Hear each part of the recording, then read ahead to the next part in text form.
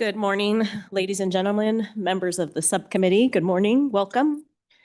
LSO, welcome. Good morning. I will call the Weston County Clerk 2024 General Elections Subcommittee meeting to order. Mr. Weekly, if you would call the roll. Senator Ide. Here. Senator Larson. Here. Representative Lean. Here. Chairwoman Rodriguez-Williams. Here. Chairwoman, we have a quorum. Thank you, Mr. Weekly. Members of the public, if you haven't signed in, please do. There's a sign-in sheet right when you walk in by the coffee over there. So just a brief introduction. Just like any other committee meeting, this subcommittee meeting will operate using decorum. So what I ask of everybody that's in attendance is to silence your phones. If you do provide public testimony or if you're called up to testify, please speak through the chairman. And again, this meeting will be streamed through the live YouTube video. The purpose of this meeting is to investigate issues surrounding the post-election audit by the Weston County Clerk following the 2024 primary election. The subcommittee will prepare a report of this issue to the Management Audit Committee for consideration at their meeting on October 21st, 2025. This meeting is held in person, obviously, and remotely with live video stream available on the legislature's website and their YouTube channel as well. Members of this subcommittee will hear testimony from members of the community that were asked to be here that are on the agenda. And we will also hear public comment during the public comment period. We do have several folks that are registered to testify during the public comment period via Zoom. Although the intent of this meeting is to hear testimony, I, as the chairman, will not prohibit any requests from members of this subcommittee to request any bill drafts, memos, or research, or anything they feel is important for the committee to consider via requests of our Legislative Service Office. So we'll move on to the agenda this morning. First item on the agenda is Weston County. We do have the first person that was asked to testify, Clerk Becky Hadlock, County Clerk of Weston County. Ms. Hadlock, please come forward.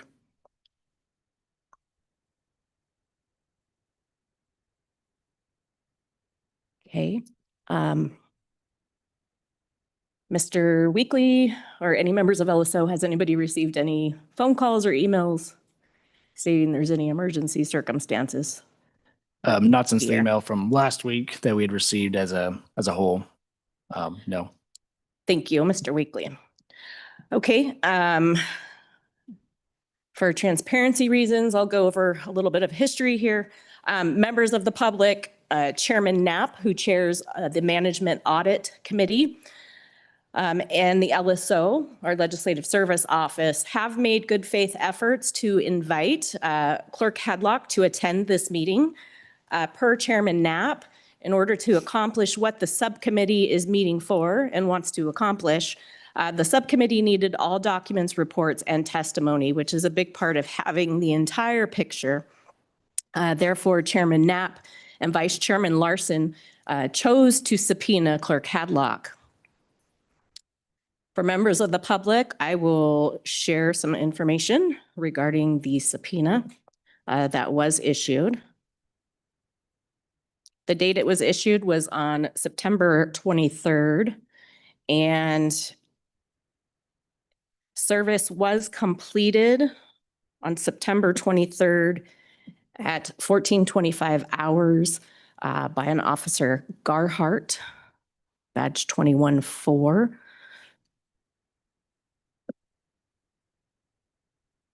And the subpoena, I do have a copy of the certificate of service stating that Clerk Becky Hadlock was served on that date and time. The subpoena does read that a failure to comply with the subpoena is subject to penalties provided by Wyoming Statute 28 1-110. Mr. Perry, if you would let the record reflect that Clerk Becky Hadlock failed to appear before the subcommittee on this date at 10:30 a.m. For the sake of transparency as well, I will let members of the public know that members of the Management Audit Committee at large and LSO did receive a letter from Clerk Hadlock, which I will read verbatim, or perhaps ask LSO to read verbatim if they're willing, if you can pull that up.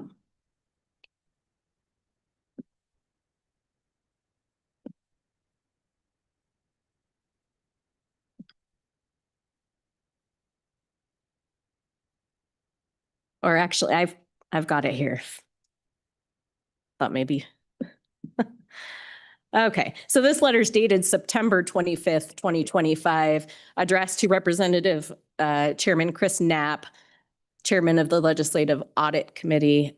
Dear Chairman Knapp, on September 8th, Tanner Weekly called my office asking of my availability to testify either in person or remotely, and he was told that I was unavailable to attend due to a scheduling conflict. On September 9th, Matthew Petrie and Tanner Weekly reached out to me via email confirming my schedule conflict and asked if I could reach one or more members of Weston County's hand count committee to testify. On September 10th, I let Matthew Perry and Tanner Weekly know that committee member Deb Piana agreed to testify. Matthew Petrie and Tanner Weekly reached out to Deb Piana, confirming my inability to testify, but confirming hers. On September 11th, I let Matthew Petrie and Tanner Weekly know that committee member Ann Slegel agreed to testify. Matthew Petrie and Tanner Weekly reached out to Ann Slegel, confirming my inability to testify, but confirming hers. On September 11th, Ann Slegel confirmed to Matthew Petrie and Tanner Weekly that she would be able to testify. On September 16th, Deb Piana confirmed to Matthew Petrie and Tanner Weekly that she would be able to testify.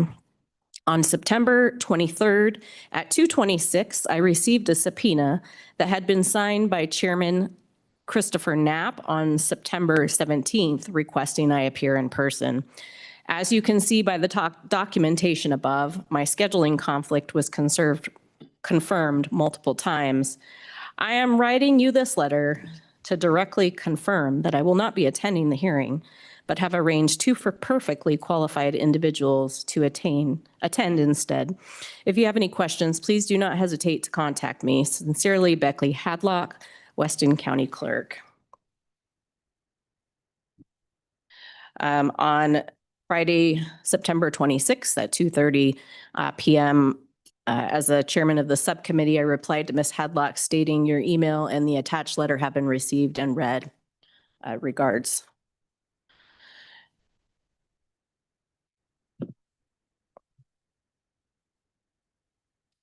Okay, so at this point, I would like to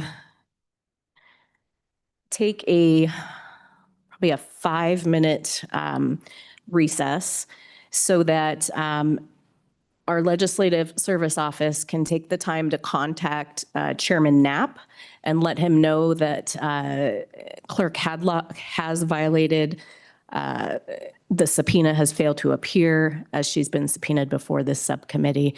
And at that time, they could perhaps provide legal counsel to Chairman Knapp and Vice Chairman Senator Larson. So we'll stand at ease for 5 minutes. Thank you.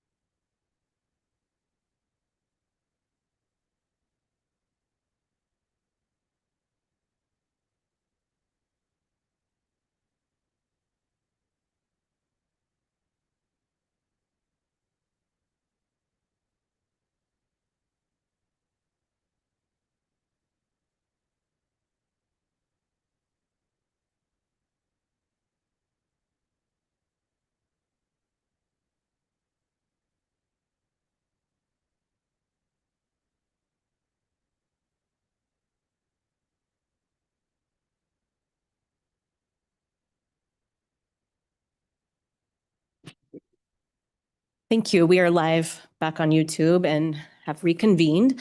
Thank you for your patience.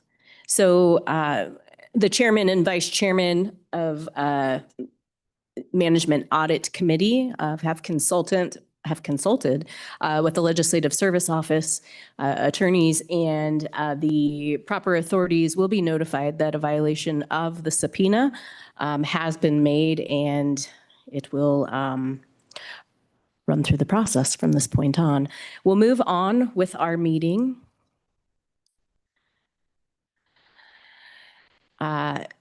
Next on the agenda from Weston County, we have Mr. Vice Chairman. Madam Chairman, thank you. I just think I should comment that this is a big violation. I think we asked her to come. We told her to come to visit with the committee, get her input. It's a big deal. So I hope we do all we can to stress that this is big to us. I know as a legislator, if I didn't show up for session, I think the Highway Patrol comes and finds me. So I wish we had that. Thank you, Senator. Senator Ide. Thank you, Madam Chair. This is maybe a question for LSO, but immediately when I saw this letter from the clerk, it just started going through my mind. How do you pass off a subpoena to your lieutenants? And can you give us a legal synopsis of how subpoenas really work? And can you do that? And what's the legal ramifications? Thank you, Madam Chair. So, Senator Ide. Mr. Chairman, Please. Sorry, Madam Chairman, Senator Ide.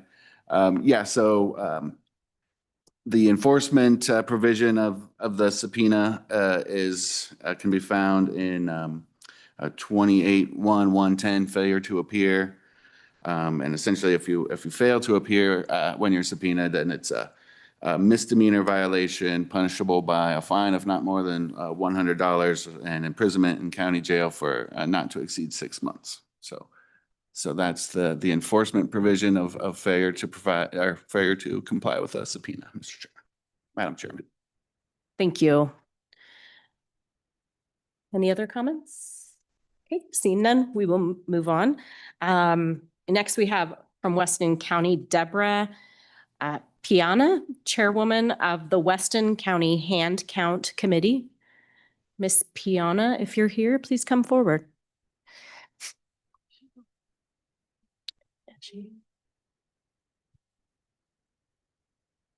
Madam Chair, she's online on Zoom right here. Okay.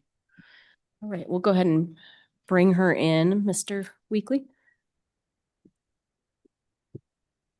Hello, I'm here. Ms. Piana, if you're there, go ahead and unmute and turn on your camera so we can see. Okay. Okay. Can you hear me? Good morning, Miss Piana. We can't hear you. We can see you, but we can't hear you. If you can unmute yourself. Can you hear me now? No. Can't hear. It says my microphone is unmuted.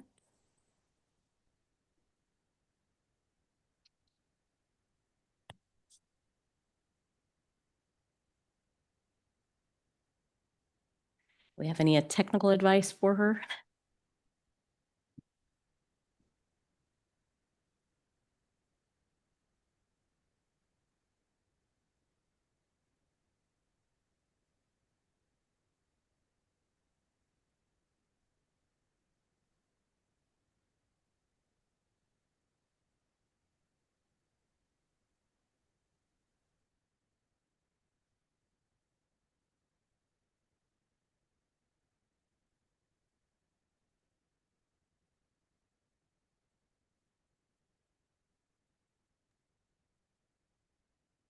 Hello?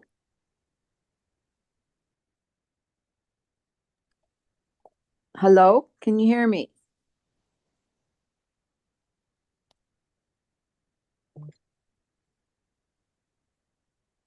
I don't know where else to go to unmute.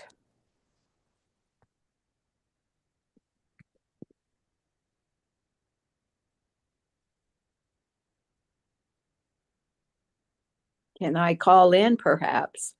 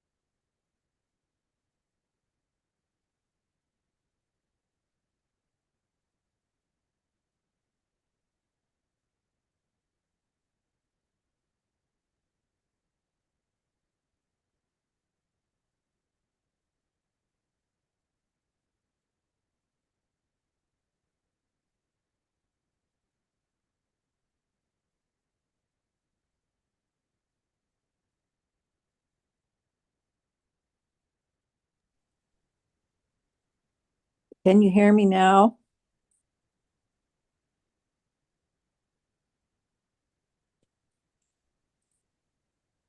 I'm unmuted.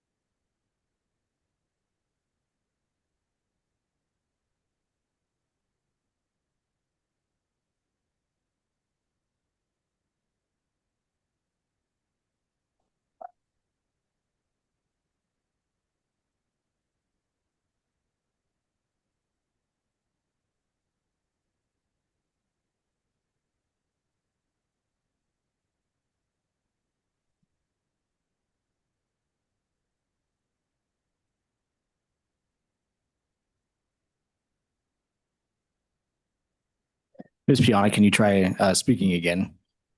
Yes. Hello.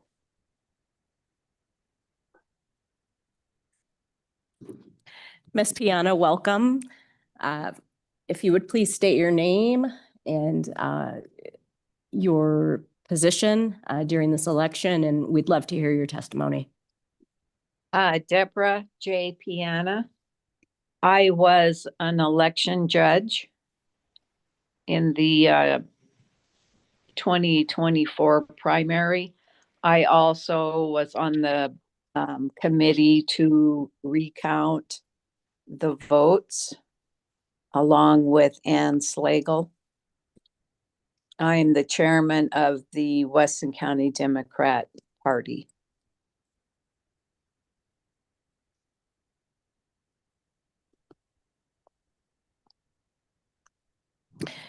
Thank you, Miss Piana. Do you have anything that you'd like to share with the subcommittee in regards to the election or the post-election audit? I don't think I have anything to share that you don't already know. I don't have any additional information. I guess I'm not sure what you really want from me. I do think the recount went smoothly. It took a while, of course, but I think it was accurate.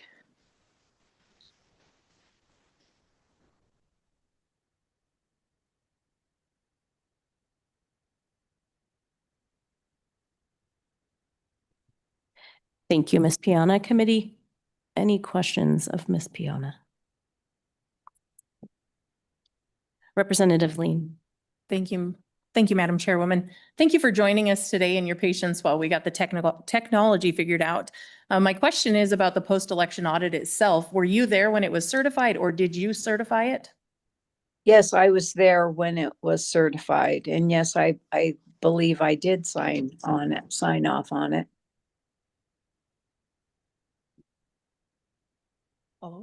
Follow up, Representative Lean. Thank you for that. On that post-election audit, could you walk me through how the ballots that were, could you walk me through the process of how the ballots were counted and the discrepancy between the post-election audit that was certified and the post-election audit that was conducted between the Secretary of State's office? Miss Piana. Yes, there were six of us counting the ballots. Clerk Hadlock and the clerk from Crook County, and then Ann Slegel and myself and two of the clerk's deputies counted. So we kind of put them in piles of 10, and then we would, when that precinct was done, then the next group, two people would count, and we would compare. And if we were off by one vote, then everybody would recount. So it was a good check and balance.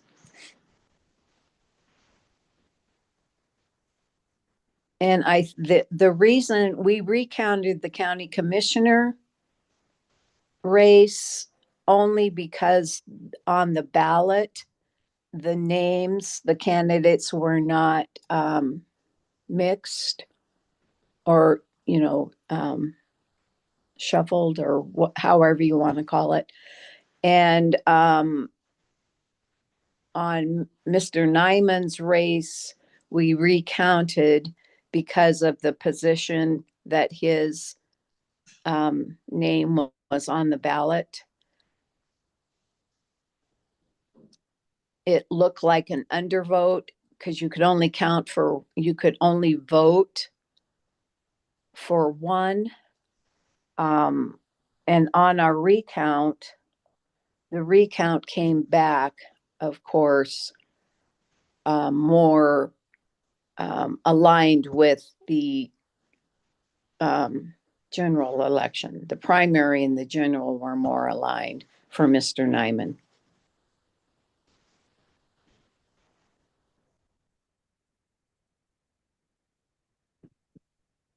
Any further questions, committee? Ms. Piana? Senator Ide?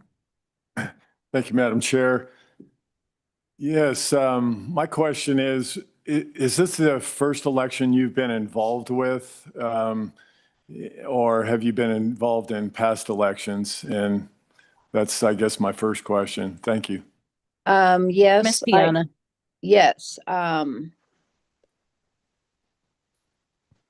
Actually, this year was the first year, excuse me, that I was involved. I was involved in the primary and the general.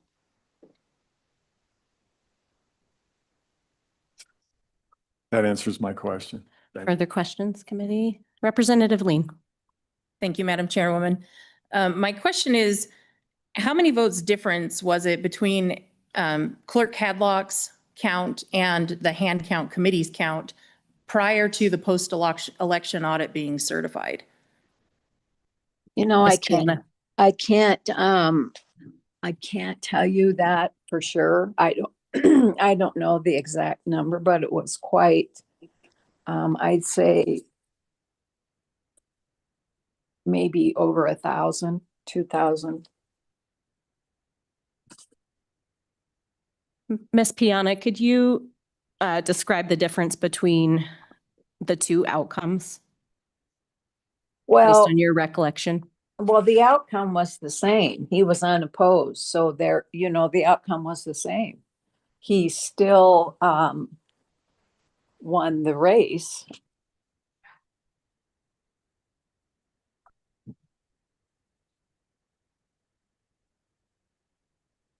Committee, any further questions of Ms. Piana? Senator Ide? Thank you, Madam Chair.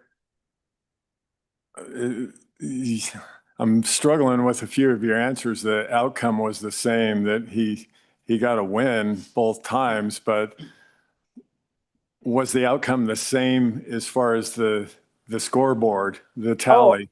Oh, absolutely not. No, absolutely not. It wasn't the same. There were several undervotes because of the placement on the ballot. And I can't remember exactly what happened, but I know it was a placement on the ballot because it was at the bottom. So the ballot must have been, well, the ballots were printed wrong.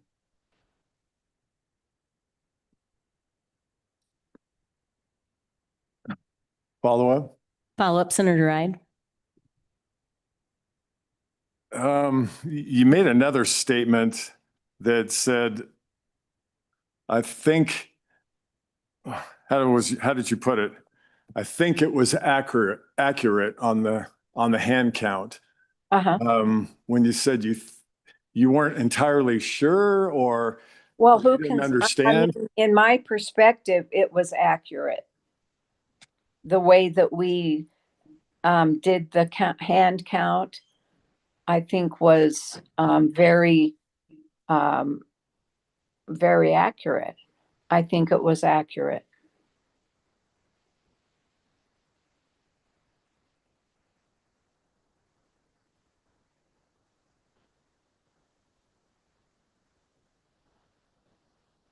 Further questions, committee? Representative Lean? Thank you, Madam Chair. I hear you saying that it was accurate, but at the same time, I'm looking at a post-election audit that is not accurate. And so there should have been votes that were different that were not. And so I guess my question would be, when you completed your hand count, how many votes should that have been versus how many votes the machine tallied for Representative Nyman?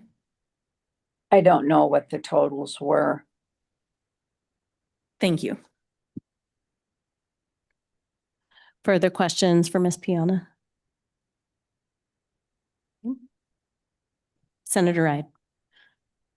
Yeah, thank you, Madam Chair. You know, it was brought up earlier that the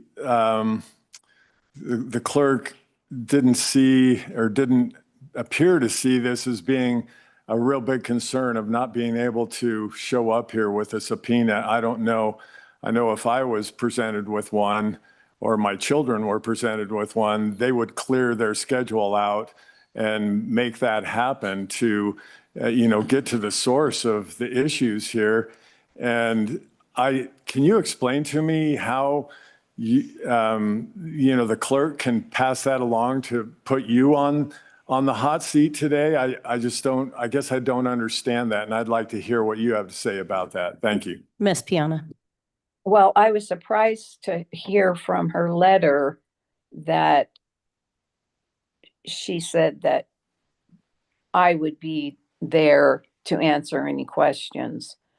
And initially I agreed, yes, I would testify. I didn't know I was testifying in place of her. And I certainly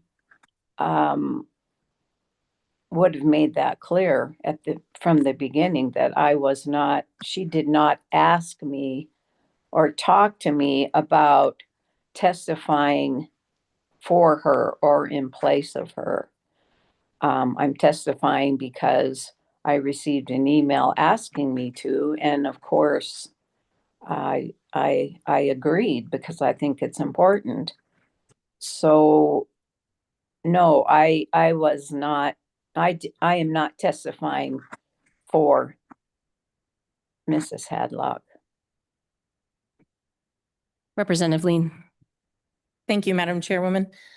Would you say that it's fair to say that Clerk Hadlock could speak better to your opinion, the certification process, and the post-audit election? Ms. Okay. Piana. Could you repeat that, please? Representative Lean. Thank you, Ms. Chairman. Would you say that it's fair to say that Clerk Hadlock could better speak to the post-audit election, the hand count process, and your opinion of what you're talking about today? That she could better explain the process than I can? Is that your question? Representative. Yes, ma'am. Oh, absolutely. Absolutely. She was there. I mean, yes, of course. Her testimony would be way more accurate than mine. I would hope. Follow-up, Representative Lean. Thank you, Madam Chair. I just want to thank you for your testimony and your courage to come forward today, knowing that we're here to evaluate the process and look for the pieces that are broken. I would also like the record to reflect that the results certified by Clerk Hadlock showed only 166 votes difference, and the hand count showed 1,268 vote difference. Committee, further questions of Ms. Piana? Okay. Seeing none, Ms. Piana, thank you for your time this morning. Thank you for joining us. Thank you. We'll move on the agenda under Weston County. We'd like to invite Ann Slegel, who was an election judge and Weston County Hand Count Committee member.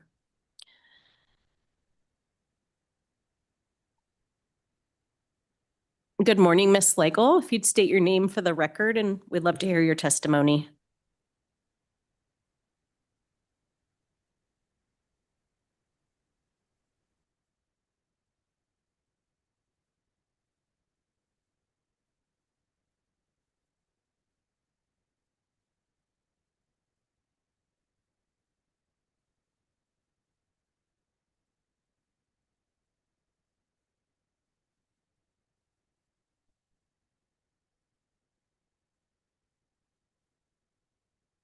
Just put that. There we go. Have to use some muscle.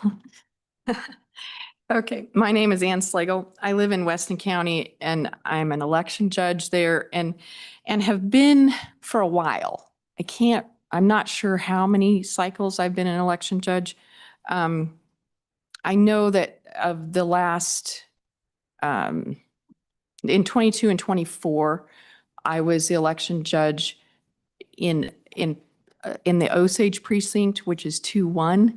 And for both the primary and the general in 22, and then the primary for 2024, not in the general for 2024. I was in town in that one. So I would just like to kind of tell you kind of how things went down from my perspective, if that's works for you. Okay.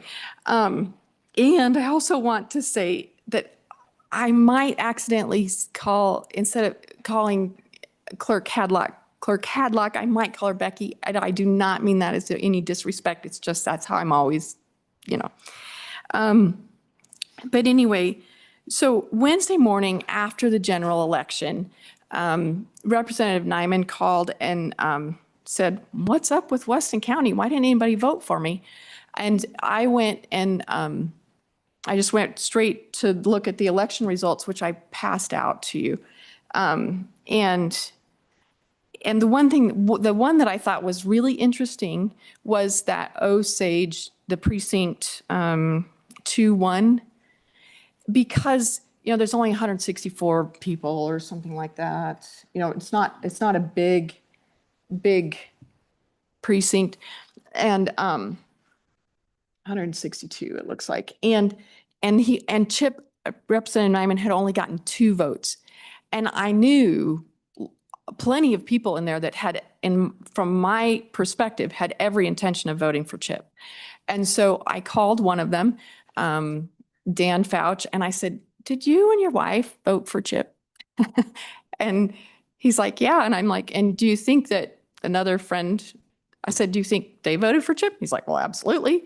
I said, "Well, go look at the results, because that's not what it's showing on the website." And so then I called Clerk Hadlock, and I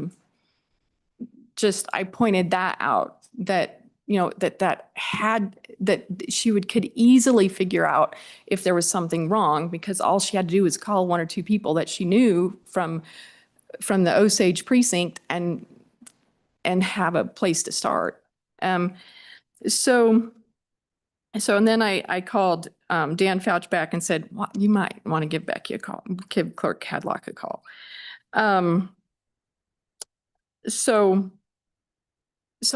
It was a wild day of phone calls, and I'm sure that was the case for Clerk Hadlock as well.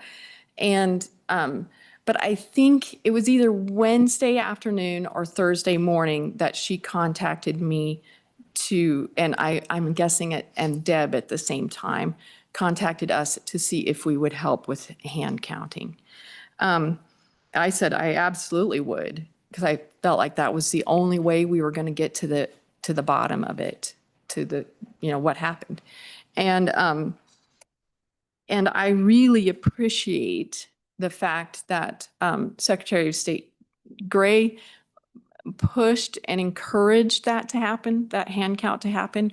I know it's not normal, and I appreciate the fact that he did it. And I also appreciated the fact that Becky agreed to do it. I just felt like that was, in the situation we were in, with all the questions surrounding Representative Nyman's election, felt like that was the way to figure out the answer, was that hand count. And like Deb said, there was myself, Deb, 2 of Becky's deputies, and then the Weston County Clerk and the Crook County Clerk. We all worked on it. It was it went fairly smoothly. I think, like, Alan has went to some of those hand count trainings. I haven't. And I think if we had done it that way, it would have been much more efficient. We could have done it a lot quicker, that hand count piece. And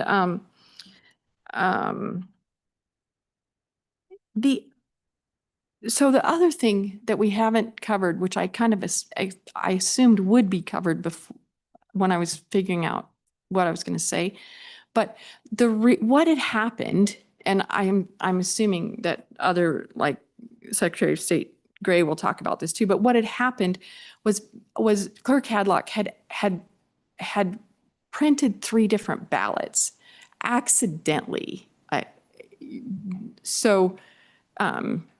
She had found some errors in the first 2 and had asked them, when the final 3rd one, she just, as those ballots came from the people that send ballots, when they came, she just put them in the place where she stores ballots. And so then all those different ballots got sent out to the precincts to vote.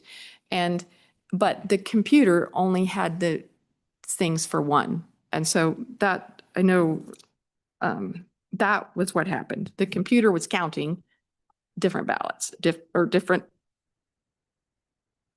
setups on the ballots. So I think, so one of the problems, or one of the things to take away, is that if Representative Nyman's election had not been, if it had been contested, we would have never seen it. We would have never noticed what happened. And the other thing, and on the county commissioner piece of it, there's only 62 votes difference. So if that had happened in the primary election, that would have made, I mean, how often do we see county commissioner races and lots of others changed by 62 votes? That's pretty normal. So that is a concern. And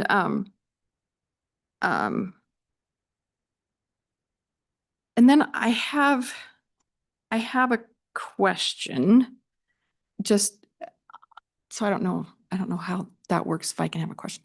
But I call, like, the post-election audit, I thought that was the thing, like what we were doing, the hand count wasn't the post-election audit, correct? Yeah, it was, we were just hand counting. The post-election audit gets sent in after she, anyway, okay. Anyway, so if somebody wants to clear that up for me later, they can. But to me, the biggest concerns is that when Clerk Hadlock sent that audit in saying that everything was okay, when you can look at it and say it's not okay, that to me is a problem.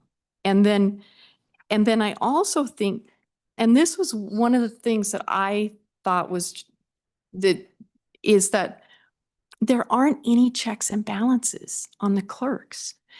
And so the clerk builds the ballot. She's the one that makes it, or he or she, and they're the ones that test it.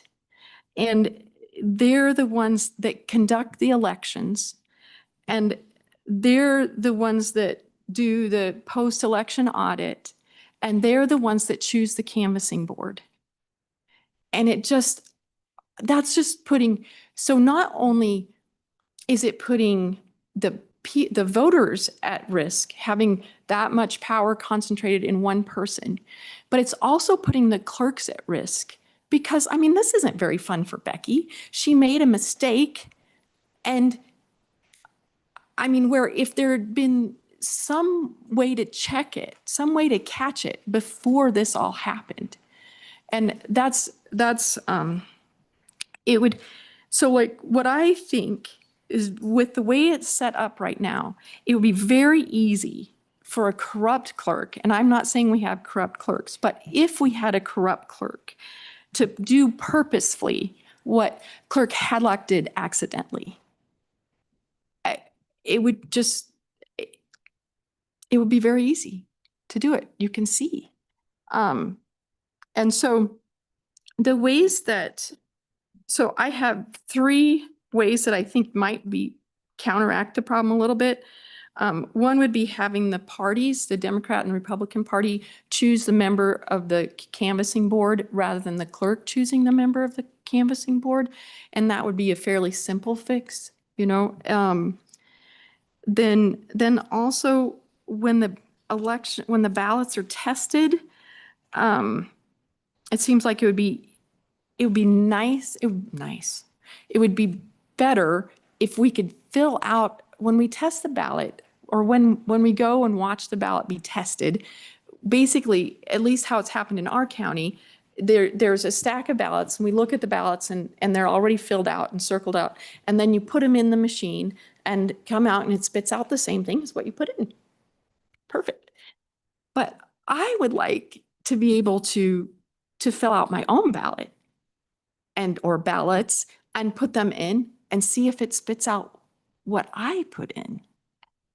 And then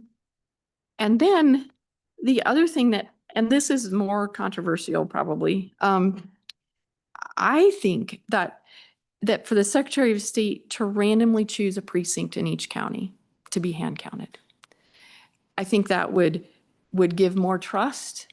I do not know how many people came up to me, and even people that really weren't involved in things politically came up and said, wow, how do we know anybody won or anybody lost because of what happened in Weston County? And it would also give people more practice.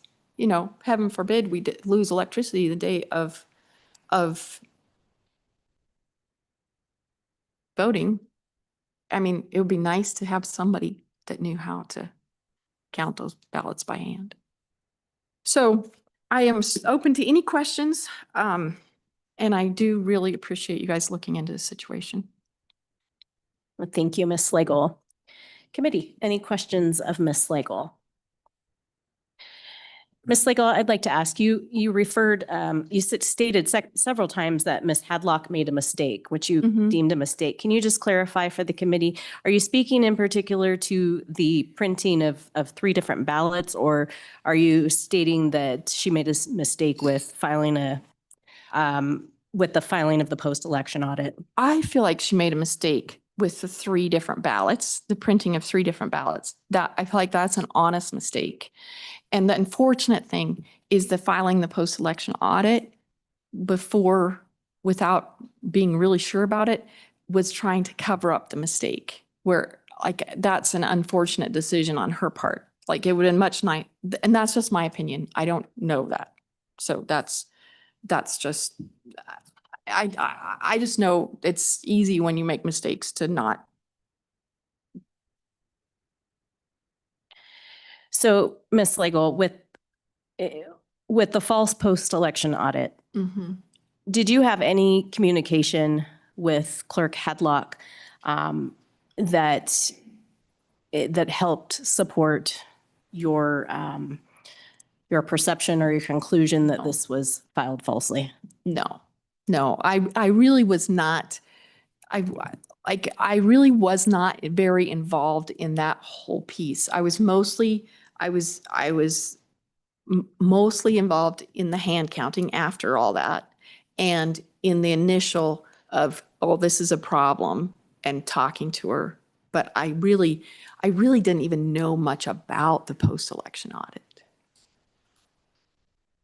Committee, any questions? Senator Rye. Thank you, Madam Chair.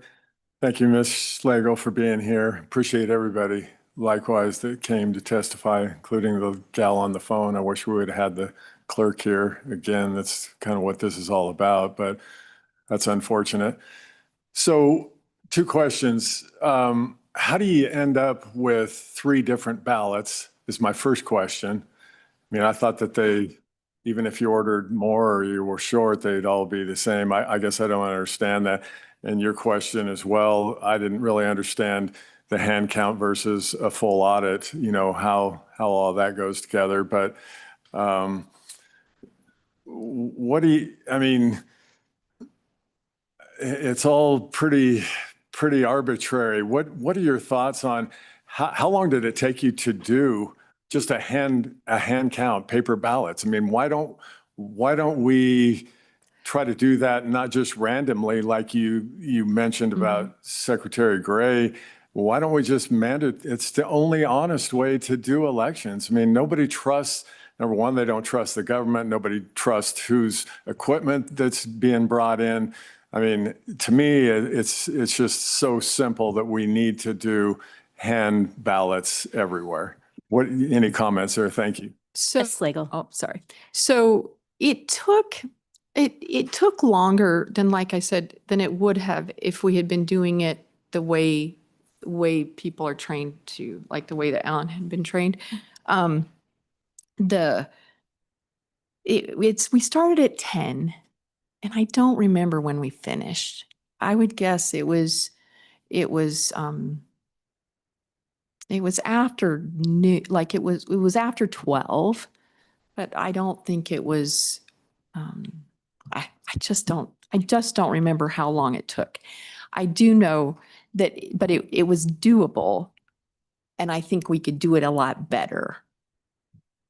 So, Ms. Slegel, were you administered the election judge oath yeah, of office? yes, I was. When we did the election judge training. Thank you. Representative Lean. Thank you, Madam Chair. Thank you for coming today, Ms. Slegel. Were you knowingly sent here today to testify on behalf of Clerk Hadlock? I knew that she had told me that she wouldn't be able to come. And so I'm not sure I felt like it was on behalf, but I did know that, like, and that's why I wanted to kind of, like, that's why I brought these numbers, is because I wanted to have them in front of me and know, but I did not. I mean, I had a suspicion it might be for her, but I didn't, like, I knew she asked me to come and that she wasn't going to come. Follow up, Representative Lean. Thank you, Ms. Chair. Would you say that speaking today on behalf of the post-election audit process and the post-election certification, that the Clerk Hadlock would be the one to answer the questions for that process? I know that Ms. she, Slegel. oh, sorry. I know that she would do, like she could answer that question of how she had 3 different ballots. She answered that for us when we were talking, early on. She told us how it happened, and I just don't quite remember. It was some mistakes she made on the first one. And so first, it must have been 2, because I think there was 3 different ballots. So, like, there's just questions that she would be able to answer better than me. And the whole, like, and that's what I'm a little confused with, like, in my mind, what Deb and I and the two clerks and the 2 deputies did was hand count that election. And then that the post-election audit was what she sent the night of the election. Am I incorrect on that?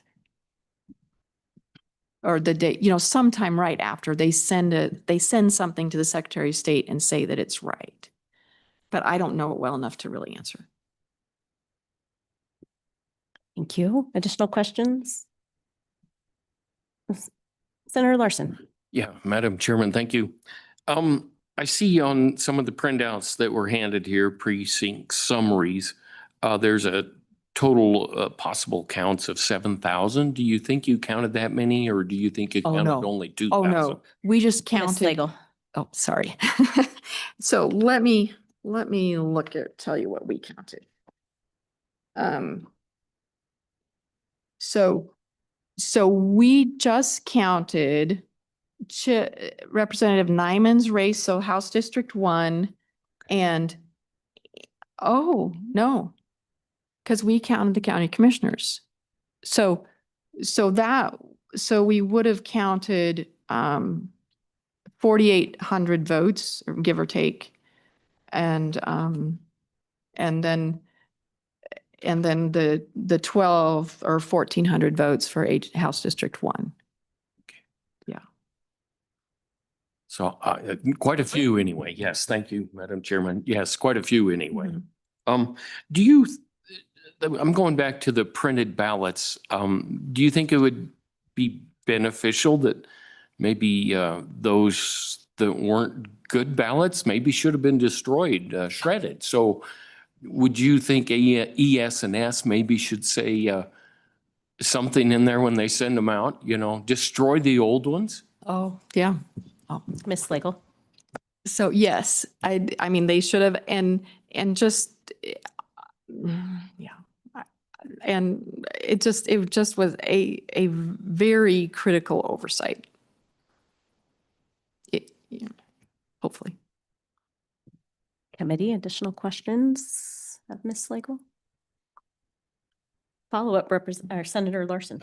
Madam Chairman, I would just like to thank her for sending or giving us those suggestions, those 3 ideas. I think that's some pretty good ideas. You know, have parties choose their member of the canvassing board maybe to help the clerk. I know this is so vital for all of us to believe that it's honest and fair and not saying that clerks are doing things wrong, but mistakes are made and we should be able to figure out how to do it and make everybody confident. And Right. do you agree? I do agree. Ms. And Slegel. oh, sorry. I do agree. And I really think that, I mean, just in my own personal stuff, it is easy to miss something. It is easy to make mistakes, but these mistakes are too important to not have somebody else, to have some sort of check and look on it. So it's not just on one person. Committee, additional questions? Representative Lean. Thank you, Madam Chair. Just for a little bit of clarity on the post-election audit versus the hand count so that you're very clear, the hand count is totally separate from the post-election audit. Okay. The post-election audit comes from the Secretary of State's office, depending on the size of the county, depends on how many ballots they're asked to audit. So in Okay. Weston County's case, they were asked to audit 75 ballots, which Okay. is where the ballot numbers did not line up. And the Right. county clerk then had the opportunity to manually review them versus the hand count ballots that you did as a secondary verification process. So I just wanted to offer that for your knowledge. Okay. Thank you. And can I say Ms. Slegel. and I think, if I remember right, we did that again after we hand counted. And I'm not completely, because I think she had already done it, sent it to the secretary. And then if I remember right, that would be a question for Becky, but I think that we did that again after we hand counted. Thank you. Ms. Slegel, one last question for you if the committee doesn't have any further. Knowing that Clerk Hadlock knowingly filed a post-election audit with the Secretary of State's office, has your trust in her as a county clerk been compromised, or that of your community?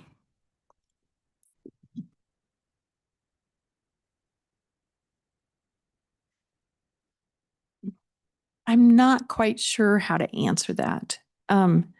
So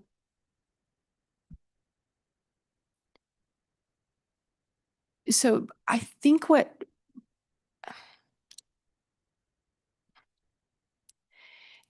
for sure, my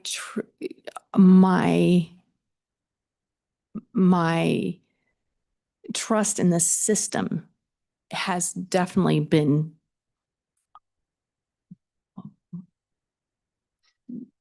broken, hurt, whatever. As far as Clerk Hadlock goes, I have a fairly realistic view. Like,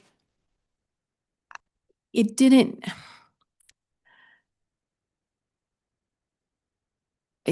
change. Like, personally, like, I can go into the office and talk to Becky and have a good conversation. And we can discuss back and forth, and it is a fairly good, like, face-to-face, honest, feels like it's fairly straightforward. But I do know that it is, and I just hate saying these things because I don't want to say things, I don't want to slander anybody. I really don't. But she has made mistakes and people do know it but so that's on one side. And on the other side is people don't, they're like, she's being picked on, and so there's this divide in the community. And so there's some people that don't trust her and there's some people that do. Thank you, Ms. Slegel. Thank you for coming this morning. We appreciate you taking the time to drive out here. Yeah. And testify. All right. We will move on. On the agenda. Next on the agenda, we have the Secretary of State's office, Secretary Gray.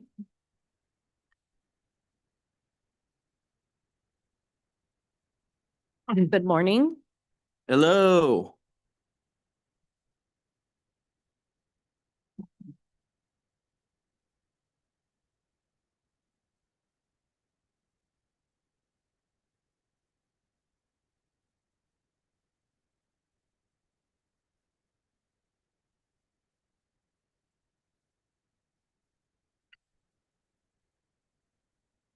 Good morning. If you'd please state your name, and for the committee, we did receive a copy of Secretary Gray's report at our last management audit committee meeting. So we should all have that electronically or printed.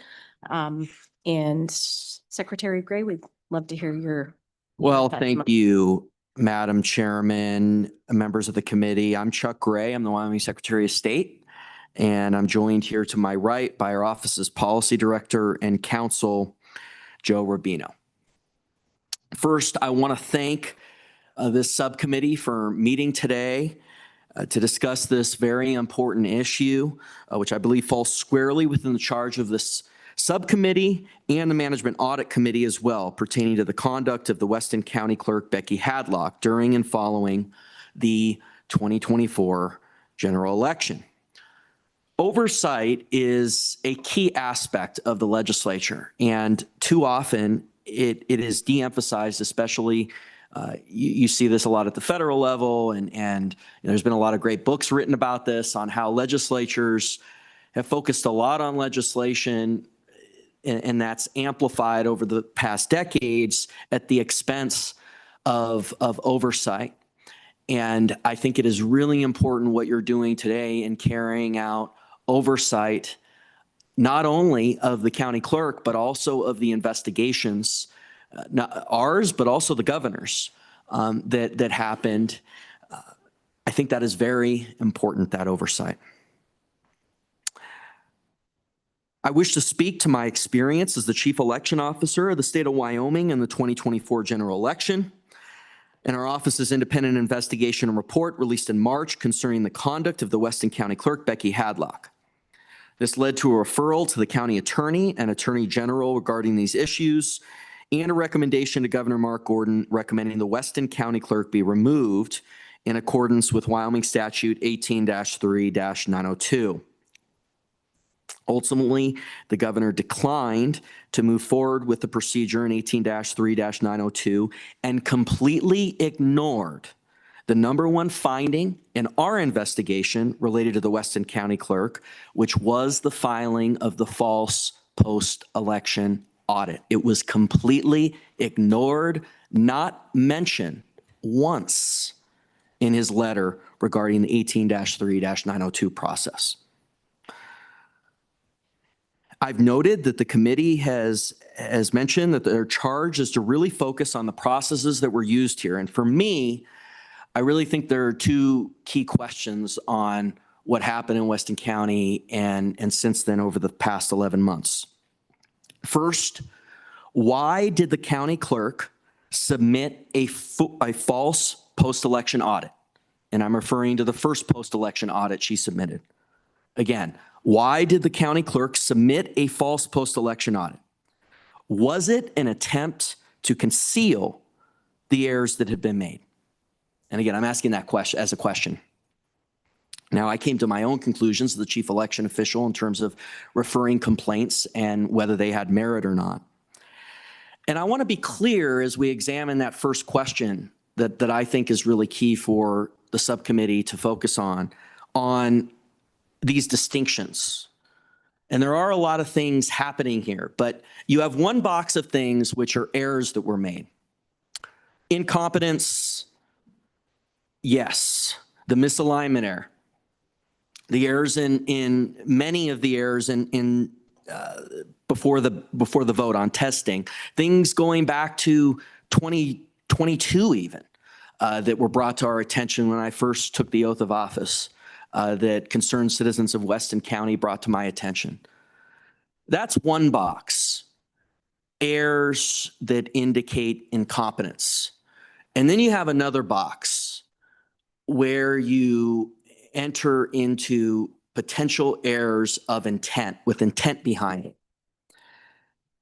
And that's why I think the false post-election audit is so important. As I lay out these processes and how they interact, I think you'll see why that false post-election audit is very important to focus on in terms of the conduct of the Weston County Clerk.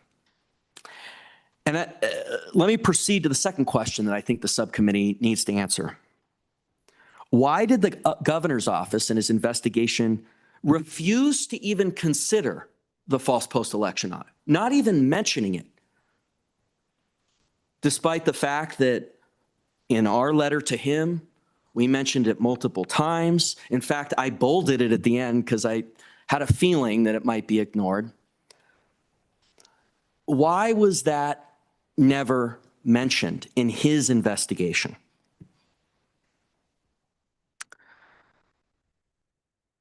Our office has provided our report pertaining to the findings of our office, specifically pertaining to the Weston County Clerk's submittal of a false post-election audit, again, which was never discussed in Governor Gordon's declination to take any action under Wyoming Statute 18-3-902. And please continue to refer to our report. I know it's over 100-page with exhibits, but it's very important. You know, and as I start a little bit in elaborating on both of these questions, I want to talk a little bit about why I first got involved in public service. You know, one of the reasons I got involved was to focus on the truth and to bring to light the truth. And for a long time, we've seen that insiders, the legacy media, have tried to obscure the truth. And I think we've seen that in the aftermath of the Weston County experience in the 2024 election. You know, over the weekend, I was pulling up some of the articles on this, and I just saw repeated over and over and over again the same tactic that, well, these are just mistakes, these are nitpicking mistakes, and the Weston County Clerk has apologized for it. Very little focus, if any focus at all, on the false post-election audit.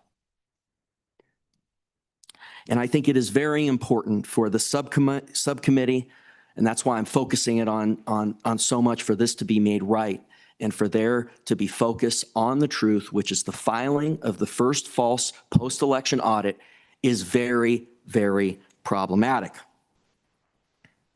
Now, I want to transition now into a little deeper dive into the false post-election audit, our conclusions regarding the submittal of that first false post-election audit, and my concerns about key aspects which were never addressed by the governor, raising several questions about administrative process relating to handling these proceedings.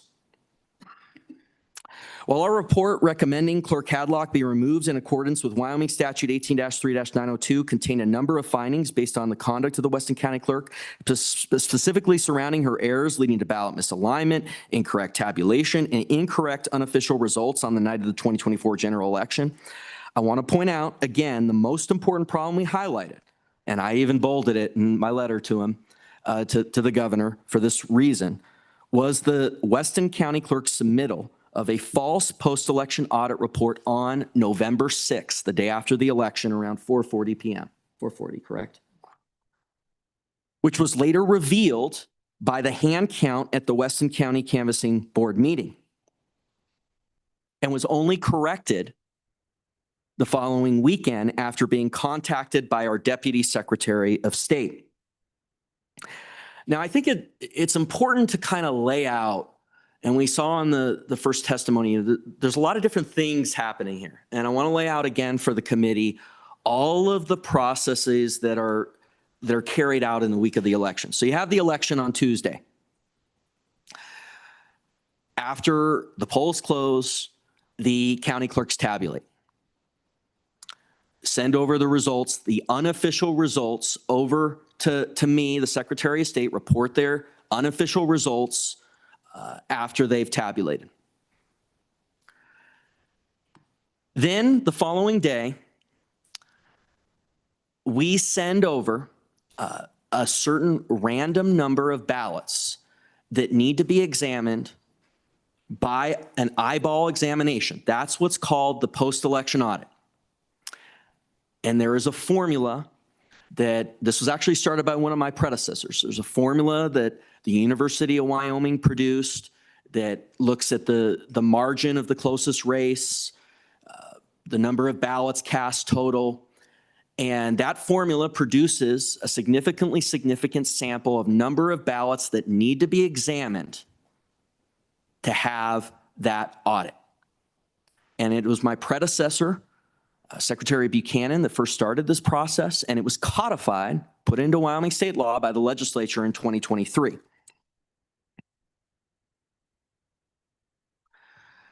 So you think about this, we sent over the day after the election, Wednesday morning, we ran the formula, and it said that 75 ballots needed to be examined by eyeball. And that actually was the default. In rural counties, oftentimes it'll be less than 75 ballots with the formula. So we have come to this with the procedures our office has written pursuant to Wyoming state law, this agreement with the county clerks that it has to be at least 75 ballots. And because Weston County is rural, the formula spit out a number under that. So it was actually 75 ballots that needed to be examined. We then randomize, based on their cast vote records, the CVR, what ballot numbers they should pick to get to 75.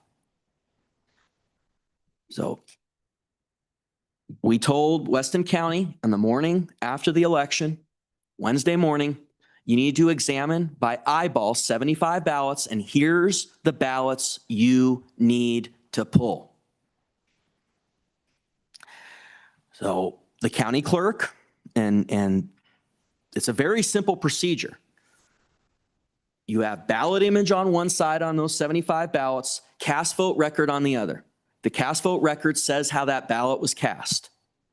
So for undervotes, which is what they claim that had occurred in all these ballots that actually were cast for Speaker Nyman, it would have said on the CVR undervote, undervote, undervote, undervote.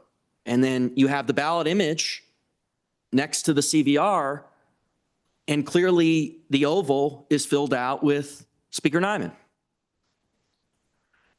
In that first false post-election audit, she got that wrong 21 times. 21 of the 75 ballots had errors. So the question for us as election officials and in considering application of the code, is it reasonable to think that that is a simple error? For 21 times, for someone to misalign what the CVR says, how the ballot was cast versus how the oval appeared when you look at the image versus the CVR. 21 times she got that wrong.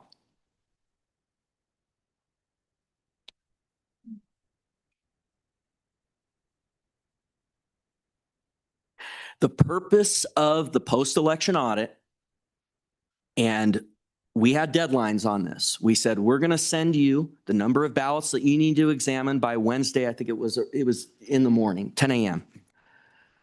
She submitted her false post-election audit at 4:40 p.m. We had already indicated to her on 2 separate occasions our concerns with the size of the undervote. And yet still, we got this false post-election audit with these 21 errors.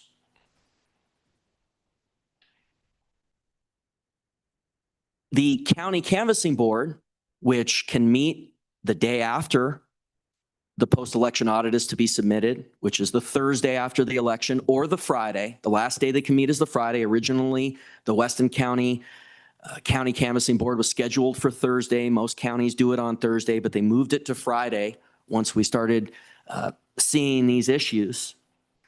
They ultimately, in a protracted negotiation we engaged in over email and over phone, eventually, and it was really the County Clerks Association, at least that's the way it was relayed to me, that said, we are finally going to do a hand examination of the ballots. And the county clerk came down to Weston County to help with that process. Now, obviously, I'm not privy to whether, Weston County clerk obviously agreed to that in some fashion, but my communications were not only with the Weston County clerk, but with the County Clerks Association in the following 2 days after the count. If done correctly, the post-election audit, again, is to examine the image of the ballot, and that should allow the clerk to clearly and easily recognize if there is a problem with how the vote is counted due to any factors such as misalignment, et cetera. Would have been very easy to see on those 21 ballots that the oval was filled out for Speaker Nyman and the CVR said undervote. Again, this did not happen in the case of Weston County. As detailed further in our report, our office received a post-election audit report on November 6th after concerns had been raised by our office, but the audit said, quote, no errors or observations, which is what they say when there isn't any problem. In the following day after that, which was the Thursday after the election, the day before the county canvassing board was slated, we continued to urge a hand examination of the ballots by the county canvassing board, and eventually that was agreed to. And it was a long colloquy. Some of the conversations were quite heated. I received an email the day before the county canvassing board, the Thursday before, that they were going to do that hand examination. Now, in terms of my conclusions here, I think it is very important. I'm just going to read from my letter to the governor on our independent investigation. Quote, most importantly, we must highlight the Clerk Hadlock's conduct in filing a false post-election audit in contravention to Wyoming law indicates a repeated and heightened level of misconduct. There are only two reasonable explanations for the false submission of this audit. One possibility is that Clerk Hadlock actually conducted the audit, finding errors in the election, and then choosing to falsely assert that no errors had been found. The second reasonable possibility is that no audit was conducted at all. That raises the question of whether Clerk Hadlock ever conducted a post-election audit in past elections. Either way, the submission of Clerk Hadlock's post-election audit for the 2024 general election was clearly false. The circumstances surrounding the submittal of this false post-election audit report, despite myself communicating to her multiple times the anomalies in the results, leads me to believe that a willful violation of the Wyoming Election Code occurred in direct violation of 22-26-1-119. Clerk Hadlock made false representations and may have covered up the fact that her audit contained serious errors, or may not have even conducted the audit at all to hide the problems with the Weston County election. Unquote.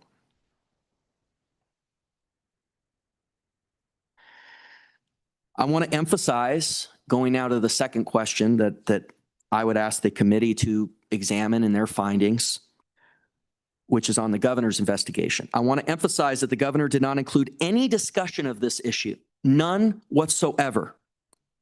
Despite this appearing as the most serious finding, I held a press conference that he lampooned within a half an hour, saying that, making fun of it and trying to downplay it. Tried to focus on that issue in that press conference.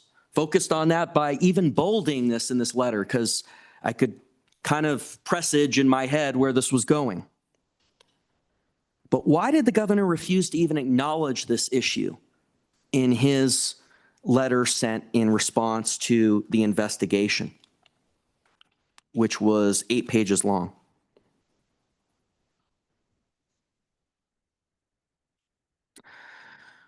I want to also respond to a couple of other things that have appeared in media and in some of the talking points from individuals that think that, that this shouldn't go anywhere, that have talked to the media. One of those is a claim that, well, this was unopposed and the conclusion was clear. It didn't affect materially the conclusion of the race. Well, I would pose this potential issue to you. The reason we originally found the problem was the size of the anomaly. When it came to my desk on election night, I mean, the first thing I looked at the results, because, I look at the unofficial results, is how can you have that size of an undervote? But what if the ballot misalignment had led to a 52-48 race or a 53-47 race? And it was followed by a false post-election audit. There would have been no way to know. There would have been no way to know, meaning you would not have had the hand examination by the county canvassing board. You wouldn't have known. The whole system is built on trust. It is built on representations that the county clerks make to the county canvassing board, to my office, to the state canvassing board. And when those representations aren't accurate, the only thing that will identify it under Wyoming state law is when there's a large anomaly.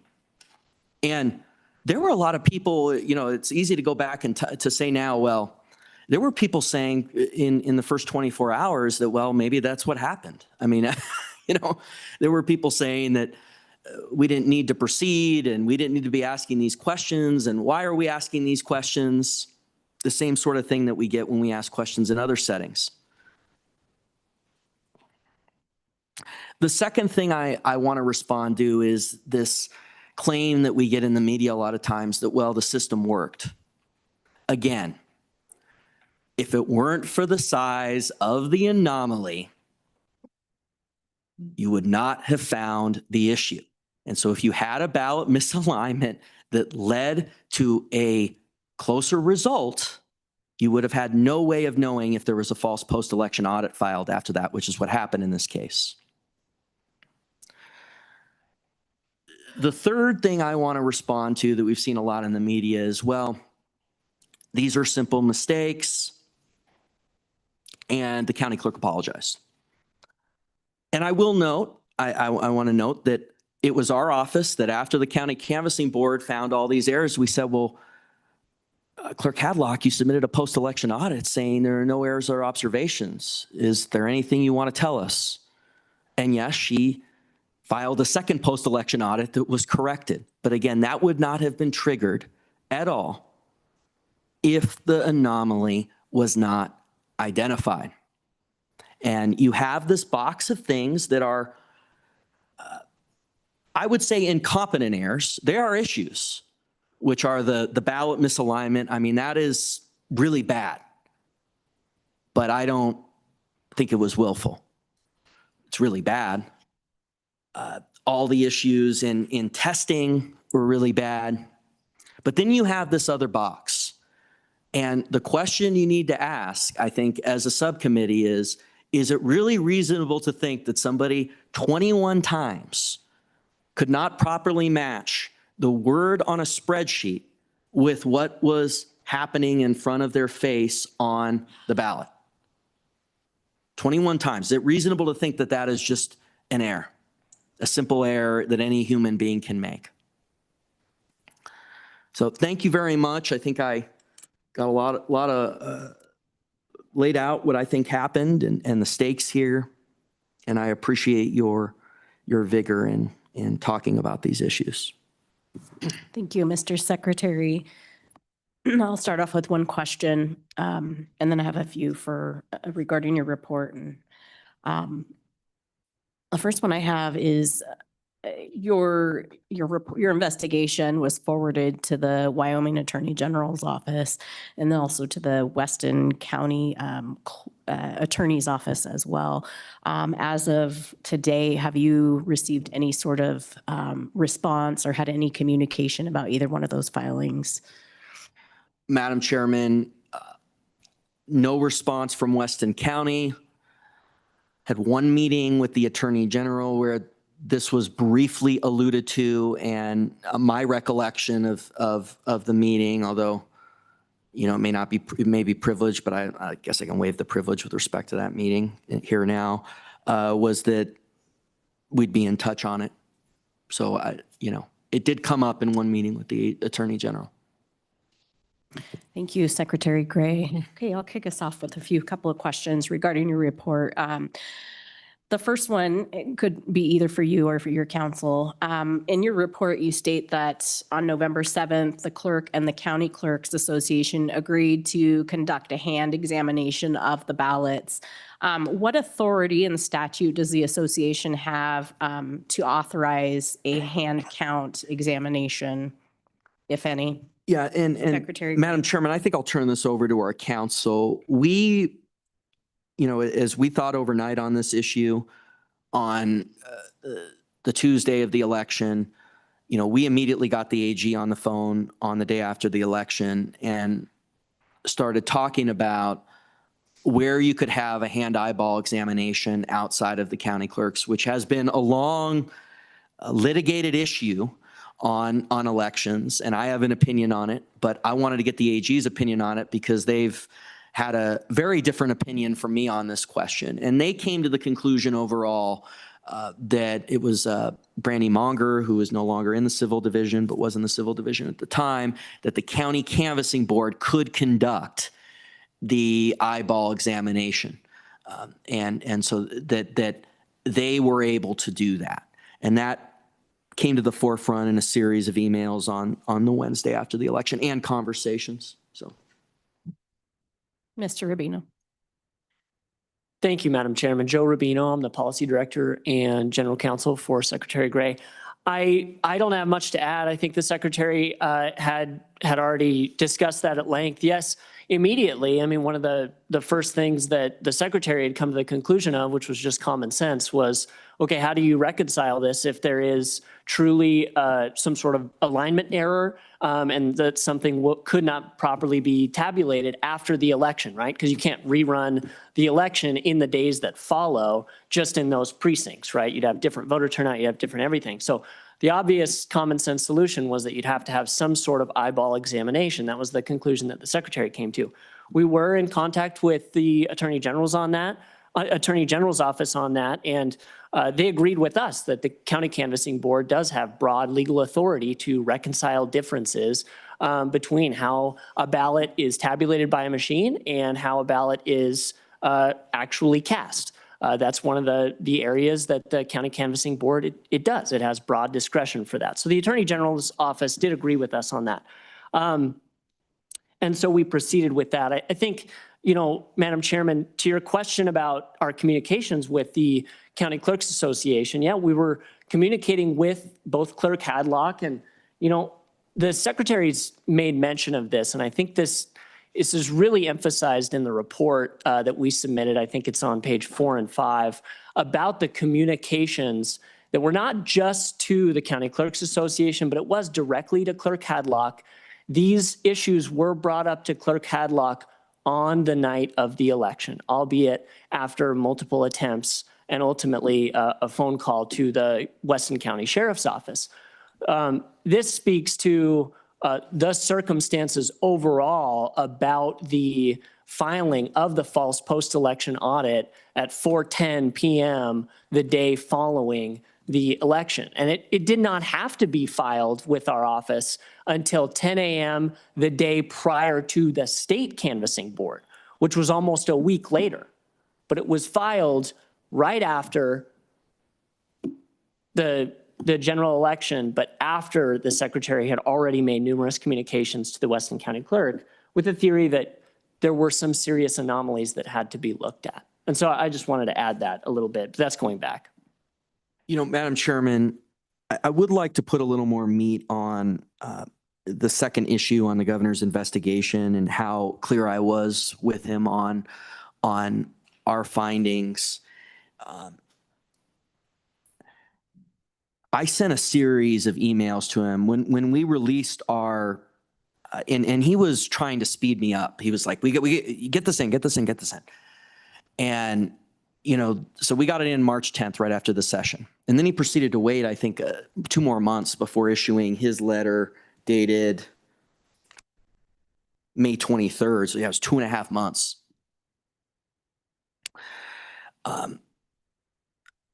So when we released it on March 10th, I did a press conference. We hand delivered it after the press conference. And then I also sent him an email with it. Dear Governor Gordon, Attorney General Bridget Hill, and County Attorney Stolken, attached to this email, please find a letter pertaining to the conduct of Weston County Clerk Becky Hadlock.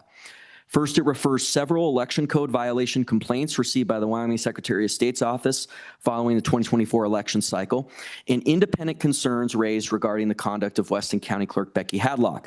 In addition, and in consideration of the governor's ongoing proceedings pursuant to Wyoming Statute 18-3-902, this letter contains information concerning additional findings and a recommendation regarding the removal of Clerk Hadlock. So that was at 12:46 p.m. on March 10th. He responds to me, you know, about an hour later. He says, Dear Secretary Gray, thank you. We'll make this information part of the record. I respond back the following day saying, Dear Governor Gordon, I appreciate this being part of the record. Quick question though, does that also mean that you will be reading the report? Because I think it is very important for the contents of the report to be read and considered. The actions of the Weston County Clerk are very serious. I believe there are only 2 reasonable explanations for submission of a false post-election audit. I put edit there, but I meant audit. As the letter discusses, we had already communicated twice with her regarding the anomalies in the results when Clerk Hadlock submitted her false post-election audit.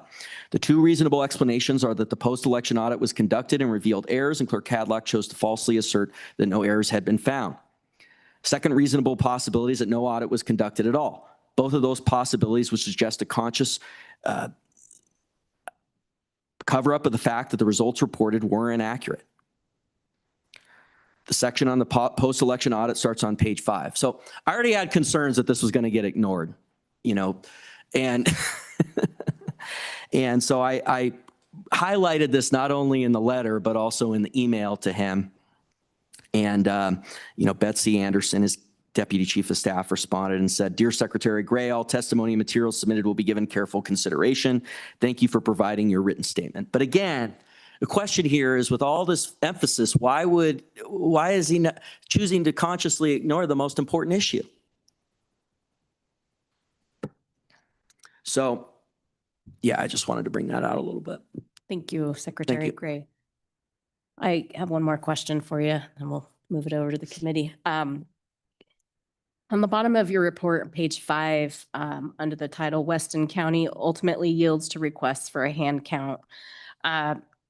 You state in your report that the dates following the 2024 general election, the clerk showed resistance to hand counting the suspected races, reporting to individuals that no error had occurred. Can you let the committee know how Clerk Hadlock showed resistance?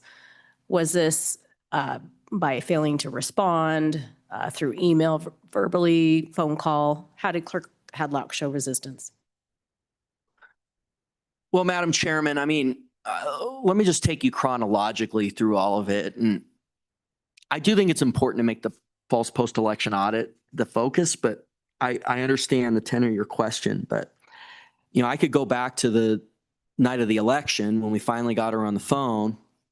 I guess at that point it was the following day. Well, it probably was still the night of the election. And she acknowledged on that phone call that they had talked about this issue in the office and that they had concluded that it was accurate.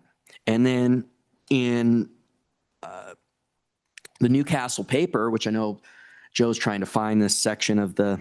Rubino's trying to find this section of the article, she sort of blamed the redistricting issues in Weston County and seemed to suggest that, and I'm paraphrasing, that people were upset at Speaker Nyman for the redistricting issues up there. And that's why, he's tried to explain it that way, that's why this had happened.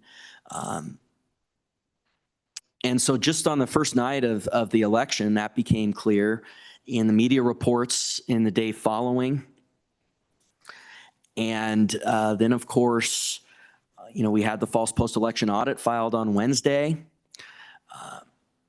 I began to really talk a lot to the Clerks Association, thinking that they were the entity that could get Becky to agree to this audit.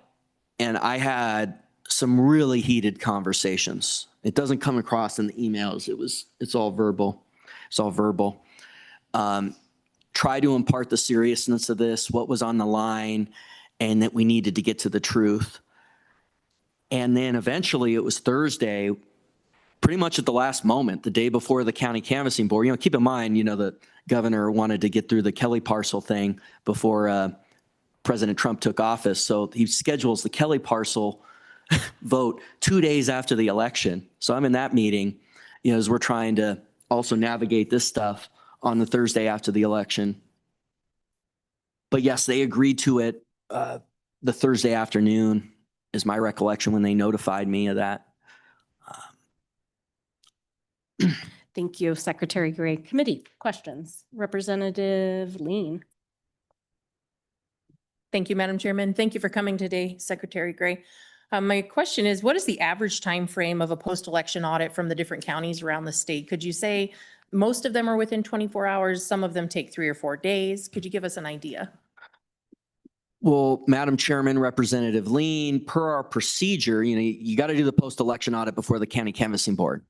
The county canvassing board affirms that this is accurate. That's why, when the media says, well, she corrected it. Why that, to me, that doesn't work.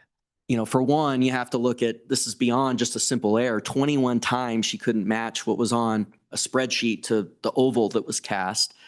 But per our procedure, it's within 24 hours because the county canvassing boards, most counties do them on Thursday. So we laid out a procedure in carrying out the statute, and I'll turn it over to our counsel to talk a little more about this, but it's set very specific deadlines. Like, we got to the county clerks, we had a 10 a.m. deadline to tell the county clerks on the Wednesday, the day after the election, how many ballots they needed to examine, on which ballots they needed to examine. We had a 10 a.m. deadline for that. And I believe our deadline for their response was 5 p.m. Becky submitted that in the 4 p.m. hour. I believe I said 4:40 earlier. I guess Mr. Rubino was saying it was 4:10, if I correct that for 4:10. But if there's anything you want to add to that? Mr. Rubino. Thank you, Madam Chairman. Representative Lean, I don't have much to add. I think it depends on the county. What I will say is that, as was the case in both the 2024 primary and 2024 general election, using the procedure that had been in place, the constraint on our office that we have in order to give them maximum amount of time to perform the post-election audit correctly, in order to pull them up and have ample time to do that, is that they have all of those, the randomized statistically significant sample provided by our office. And they obviously already have the cast vote record and the ballot images in their respective offices by 10 a.m. following the day of the election. So if the general election's on Tuesday, November 5th, then the following day, Wednesday, November 6th at 10 a.m., they should have that. Further questions, committee? Senator Ide. Thank you, Madam Chair. Thank you, Secretary, Mr. Rubino, for being here. You point out there's 2 scenarios in the errors. One could be incompetence. The other one could potentially be intentional. So that's what I'm trying to drill down here. If it isn't incompetence, then it has to be intentional, essentially. And proving that intent, all I can think of was reading the newspaper from afar on a lot of the drama going on in Weston County prior to the election of not having a representative, in their county. They all lived in a separate county, and I don't remember the details of that drama. There's probably some for the media here that could bring that in, and then the redistricting. So, I mean, it's speculation at this point, but would you have an answer on what would the intent be of if it wasn't just dereliction of duty? Secretary Gray or counsel? Well, Mr. Chairman, appreciate it. I mean, I think there's two boxes of issues. One, you have the incompetence issues, which I would say is ballot misalignment, testing, all this stuff that is just pure incompetence. And there's a lot of that in this story. But then you have the issue that I really I did focus my investigation on, and I'm afraid it's very interesting the way the governor omitted this portion of it, is the false post-election audit. I mean, 21 times, again, you have a spreadsheet that says undervote. You match up the ballot, and then you look at the ballot image, and you see that the oval was clearly cast for Speaker Nyman, or there's an oval next to Speaker Nyman's name. 21 times somebody getting that wrong. Is that reasonable to think that there is an intent there? I mean, that's the question, I think. And I think the answer is, from my perspective as the chief election official, it's pretty clear in terms of my referral authority. I deem those issues to have merit to be referred for possible prosecution. That's my response. Committee, further questions? Senator Ag. Thank you, Mr. Secretary. I like your answer there too. And that's where I'm having trouble with this, because it is grossly obvious how you can file that first one post-election after seeing the gross errors in that. I mean, it doesn't take rocket scientists to figure that one out, and why you would go ahead and certify that essentially. So then it comes down to motive. I mean, why do they have a bone to pick with something at the state level, or with one of the electeds, somebody running for office? I mean, I just don't understand how, like you said, how you could even file that first one knowing that these errors were so gross. Thank you. Further questions, committee? Senator Larson. Madam Chairman, thank you. I think I maybe heard earlier that the post-election audit response could be more than that 5 p.m. deadline. Is that not correct? I thought I heard that. Mr. Chairman, if you want me to, I'll text the person that led this in our office, but I thought, you need to get it in before the county canvassing board.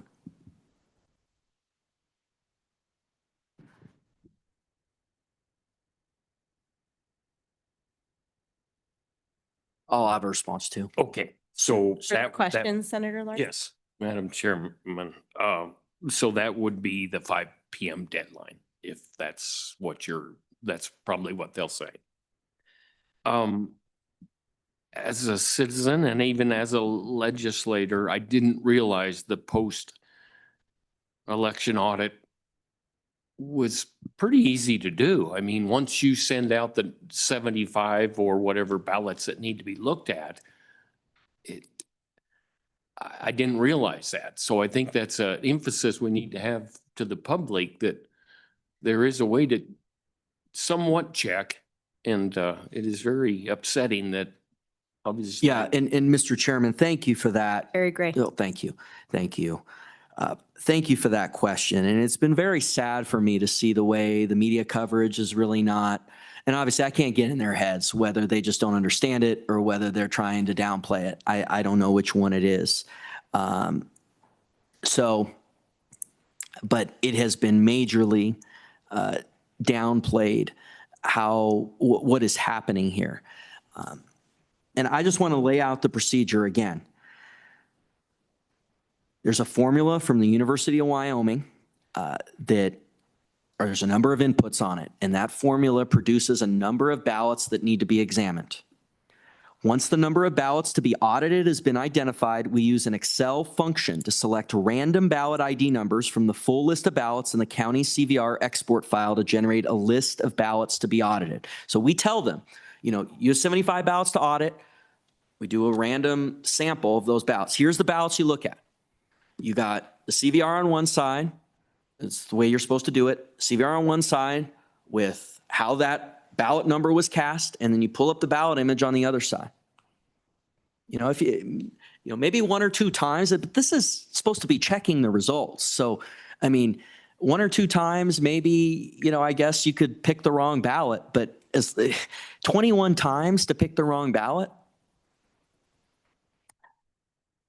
And the statute says that they have to have the audit results to us by the day before state canvassing. So yes, that was the day before state canvassing. That's 22-6-130. But the practice has been, the point of this is to be a check on the process. So the practice has been that we get them all. We got all of them by 5:21 p.m. on Friday. That's when we got them. Follow up, Senator Larson? Madam Chairman, I think I just heard that it could be longer than the 5 p.m. deadline. Yes. So she had. It can. Let me correct that. It can be. Good to know. I have other questions, but let me think. Okay. Representative Lean. Thank you, Madam Chair. Thank you, Secretary.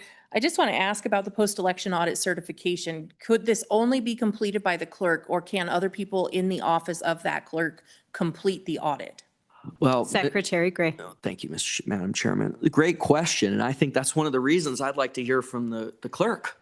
Who conducted the audit? And how was it conducted? Do you have anything you want to add there? Follow up, Representative Lean. Thank you, Madam Chairman.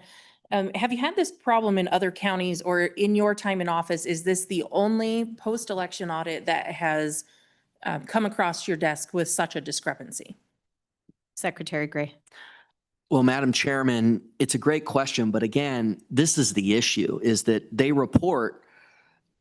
I don't know if it is, we're trusting that when they say no errors or observations, that in fact it is no errors or observations. And so the whole system is built on trust. There's very little checks other than, they report to me, and that's a filing with our office. But the whole system is built on trust. This post-election audit is conducted by the clerks. So if it's not accurate, how am I going to know other than there being an anomaly? If it was 53-47, if it was a very close and a two-way race, I would, there wouldn't have been grounds to really question it. But the only thing that led us to question it was the anomaly. And if the anomaly wasn't there, the system wouldn't work if the post-election audit was falsified. So you get at a really important issue here. Another thing that I don't think has been brought up on why it's so important that we talk about this. This isn't just, hey, it wasn't just, hey, it didn't affect the result because he was unopposed anyway.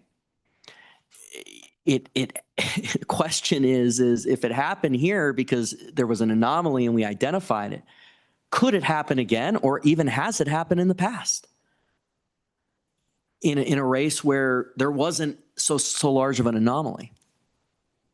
Follow up, Representative Lean. Thank you, Madam Chairman. When you talk about the cast vote record versus the ballot image and how easily they are accessible, one, are those available to the public? And two, does your office receive copies of them? Secretary Gray. Well, Madam Chairman, could you repeat that question? Representative Lean. Thank you, Madam Chair. The cast vote record and the ballot image, you talk about how easily they are to compare to each other. And so I'm curious to know, are they open to the public? If there was a contested race, say with a city council member or a Senate race, would they have the opportunity to view those? And does your office receive a copy of those as well? Secretary Gray or Council, in regards to the post-election audit and the cast vote and ballot images? Yeah, Madam Chairman, thank you. The first question, the answer is no. That is not a public record. That's been something that has been discussed for statutory revisions to add that, but it has not been done. The second question, do you want to cover the second question? Yeah, and if I could go back to, I just want to make sure I put a pin in Senator Larson's, but Madam Chairman, for the first part, it provides that the results from the spreadsheet, in which I believe it was Exhibit 9 and Exhibit maybe 11 from our report, those are to be retained as official election records for 22 months. Those are what is sent to our office, and that's what is available for public inspection.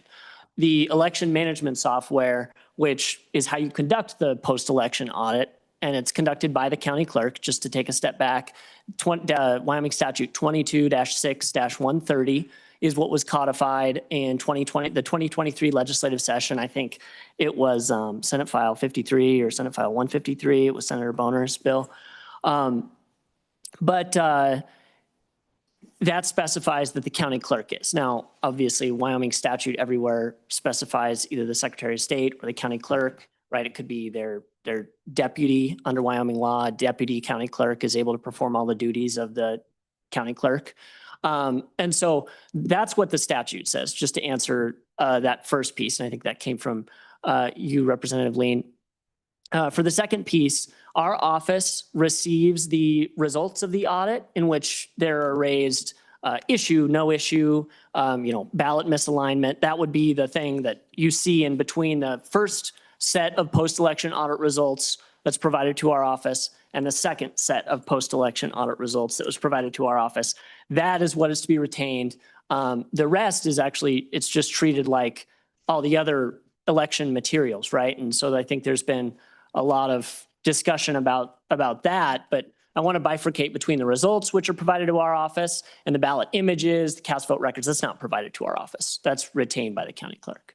I do want, if I may, Madam Chairman, just while I'm up here, I do want to go back to the timeline piece a little bit. So Senator Larson had brought up, and I was not weighing in because I just wanted to pull up the statute. So yeah, for ease of reporting, right, because it's a very truncated period in between the date of the general or primary election, any statewide election, and the county canvass, and then the state canvass, which is to be no later than 10 days following any election.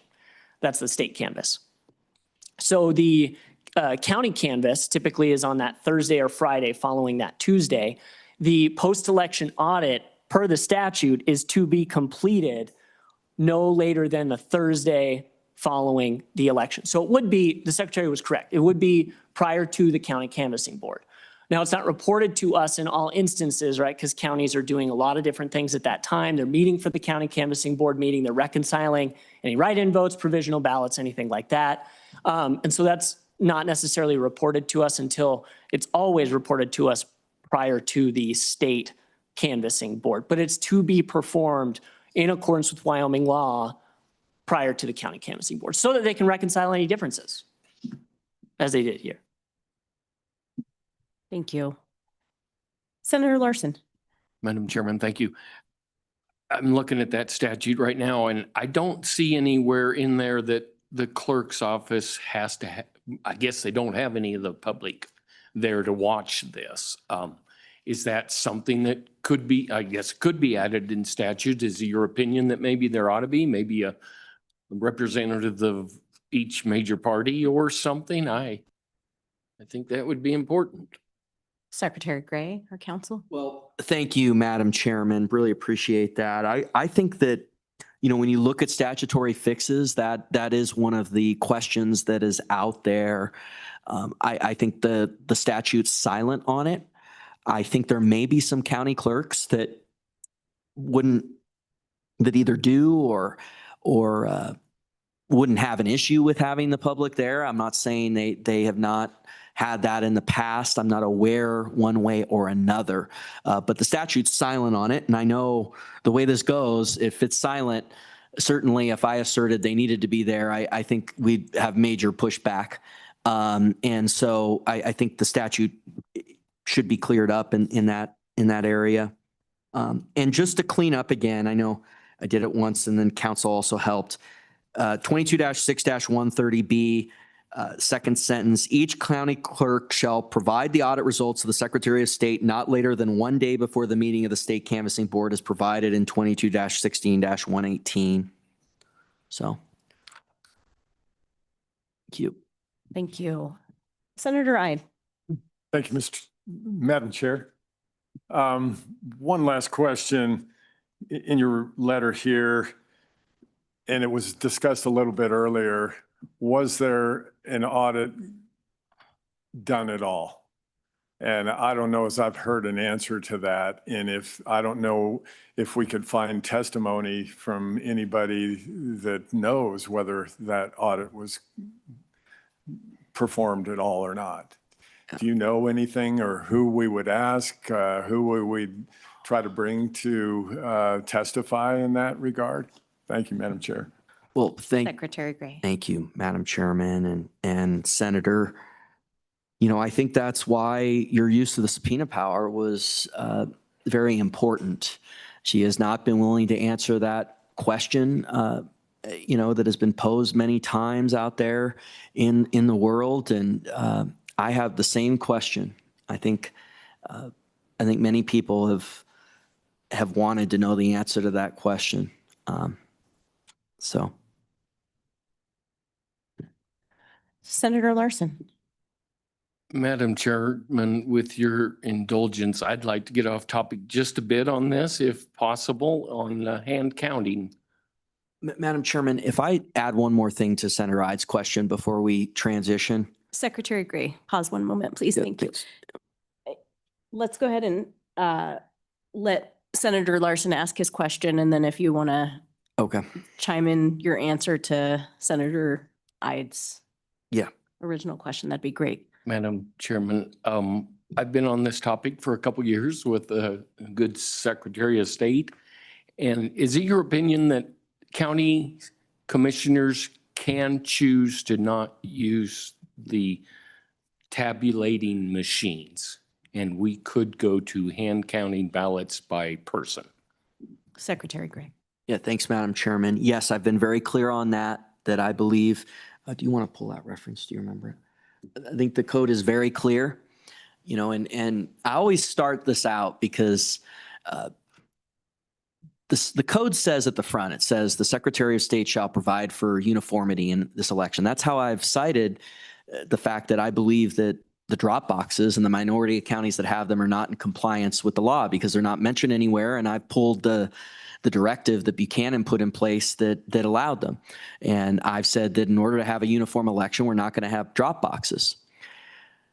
But there are 4 or 5 areas in the code, and it further supports that we're supposed to have a uniform election, that the code says these are the exceptions to uniformity, where there is a level of local control. And there are a few exceptions. There's not many. One of them is poll books. So a lot of counties have moved to e-poll books, and people are upset at me about it. But the statute is pretty clear that that is an area where the county clerks and the counties have a role to play there, and they are the decider on that. The other one is precinct boundaries. The code is pretty clear that that is set at the local level. And then the other one is method of tabulation. And the code says that the county commissioners, not the clerk, the county commissioners can choose that method of tabulation. I've cited that statute many times for the county commissioners. And, you know, it's fascinating because, you know, something like drop boxes, they say, well, local control, we can do whatever we want. And it's nowhere in the code. In fact, the code says they're supposed to be uniform. And that's further supported by the few exceptions that there are, and there aren't many, are expressly amortized in the election code. And that the reason why is because the code says at the start, you have to have a uniform election. That's why they're asserting these exceptions, you know. So it further supports that drop boxes would not be allowed. Anyway, back to machines, which I know is the crux of your question. It's pretty clear that the county commissioners choose the method of tabulation, and that it is one of the things that is done at the local level. And there aren't many in the election code. Follow up, Senator. Thank you, Madam Chairman. I know I'm still off topic. There is throughout, and I'm just asking, I think throughout the statute, there is reference to separate from election judges, there's election counting ballot members, I think. So is that correct? Secretary? Madam Chair, I'm going to turn this over to council, but yes, there's a lot of citations and we've talked about that with you where it talks about counting boards. And anything you want to add there? Yeah, I don't have much to add. Counting boards, tally sheets. Yeah, absolutely. Madam Chairman, if I could do a little more Secretary on Gray. Senator Ide's question. You know, your question, Senator Ide, on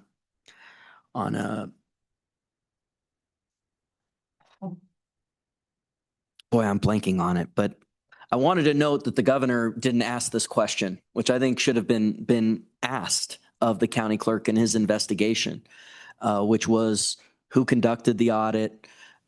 What was your question again? Madam Chair, Right. Secretary Gray. Yeah, essentially you hit on it. It's just nobody, that's why we have the subpoena, so we can ask the person point blank, did you do an audit? And nobody seems to know whether they did an audit or not. So it's hard. I mean, I don't have a horse in the race here. I just want to get to the truth to see what we should do as an audit, management audit committee here and do what's right for the citizens of that county and this state, get these elections fair and honest and get the truth out. That's all we're here for. So yeah, go ahead and answer, just nobody seems to know. I think there's maybe a lot of Weston County people in here today, and I don't know if they've asked their clerk or not, if she did a post-election audit or not. Is there any documentation to that effect? Thank you. Secretary Gray. Madam Chairman, well, again, she submitted to our office no errors or observations, which is, there's no check on that. And if it weren't for the anomaly, we would have never caught that issue. And it's deeply troubling to me. I appreciate the indulgence to lead a little bit on why I'm so passionate about this. This is a big deal. And the way that the governor's letter in response to the Title 18 process, the media has downplayed this, it is very troubling to me. And I really believe in standing for the truth.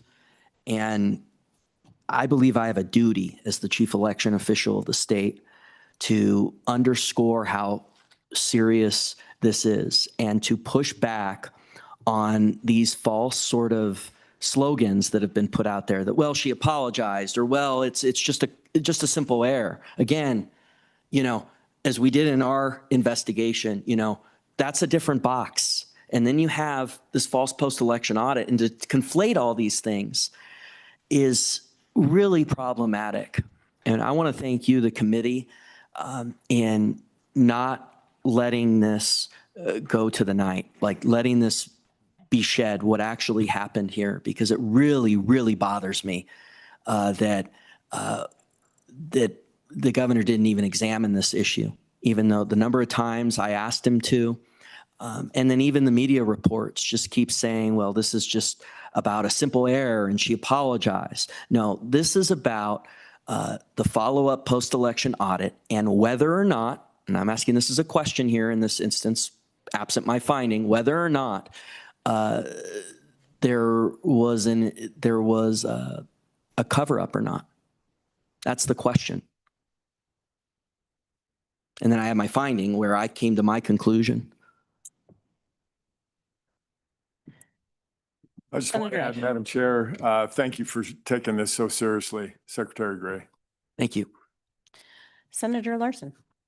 Madam Chair, I don't have a question. I just want to thank the secretary for being here. Thank you. I want to thank the audience for being here. Nothing more important than shining light on elections. Nothing more important. Thank you. Further questions, Committee of Secretary Gray or Council? Okay, seeing none, Secretary Gray, Mr. Rubino, thank you for being here this morning.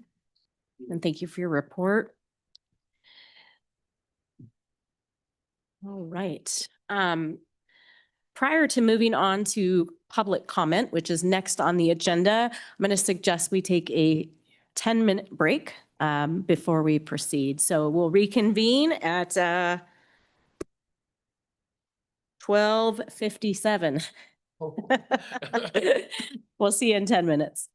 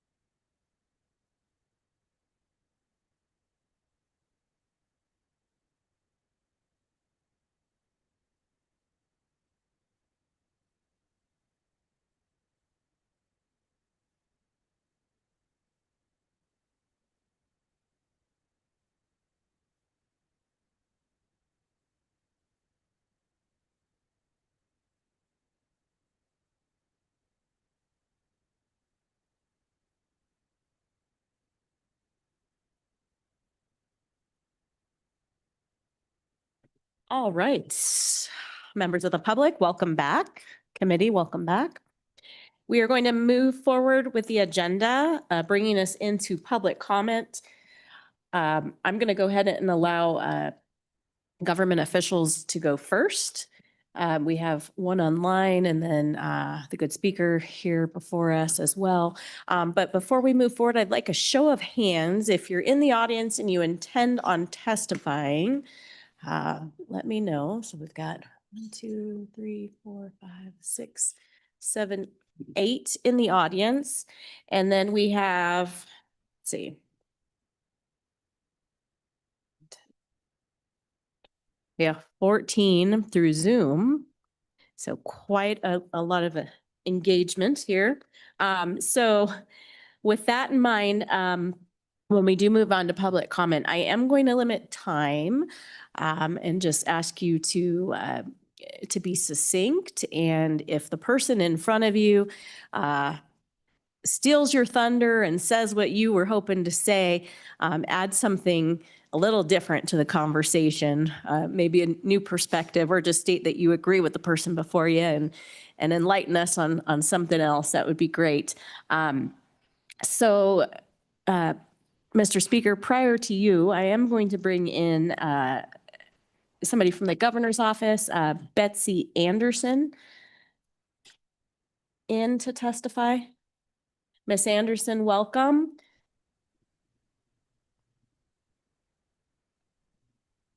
Madam Chairman, can you hear me? We can hear you, Miss Anderson. If you'd state your name and welcome to the subcommittee. We'd love to hear your testimony.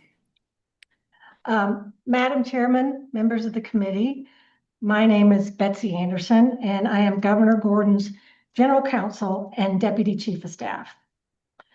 I'm going to start with the fact that I assume you've reviewed the governor's decision in this matter. The document is publicly available, and it is on the governor's website. I think the governor did a good job of explaining how he came to his decision, so I'm not going to rehash that for you now. At this point, I was going to say I'm available for questions, but and I am available for questions, but after the Secretary of State's testimony, I think I can anticipate what one of those questions are, and so I will go ahead and address that.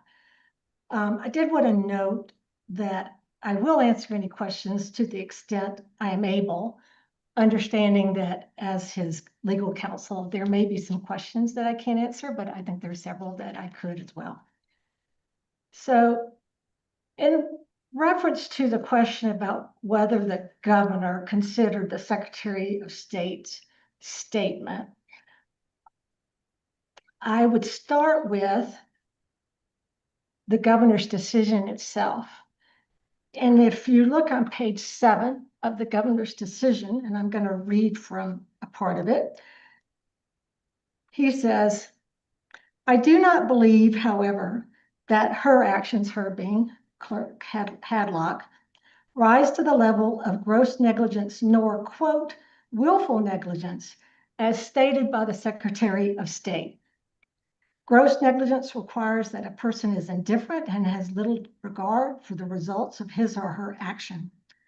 Clerk Hadlock was not indifferent, incompetent perhaps, but certainly not indifferent. She tried to conduct the election properly. Unfortunately, she was poorly equipped and trained to perform the duties of her job, and she failed to pay attention to detail and plan her schedule to meet the necessary requirements. Quote, willful negligence, close quote, is a step further and involves intentionally not acting even when a person is aware that their actions will cause injury or damage. As already stated, I cannot confirm any nefarious intent on the part of Clerk Hadlock to injure the electors of Weston County by manipulating the election results. And so the reason I read that is clear that the governor did review and consider the statement of the Secretary of State and his recommendation. While we didn't list every single complaint that the Secretary included in his statement, and yes, he did bold the complaint about the post-election audit, but he also mentioned about testing equipment and the custodying of equipment and ballots. And he had some other issues that he addressed in the letter. We did not list all those, but I think the culmination of his charges were that it was willful negligence. And that's what we addressed in the statement. I would also go on to indicate that the verified complaint from the complainants did not mention the post-election audit, nor did anyone mention the post-election audit in any of our interviews. And those interviews did include an interview with 2 of the complainants who represented the group of complainants. I think there were about 10 who signed the verified complaint. And so I'll just end with finally that when you look at the statute 183902, that's the statute that governs this whole process of the governor to review any type of complaints. The Secretary of State is not a qualified elector under that statute. To be a qualified elector, you have to be a qualified elector of Weston County. The other complaint could be from the Board of County Commissioners. And so for that reason, I believe we had to be careful that the governor does not have the authority under that statute to act on a complaint from the Secretary of State. And so I just wanted to answer that question because I anticipate that might be one of them. But yes, he did review, he did consider, and I believe in his decision, he did respond to the Secretary of State's statement. And for that, I'm happy to stand for any questions. Thank you, Ms. Anderson, for answering those questions that were brought up earlier in previous testimony. The committee might have some questions regarding the governor's report if you're willing to answer. Thank you. I'll kick us off. I have a couple of questions, Ms. Anderson.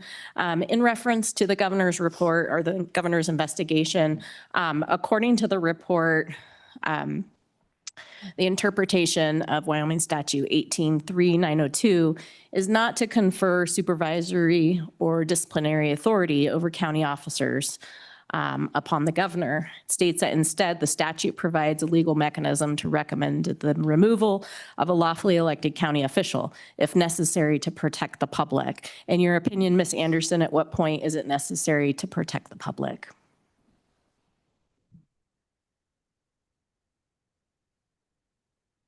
Madam Chairman, I believe that's a policy question. We had the statute in front of us. That is the authority that the governor has in this particular situation. Beyond that, that's a policy question as to what the people think is best to make the decisions about removal of government officials, elected government officials. And I will note in the decision, the governor very clearly says that it's a very serious nature to recommend the removal of a lawfully elected county official. I think the governor highly respects the decisions of the electorate of the state of Wyoming, and what that bar is, what that level is, I couldn't answer that question right now. We followed the statute. We looked at what the law said, and this is a decision we came up with what the authority is he had today. Thank you, Ms. Anderson. I have a few more, committee. Ms. Anderson, on page 4 of the governor's report, the report states, when it remains unclear how different ballot versions, some correct and some incorrect, arrived at different polling places, it's clear that different batches were sent out. Upon receipt of sealed ballot batches in the mail, the Weston County Clerk's office stores them in a locked vault within the office, and they do not unseal the ballots until Election Day. Ms. Anderson, can you tell me who sealed the ballot batches in the locked vault, and or were you provided evidence from the Weston County Clerk's office that they were not unsealed until Election Day? Madam Chairman, the information provided to us and was that and I will say that also, I believe that the County Clerk Association President, Clerk Irvin, could probably speak to this as well. But my understanding from our discussions with the people in Weston County is that they come from ES&S sealed. And so they are sealed, and that's what Clerk Hadlock put in the vault, and those seals not to be broken until Election Day. That is my recollection of what we heard from Clerk Hadlock and her deputy. Thank you, Ms. Anderson. Committee, any questions of Ms. Anderson regarding the governor's report? Representative Lean. Thank you, Madam Chair. Thank you for joining us today, Ms. Anderson. My question has to do with the public knowledge of the audit report. And you said that it was not mentioned while interviewing some of the complainants. Would they have known that there had been a false audit report submitted to the Secretary of State's office at the time that you interviewed them? Ms. Anderson.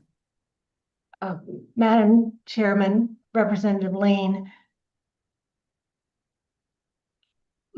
my conjecture is I don't know how public that was at the point of time as talked to. We conducted the vast majority of our interviews in January.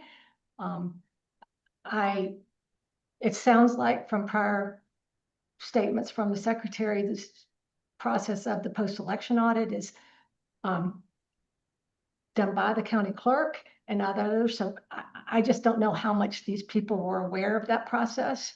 That's something I just don't know. Since it wasn't part of the verified complaint, we didn't ask about it. And as I said, no one brought it up in any of our discussions or interviews. Additional questions, Representative Lean. Thank you, Madam Chairman. My next question comes to the difference in the votes that were cast in being approximately 1,200 votes for the county commission and the state representation in Weston County that were changed. Do you anticipate that 1,200 Wyoming votes is enough to show a willful neglect on the clerk's part? Ms. Anderson. Madam Chairman, Representative Lean, and I'm sorry if I'm hesitant in answering, but I just want to be careful as the governor's legal counsel. I feel like much of his decision and his process and his thought process is in the document, is in the decision that again is public. And I really can't speak beyond that. And so, in his decision, he says he did not see any willfulness, willful intent, nefarious action. And based off of the law and that we reviewed, in trying to determine, the statute says misconduct or malfeasance. And so we looked at those definitions, we looked at the information provided to us, and he had to make the decision whether her actions constituted misconduct or malfeasance, and his decision was they did not. Thank you. Committee, any further questions? I'll add one last one. Ms. Anderson, in the governor's report, it stated that Clerk Hadlock did not deny the matters, and that it was disappointing that she did not appear to understand the significance of her mistakes. Ms. Anderson, at any point during these interviews, to your knowledge, with Clerk Hadlock, were the Wyoming state statutes that were allegedly violated mentioned? Madam Chairman, our interview dealt a lot with how this happened. So I think a lot of our interview was factual. And we did not, as I recall, didn't go through the various election statutes with Clerk Hadlock.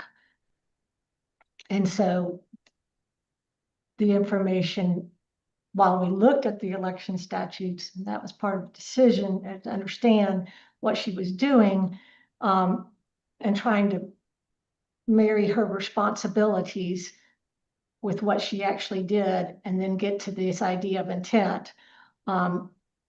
We were looking at that, but we did not bring forward specific election statutes and ask her about her compliance or not compliance. Thank you, Ms. Anderson. And I have one follow-up to that. It was mentioned, or you mentioned earlier, that the post-election audit was not included in the governor's report because the complainants did not mention it, and it did not come up during interviews by the governor's office. So my question to the governor's office is, would your office reexamine this if a complainant filed a formal complaint to your office listing the false post-election audit as grounds for removal? Madam Chairman, that would be a new complaint. And so, yes, we would follow the statute that requires the governor to review all complaints against county officers of qualified electors. So it would have to be from qualified electors or the Board of County Commissioners. It would have to be a verified complaint, which by that we require an affidavit that is notarized that represent that you are one of the people mentioned in the statute is authorized to complain. And then we would move forward with the same process we did with the first complaint. Thank you, Ms. Anderson. Committee, any further comments or questions of Ms. Anderson? Seeing none. Thank you, ma'am, for joining us this afternoon. Hope you have a good day. Speaker Nyman, welcome. Good. Are we afternoon now? I didn't even look. So good afternoon, Chairman. My name is Chip Nyman. I am the representative from House District Number 1, and am one of the folks that was in question in this voting situation that developed in Weston County. I felt obligated to come down here and to be involved in this conversation as this was specifically affected on my race in this last general election. And just wanted to relay a few things to you. I know you've got a lot of really good information right behind me, and I'm not going to take a lot of your time, and I don't want to go over anything that's been gone over before. I just want to kind of give you an idea of where I'm at on this. And I think the people that I represent, that I deal with in Weston County, and I think ultimately the people of the state of Wyoming. It is interesting to me that, and I shouldn't probably start with this first, but I just can't help it. From the perspective of the governor's letter, it says, we respect the desires of the electorate and we want to follow their lead.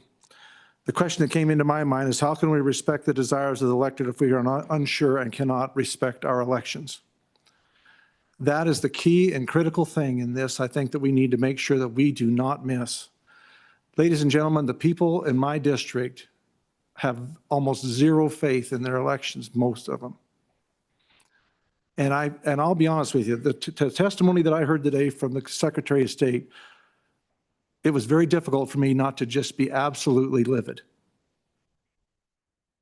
To have an understanding of exactly what took place and how that could be seen and identified, and that was, in my mind, ignored or potentially never even done. How in the world can we as legislators sit idly by and just say, you know what, and I get it, don't misunderstand me. I'm sure there's going to be people back home that are not going to be impressed with what I'm about to say. I get it. Folks make mistakes. I've made them, a lot of them. I'm sure everybody in this room would be willing to say that they've made mistakes in their life. But we own our mistakes. And we take responsibility for them. And we are talking about the most treasured, valuable, precious thing we as Americans hold dear, and that is the ability to know that our vote has been counted and it's been accorded to the person that we wanted it accorded to. Everything that we do as Americans hinges on our ability to vote and to know that our vote counts. What irritates me most in this, and it's already been enumerated, and I hate to repeat it, but I'm going to say it again. This would have evaporated into the vapor had this been a contested election. Quite frankly, ladies and gentlemen, I am thankful that this happened. Honestly. There are those out there that are like, oh my goodness, why would he say that? Because it obviously exposes the problems in our system. That we can already see our vote can disappear. We saw votes being adjusted in the commissioner's race where you could vote for two and there were only two elected and two running. We changed votes back and forth between those commissioners. How in the world does that happen? To the point that elections can be done by one vote. Our elections must be above reproach. This is no place we can make mistakes and just say, or use the words that our good governor used as slipshod and unprofessional. Okay, I will deal with that if you're wanting to talk about building a little kid's wooden truck. But not in elections. Not when we're talking about the ability to be able to know that our vote is counted correctly. I think this has shined a light on something that has been brewing underneath that we always just assumed and hoped that it was okay and that we could trust when I left and placed my ballot that it was right and I could count on it being given to the person that I voted for. But when I received a phone call in the morning, the early AM of the day after the election, and said, Chip, what did you do to make everybody in Weston County upset with you? I'm like, I really don't know. Not that I couldn't have the potential to do that, but I didn't know what it was at that time. And then to have one of my constituents in that area call me and said, I have been disenfranchised. My vote was not counted. And then to hear the background of this, I've never heard this from Secretary of State Gray. I've heard, and he's been beating this drum about the post-election audit. Fully, I didn't grasp or comprehend the weight and the magnitude of that audit. And that audit was sent and submitted and then sent back, said you need to check these. And then it basically, from what I could gather, was ignored. You're taking a picture of the wrong side, Claire. It's the other side's phone. But ladies and gentlemen, this is critical. This, if we do nothing else, we have to get our elections under control. We do, and I will say this, gladly say it, we have some phenomenal clerks. We've got people that work hard. They put their time and their treasure on the line and their name on there, and they run for these offices, and they have an enormous responsibility. I get that, and I respect their job, and I respect the work that they do. But let's move beyond that. Let's move beyond the personal stuff, and let's look at this from a factual, straight up understanding that these machines have got problems, that the information, how it's inputted, has a direct effect on how they export the information, that obviously, and not saying that this was in this situation, but my heavens, if you did have nefarious intent and you had a contested race, how easily it could be that we could change the outcome of an election. Pretty darn easy. Pretty easy. It has just blown me away today as I've listened to this. And I'm the one that was in it. I mean, to say the outcome was still the outcome, you still won. Well, that's fine for my race. It was uncontested and I almost lost an uncontested race in my county. How do you do that? I got nobody running against me and I can still lose with the way we set up and our system is there. That's pretty ironic. And maybe that's just lost on me. Just a few of the things that we need to keep in mind of what this does to the people of the state of Wyoming and ultimately our nation. By not taking this seriously, we lose public trust. Voter suppression is very real. You know why? Because they don't think their vote counts. They're not sure. Voter participation will go down because how do we know that it even counted? Because there's other forces that can be at work, whether accidentally or intentionally. It doesn't matter. It can happen. We've seen it. We've got the proof before us. Now we need to do something about it. The only way that this is a loss, the only way that we can waste this, is the best thing that could have happened is this, and the only way that we could screw this up is if we don't do something about it. We have the opportunity now to see where things can go wrong. And it's on us if we don't fix it. So thank you for taking this up, subcommittee. I'm very proud of all of you. I'm so thankful that I work with legislators that are serious about making sure that we get good answers for what happened. And we don't blow this off. We cannot blow this off. For those of you out there that are going to clutch their pearls and suck all the oxygen out of the room, you know what? Paper ballots and a hand count would have stopped all this and would have never even got out of the gate. Yeah, don't do that because they get rowdy. Now stop and think about that.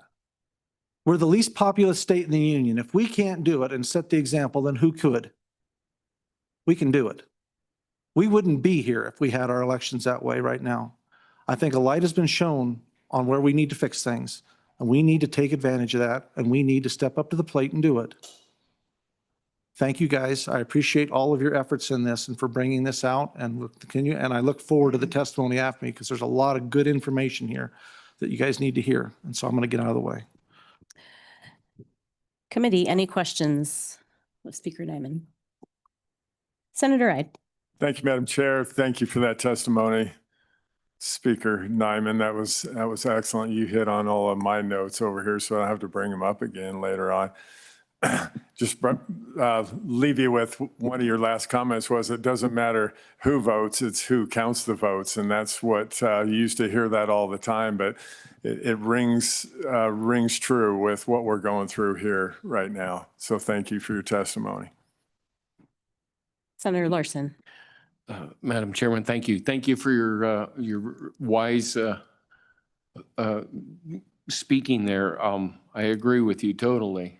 I guess I want to make sure that you did hear the secretary say that the county commissioners can choose that already. They can choose to use those tabulating machines or hand counting by person. And you heard that, I guess. Committee, any additional questions? I don't have a comment, but I have a question, Speaker Nyman.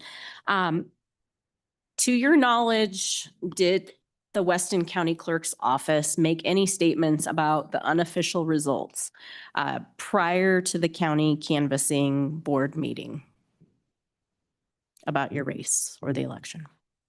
I guess you'd have to, Madam Chairman, I guess you have to clarify that. We mean just the statement if that was the election that came out, because I got a phone call at 1 o'clock in the morning from a gentleman from Johnson County, explaining to me that, here was the election results and asking me how come things happened the way they did. So they would have had to have posted that at some point or somewhere. It was actually being viewed by others around the state. So, but as far as the statement, not that I know of. Follow up. So, but between the unofficial results and the county canvassing board meeting, did you directly hear from the Weston County Clerk?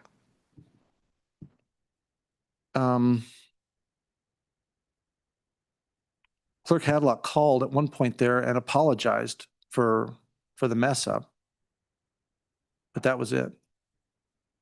And so I had heard, just as was further of it, I had heard that it was the explanation was given, and it was a little bit of testimony on there earlier, is that this was a protest vote against me because of my support of working with my Weston County citizens in regards to the how the districts were appropriated, as that I was working with and supporting them in their desire to follow the Constitution based on our senatorial and representative districts, as counties have senators and everything like that. And that evidently somehow that was construed as creating quite a stir, and that this was a protest vote is how it was written off, I guess, is what I did hear that directly. So That'd be the only thing I heard is is the excuse as to why that happened. Thank you, Speaker. Okay, thank you for your time. Thank you for driving down here today. Thank you. We appreciate your testimony. Right, we will move on to in-person public comment. We've got 3 chairs up here, so if 3 of you would come up and fill the chairs. And then we'll go ahead and rotate and fill the chairs as each of you are done. Don't be shy. Madam Chair, Yes. would we like to invite Clerk Irvin with the County Clerks Association up next, or? Thank you for pointing that out. We do have one more government official online. So we've got Clerk Irvin and then a few in the audience too as well. So welcome. Please state your name and we would love to hear your testimony. Thank you, Madam Chairman. My name is Malcolm Irvin. I'm the Platte County Clerk, but also have the honor of serving as president of the Clerks Association. In reality, my comments will be a little bit longer, but I've been taking notes during some of the questions, and so I hope my comments can answer some of those. In reality, Madam Chairman, the association's purpose is to facilitate conversations. The association is not some mystery organization that has the authority to tell any elected clerk what to do. Instead, the group of 23 clerks who make up the association simply provides a point of contact to gather information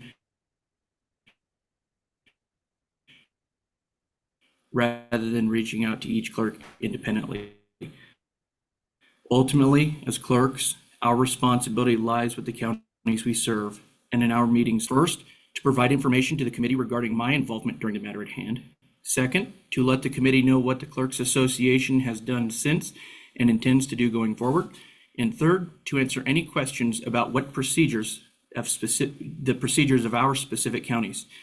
In the room today are Natrona County Clerk Tracy Good and Fremont County Clerk Julie Fries. They will be able to answer questions the committee may have about their processes within their respective counties. We will not be able to opine on the processes of other counties, however. First, I'd like to thank you, Chairman Rodriguez-Williams, for inviting our association today. I hope we can provide information to your committee that is helpful to understand that the matter at hand was an isolated incident. Madam Chairman, the incident in Weston County damaged the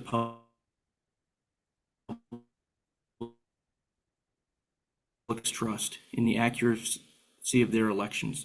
Not just in her trust in the system was broken, but I certainly understand why she feels that way. In Platte County, I had a number of folks who expressed concerns and asked for clarifications prior to, during, and after our county canvass. Ultimately, the acts of one county clerk have called into question the honesty and accountability of other clerks. I hope our presence today shows we understand this is a very serious matter. We owe it to the public to give answers and be accountable for our actions. Our hope today is to provide your committee with some answers, and at this point, it is apparent that the matter of accountability will have to be determined by Weston County voters in 2026. I'd like to start by talking about my perspective of the week in question. At almost 1 o'clock in the morning on Wednesday, November 6th, my phone rang. I saw that Secretary Gray was calling. When I answered, he informed me there was what appeared to be an anomalous result from Weston County. Secretary Gray informed me there was an undervote rate of about 90% in the House District 1 race. At that time, I was not sure whether the race was uncontested or not. I beg you keep in mind, I was running my own election in Platte County and focused solely on the contests within my county. As such, I was not familiar with anyone else's ballot or races. Secretary Gray asked my advice as to what should be done and whether he should leave those results on their webpage. I explained to Secretary Gray that what we send on election night are preliminary results, and whatever is sent to his office should be posted, otherwise it would appear as though there was something to hide. Secretary Gray agreed and left the results up. But the question remained, what do we do? My advice was that everyone go to sleep and tackle the problem in the morning. I appreciated Secretary Gray's go-get-em attitude and desire to find the solution that night. However, at that point, many clerks and election staff had been up for about 20 hours, and I thought trying to tackle the issue on little sleep would only compound it. Before noon on Wednesday, I was invited to be part of a phone call with Secretary Gray, Clerk Hadlock, and ES&S. The focus of that call was to determine what occurred to cause the 90% undervote rate. There was a working theory at this time, but the focus of the meeting was to work through how to prove or disprove that theory. We worked through a procedure where ES&S would assist Clerk Hadlock in determining whether previous ballot designs were used by voters rather than the ballot design that was used to program tabulating equipment. Later that day, I learned that the theory was correct, that previous ballot versions, which the equipment was not programmed to use, had been used by voters on election day. To explain, some counties program their own ballots, which is to say they lay out their races and contests themselves. Other counties, like Weston and Platte, use ES&S for ballot design services. In doing so, you input the information about candidates and races into the ES&S portal. Their ballot designers then create a ballot, send it to you for proof. If the ballot needs adjustments, you tell your designer what modifications need to be made. If the ballot is correct, you sign a form, which is a formal acknowledgement that you are approving the ballot for print. The minute that form is received by ES&S, they contact the printer and begin printing. There is such little time during the election timeline that none can be wasted. In this case, I learned that Clerk Hadlock had approved 3 ballot versions. After approval, however, details in the ballot design were noticed and new proofs provided, and subsequently approved. When I learned that it was determined previous ballot versions were used, it was conveyed to me that ES&S was working on a potential solution. Later that day, I had a conversation with Secretary Gray. In that conversation, the Secretary said he believed the solution was to hand count the races in question. To my recollection, this was the first time I was aware a second race was involved. Up to this point, I believed it was only the House District 1 race. At this point, I suggested the error may be material, and if so, that the affected races would need to be conducted again through a special election which is laid out in state law. Through that conversation, I was finally able to obtain all of the relevant facts. Those facts were that only races affected were House District 1 and the County Commissioner race, both of which were uncontested. The County Commissioner race did have 2 candidates, but it was a vote for 2 race. This meant that the results of the election would not change.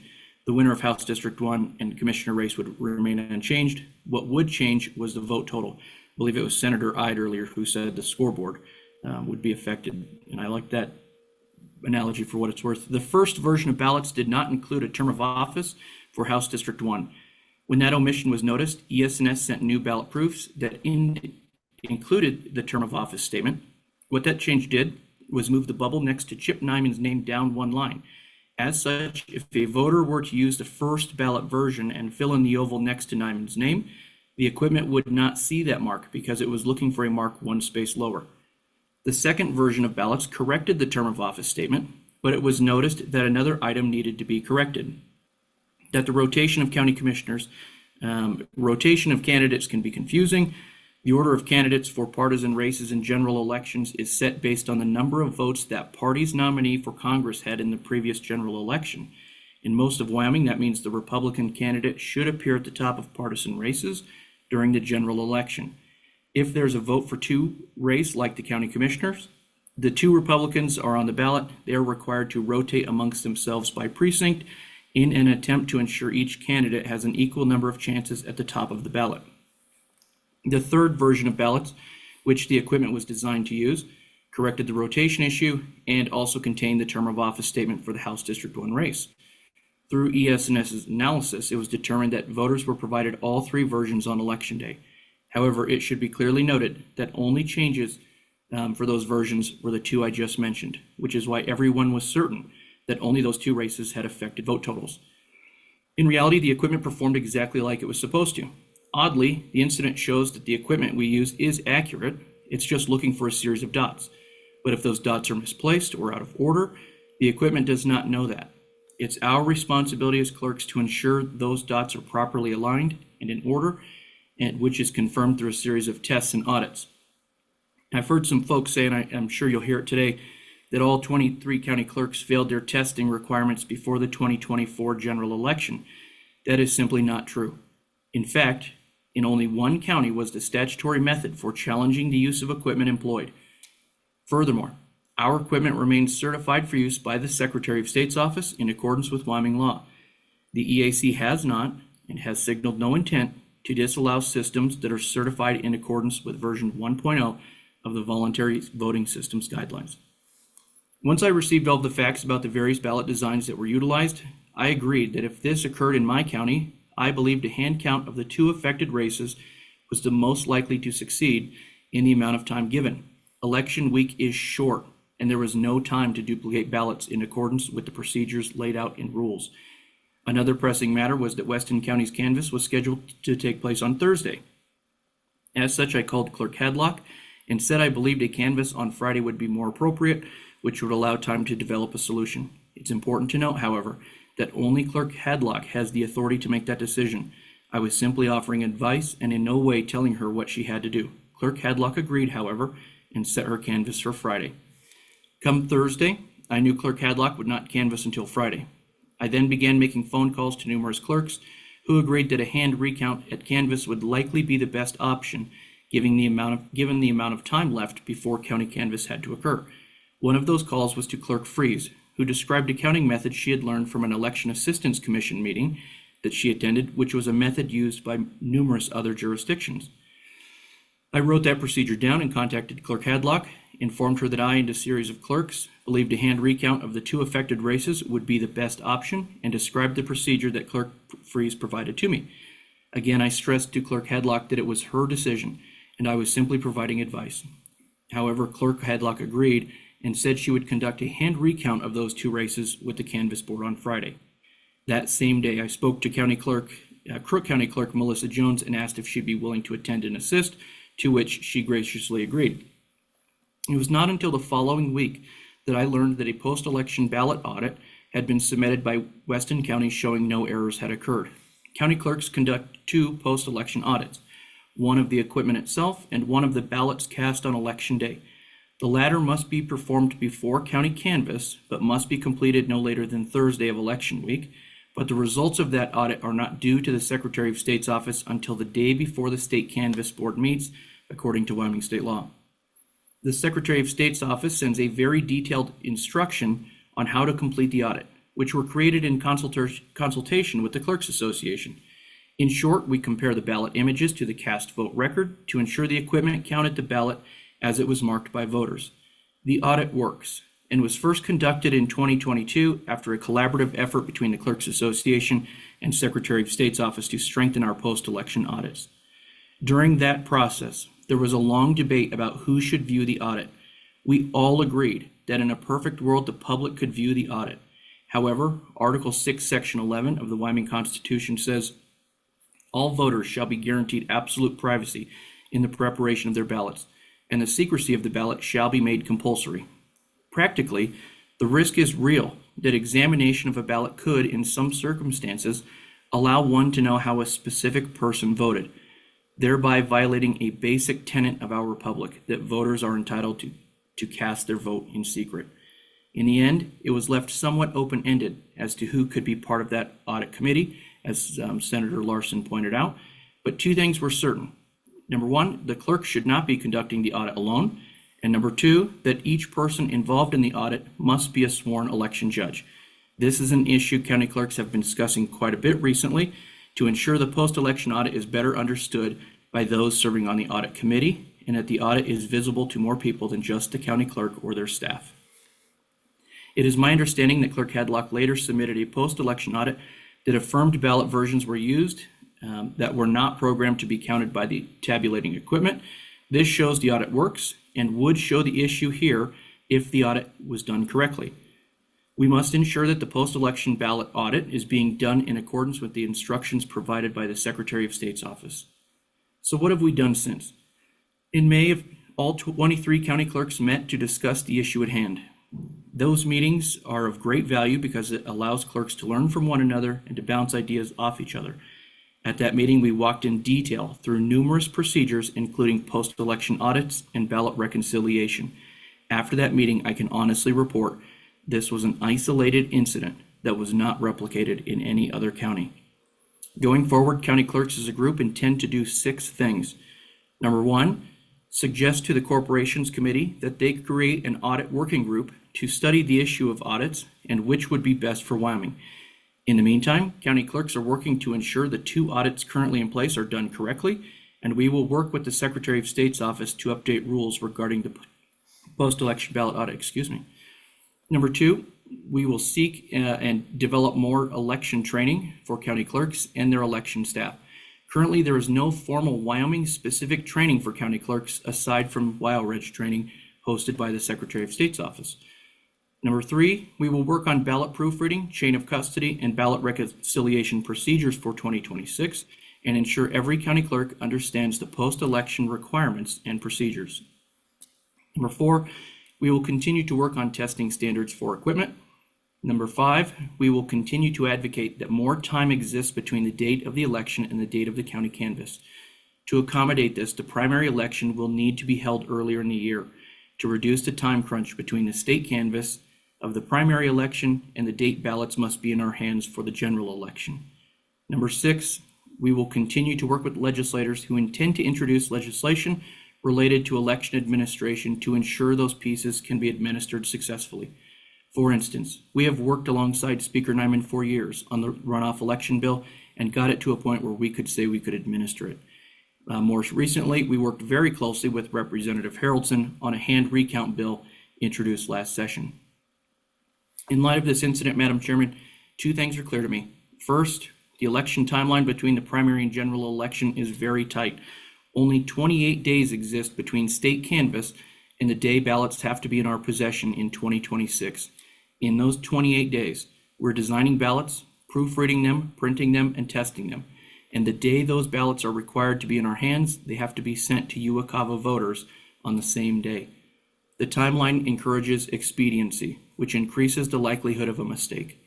We are at a point where anything else added to the election timeline will require that the primary election be held earlier in the year, even if just a couple of weeks. My second observation is that the human element is likely to be our most vulnerable. People make mistakes, Madam Chairman. Those mistakes are not made with malice or ill intent. They're mistakes. Unfortunately, those mistakes can undermine people's confidence in the system understandably. We should learn from them and examine what we can do to reduce their likelihood, which is why I look forward to working with this committee and applaud you for your work. I'm here to tell you, Madam Chairman, that Wyoming should be proud of its county clerks for the number of jobs they do, to include election administration. Myself, Clerk Good, and Clerk Free stand ready to answer any questions you may have regarding our county processes. Thank you. Thank you, Mr. Irvin, for your testimony. And we will, I guess, proceed to any questioning that the committee might have. Representative Lean. Thank you, Madam Chair. Thank you for joining us today, Clerk Irvin. My question is, how do clerks conduct the post-election audit? Mr. Irvin. Madam Chairman, Representative Lean, I appreciate you checking the pronunciation. I think the number of times I've been Clerk Irving or Irwin or some variation is staggering, but I appreciate that. How we conduct it, there's a very good set of instructions, and I'd be happy to share them, that the Secretary of State's office developed along with the clerks. In short, on election night, we produce a Excel report of what's called the cast vote record. It just says these ballots have unique numbers. It doesn't say who they voted for or anything like that. Send that to the Secretary of State's office. They do a randomized function and send it back the following day saying, here's the number of ballots you need to audit and the ballots that we've randomly selected to be audited. And I think Secretary Gray covered this pretty well. And then when we receive it, this is where the variation occurs, Representative Lean. And I think that this is an area where rules and perhaps some statutory clarity could be a welcome place. As I said in my testimony, it's really open-ended who's on the committee. There was just an internal agreement. It should not just be the clerk, and anybody involved has to be a sworn election judge, and that piece was based on an opinion by the Attorney General. But what we do is we pull up the ballot that the Secretary of State's office has asked us to examine. We call out the top 5 elected races or whatever races are being considered, and the statute gives us the authority to expand that to other races. And then we compare it to what's called the cast vote record, which says the machine saw a vote for Representative Lean, and then you compare it to the mark on the ballot. And Madam Chair, if I may, I'd like to give an example of an issue that occurred in my county with the audit. Please. Madam Chair, in the last election, the 24 primary, we had one ballot where I was reading the ballot, and in the room were part of the committee was myself and the canvassing board members, which my decision on the canvassing board was to two party chairs, the Republican and the Democratic Party chair from my county, and then a number of election judges who wanted to be present since they were sworn election judges, thought that was okay. So there was one race, it was a special district race. I had included it in my auditing because it was so close. And I called out a mark that I believed was a vote for a specific person. The equipment showed it as an undervote, meaning it did not see it. Through a lot of discussion, and this is reflected in our canvassing minutes, it was determined that the voter did not follow the instructions that are at the top of the ballot. And if you look at that mark, which I did send to the Secretary of State's office, it's inconsistent with other marks that are made throughout the ballot. And so it was an interesting exercise to see. It was an inconsistent mark, and ultimately we determined it was the voter did not follow instructions. But in a very long answer, Madam Chairman, and I appreciate the indulgence, that's the audit in a nutshell. Thank you. Follow-up, Representative Lee. Thank you, Madam Chairman. So it's my understanding that it is the clerk's duty to execute the post-election audit. Mr. Irvin. Madam Chairman, Representative Lean, that's correct. That's what the statute requires. Further questions, committee? Okay, I have one for you, and it could be any of you that answer it. So is it physically possible to miss 21 ballots and still conduct a post-election audit? Madam Chairman, I don't know. So I would say the answer to that is no, because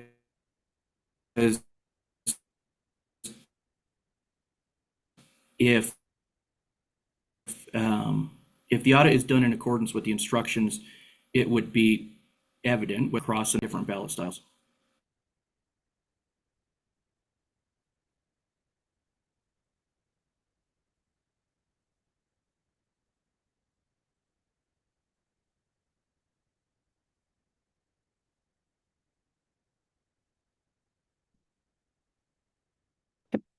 Committee, any further questions?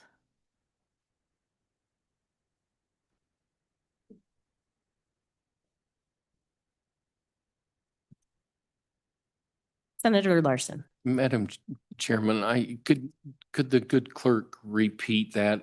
When you got to the important stuff, it broke up. Thank you for pointing that out, Senator Larson. I was reading along, but yeah, if you could repeat your answer, please. Madam Chairman, Senator Larson, I appreciate that. As I was partway through my answer, I got the little pop-up said your internet is unstable. You have to love Wi-Fi in rural Wyoming. So I apologize for that. And I would love the opportunity if Clerk's Good and Freeze could also opine, but my short answer was no, Madam Chairman, that if the audit is done in accordance with the instructions sent by the Secretary of State's office, which are very good in my opinion, if there was an issue across multiple ballot styles, it would be evident. Thank you. I have one follow-up, Mr. Irvin, and forgive me for not knowing all the proper terminology used when submitting a post-election audit to the Secretary of State's office. But historically, our best practice for county clerks, is there any sort of signature that's placed or any sort of notary that's used or anything that is used to identify that the clerk is the one submitting the post-election audit directly to the Secretary of State, or who's signing off on it? What's best practice? Madam Chairman, and I can't remember if this is sent to every clerk from the Secretary of State's office, but what Platte County does is I appoint a committee which, like I said, I chose to be the canvassing board, and all three of us signed that certification saying whether there was or was not an issue with the tabulation. And then we send a sheet that shows the 75 ballots or however many is required, making any notation whether there was an issue. And the ballot that I sent, or the report I sent to the Secretary of State's office indicated that issue in the one special district race. But otherwise, that the equipment performed as it was supposed to. We had determined it was just at voter.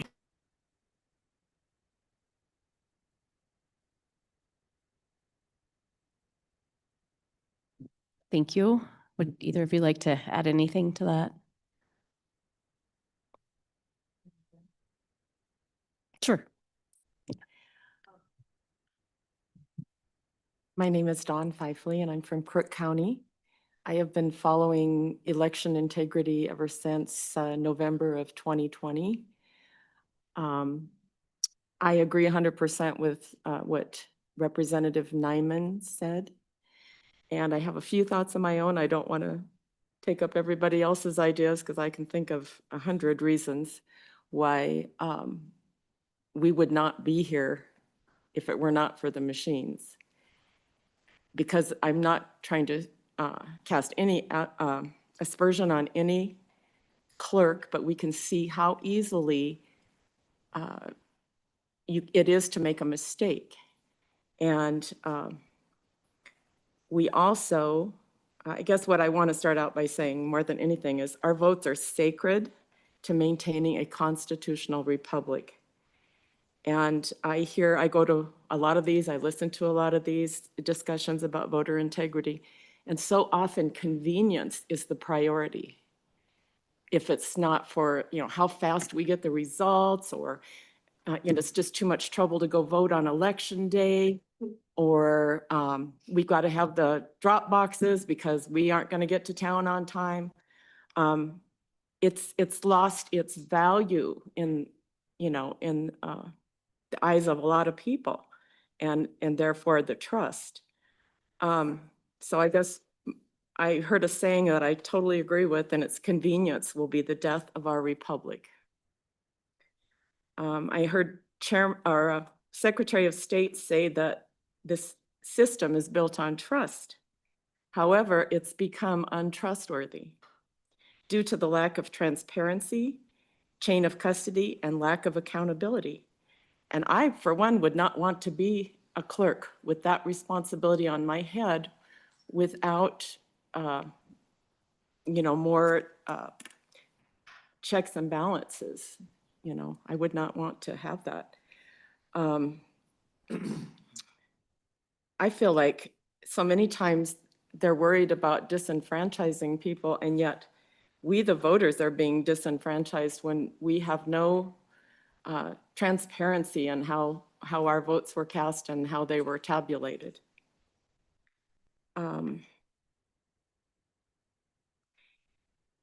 Human counters would have revealed voter intent. This whole issue would not have developed had it been if we would have had hand counting, because we would have seen what the voter intent was instead of trusting the machine to read it properly. And finally, I would like to say I am an election judge. I volunteered. I didn't even know it was a paid position because I really started to care about our elections. And I intend to let my clerk know that I cannot in good conscience certify an election if we use the machines and we are not able to physically count our ballots at the precinct level before we leave that night. And it's a very doable thing. We can send in the machine tabulation results as an unofficial count if everybody needs to know that night. And then we do a hand count that establishes and cross-checks that the machines are giving us the correct information or have been programmed correctly. And I'll leave some other things for people to say, but I appreciate this committee and your wanting to get to the bottom of this and wanting to improve our process. Thank you. Thank you, ma'am. And I didn't catch your name. My mic on, Madam Chair? You I did. did. It's Dawn, D-A-W-N, and the last name is Fifley, P-F-E-I-F-L-E.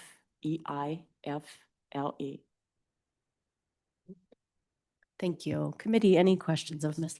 Fifley? Senator Wright. I'll be brief. Thank you. I can't pronounce your last name. Fifley, is that right? Okay. Appreciate your testimony. A lot of good, profound comments that you made right there. The one, and I won't belabor on, convenience will be the death of our republic. That is so true. We need to do the hard work, count these ballots by hand. Thank you for coming here today. Thank you. Any further questions? Seeing none, thank you, ma'am, for joining us. Good afternoon. If you'd state your name, and we'd love to hear your testimony. And folks, if you plan on testifying, come fill the chairs. We're going to move along here. So please. Madam Chair, committee members, my name is Elena Gamble from Sheridan County. I also agree with her comments and Representative Nyman's. I've heard a couple of times that the commissioners in our respective counties may choose. And I think that if we're going to go down that route or suggest that that is a possibility, the language in that statute absolutely must be cleaned up because currently it said may adopt for use in any precinct a type of voting machine meeting the standards of 2210-101, which is all about electronics, all about machines. Somewhere apparently in statute, there's something else that might indicate commissioners have a choice in this, but this is the one that really speaks to it. So that language, if it is the will of our legislation to leave it up to commissioners as a possibility, then it's got to be rephrased to say type of voting machine or choose hand tabulation for their counties. We've got to just make that clean because right now the argument is, well, you know, it's a crossfire. Clerks say it's the commissioners say it's legislation. You know, legislation frequently says it's Secretary of State. It's always like this. And we citizens are just trying to get after the integrity of our votes, making sure that they count and that they're not canceled out. Regarding this A.G. Hill's opinion, and that's what it was an opinion, it's not binding, that our ballots and our Constitution saying our ballots are to be private. I don't know about you guys, but I don't write my name on a ballot. And if we are very worried about tiny little precincts where 15 ballots, you know, everybody knows their neighbor and it might be known how they vote, there are ways around that. Though that precinct can be combined. The other side of the county where people don't know each other so well or whatever, but we can get around that. Please do not consider that when we're very concerned about the functioning of these machines to begin with. By definition, these are black boxes. They can be hacked in a myriad of ways. And if you haven't heard the whistleblower testimony out of Venezuela very recently, this is within only 3 or 4 days ago, I strongly suggest you guys track that down. I'll be happy to send it to you also. But he just confirms that there are a myriad of ways to get at these machines through the back doors.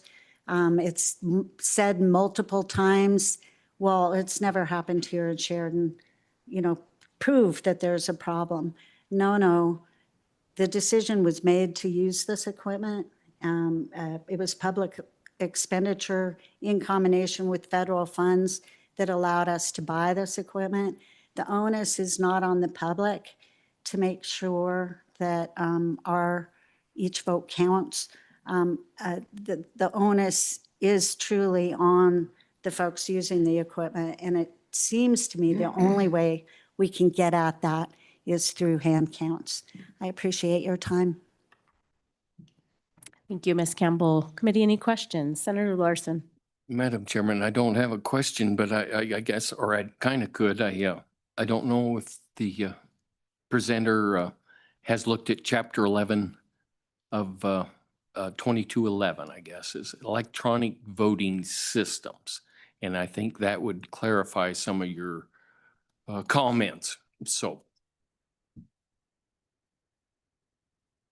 101, 102, yep.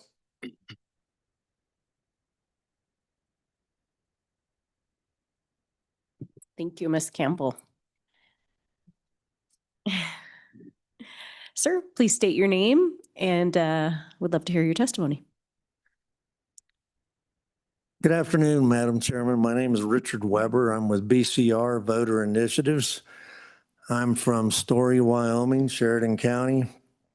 Currently, we're interested in this because we have a ballot initiative in the Secretary of State's office that would clarify who has hand count authority at the multiple levels within the state. We are going to give that to Representative Knapp so he can talk about that on the interim committee on the 3rd of November, because it is an issue, who can handle the ballot. As far as whether or not people can secure a ballot or not, or tell who's did it, I challenge all 23 clerks to put them in the room. I'll give them a batch of ballots and I want to see if they can identify one voter out of it. Our ballots are no markings on them whatsoever. The 1967 Civil Rights Act made us keep paper ballots for 24 months and electronics reporting requirements, not to gather dust in a warehouse, but so that we could audit our elections. We have 24 months between election cycles to see what happened in our last election and what we're going to do in our next election. We always try to solve these hypothetical and imaginary problems when we have the actual ballots in front of us. We can count them, and then we'll know whether the machines are functioning or not. And if they're not, we'll know in what area. Bad ballot that came up question earlier. How do we know the ballots were bad in the 3 batches the clerks had? The logic and accuracy test that is done on the front end of the election would have detected that.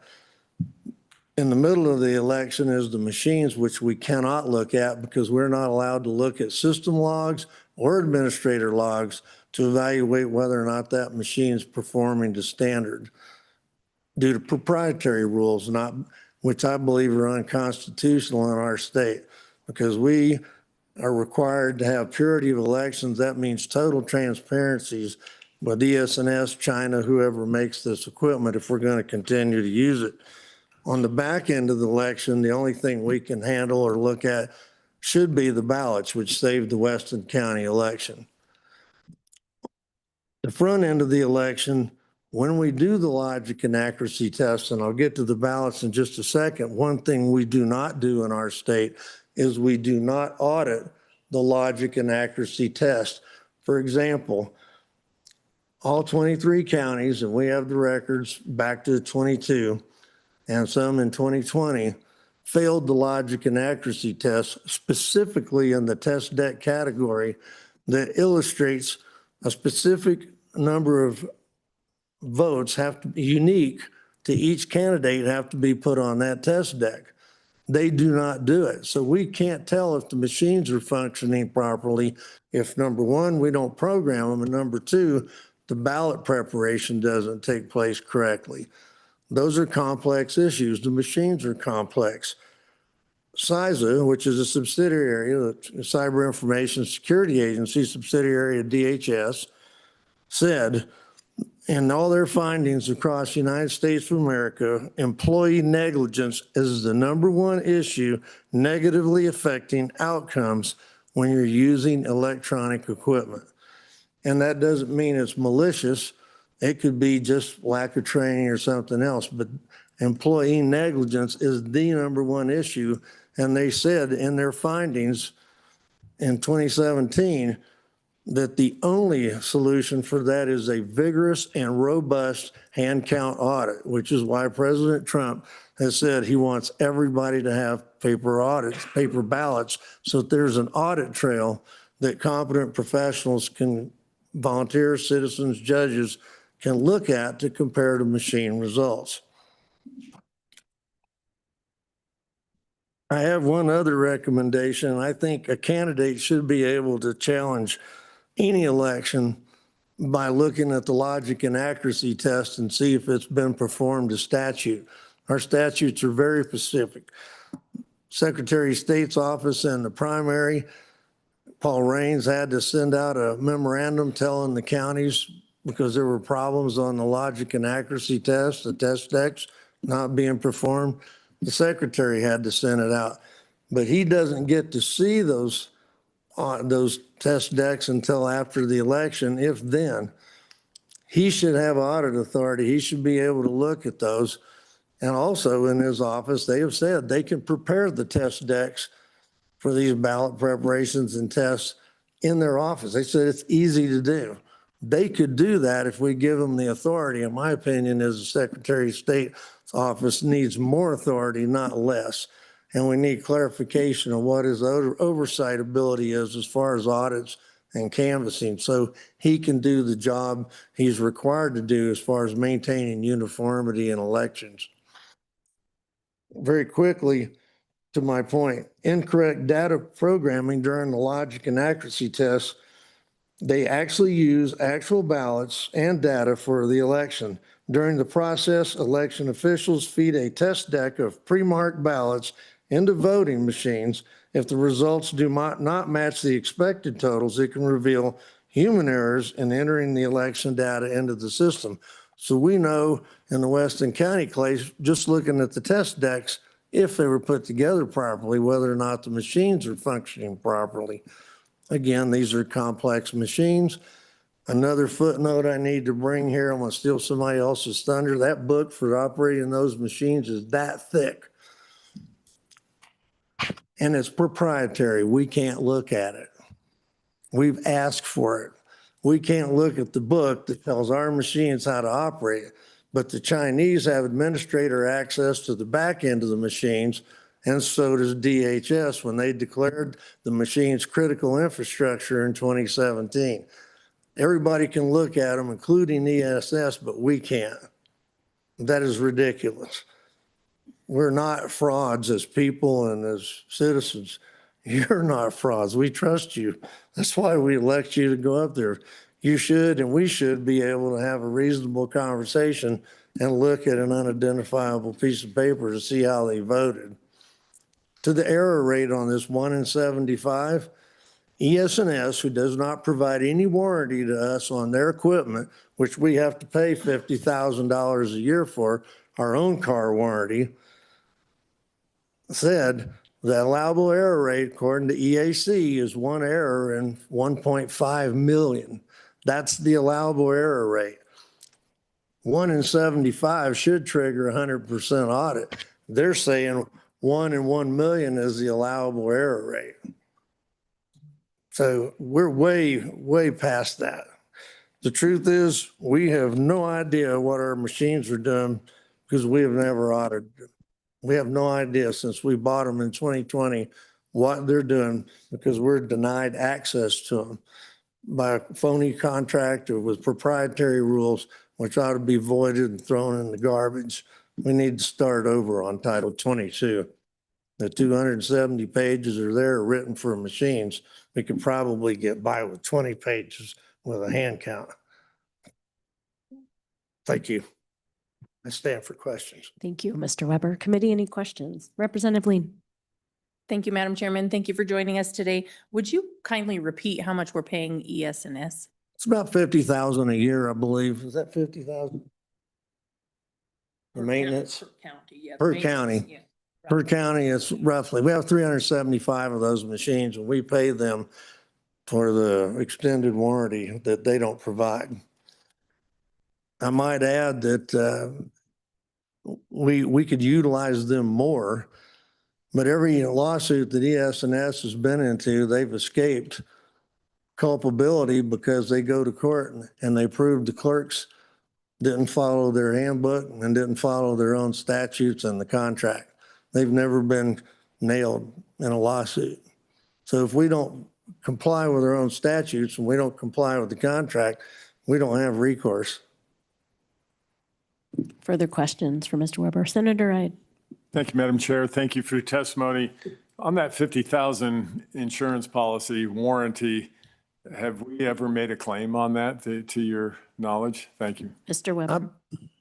Madam Chairman, I believe the maintenance contract allows for this back and forth between the counties during the election cycle where the ES&S technician comes down and helps with the programming of the machines.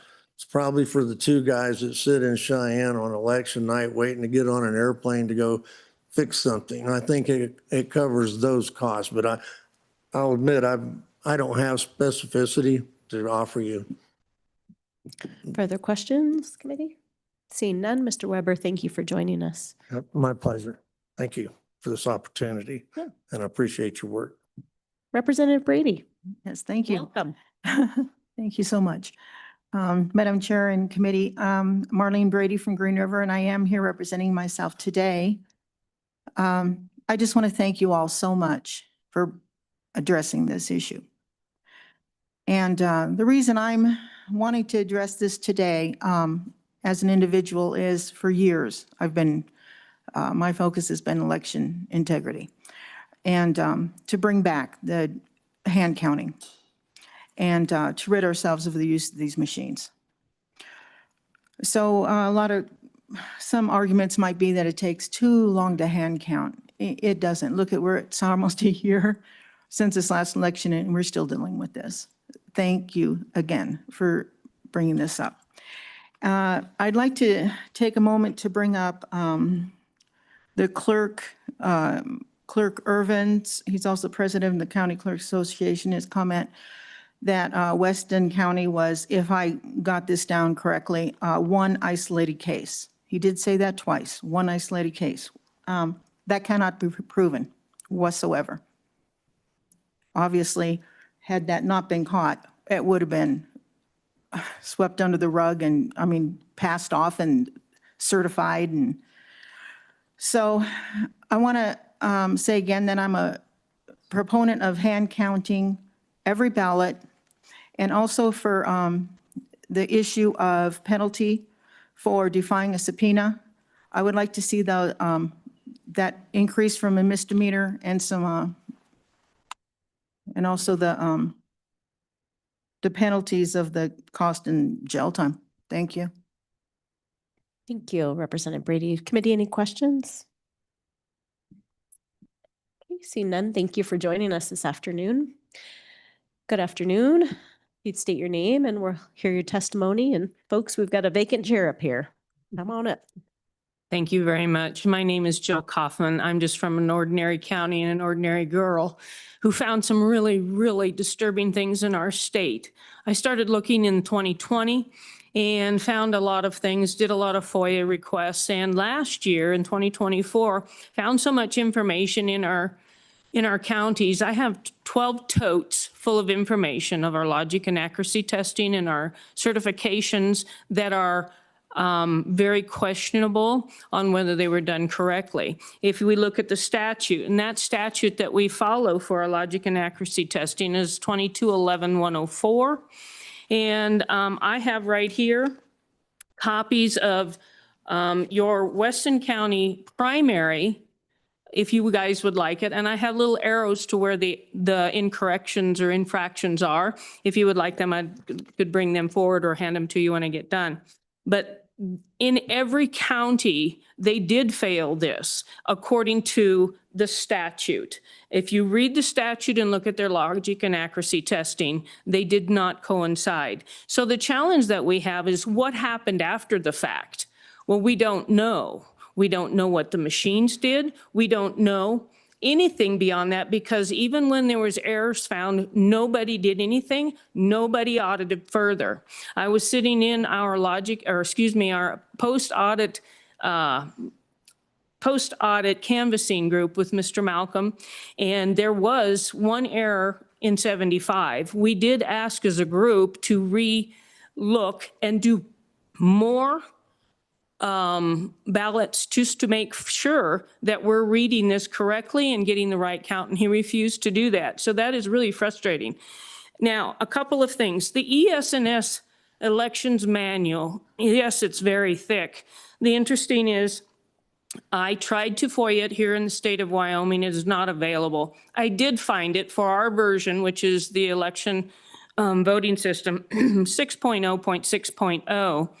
And it was in a lawsuit in another state, but it was all posted as their information. So I have a copy of that manual.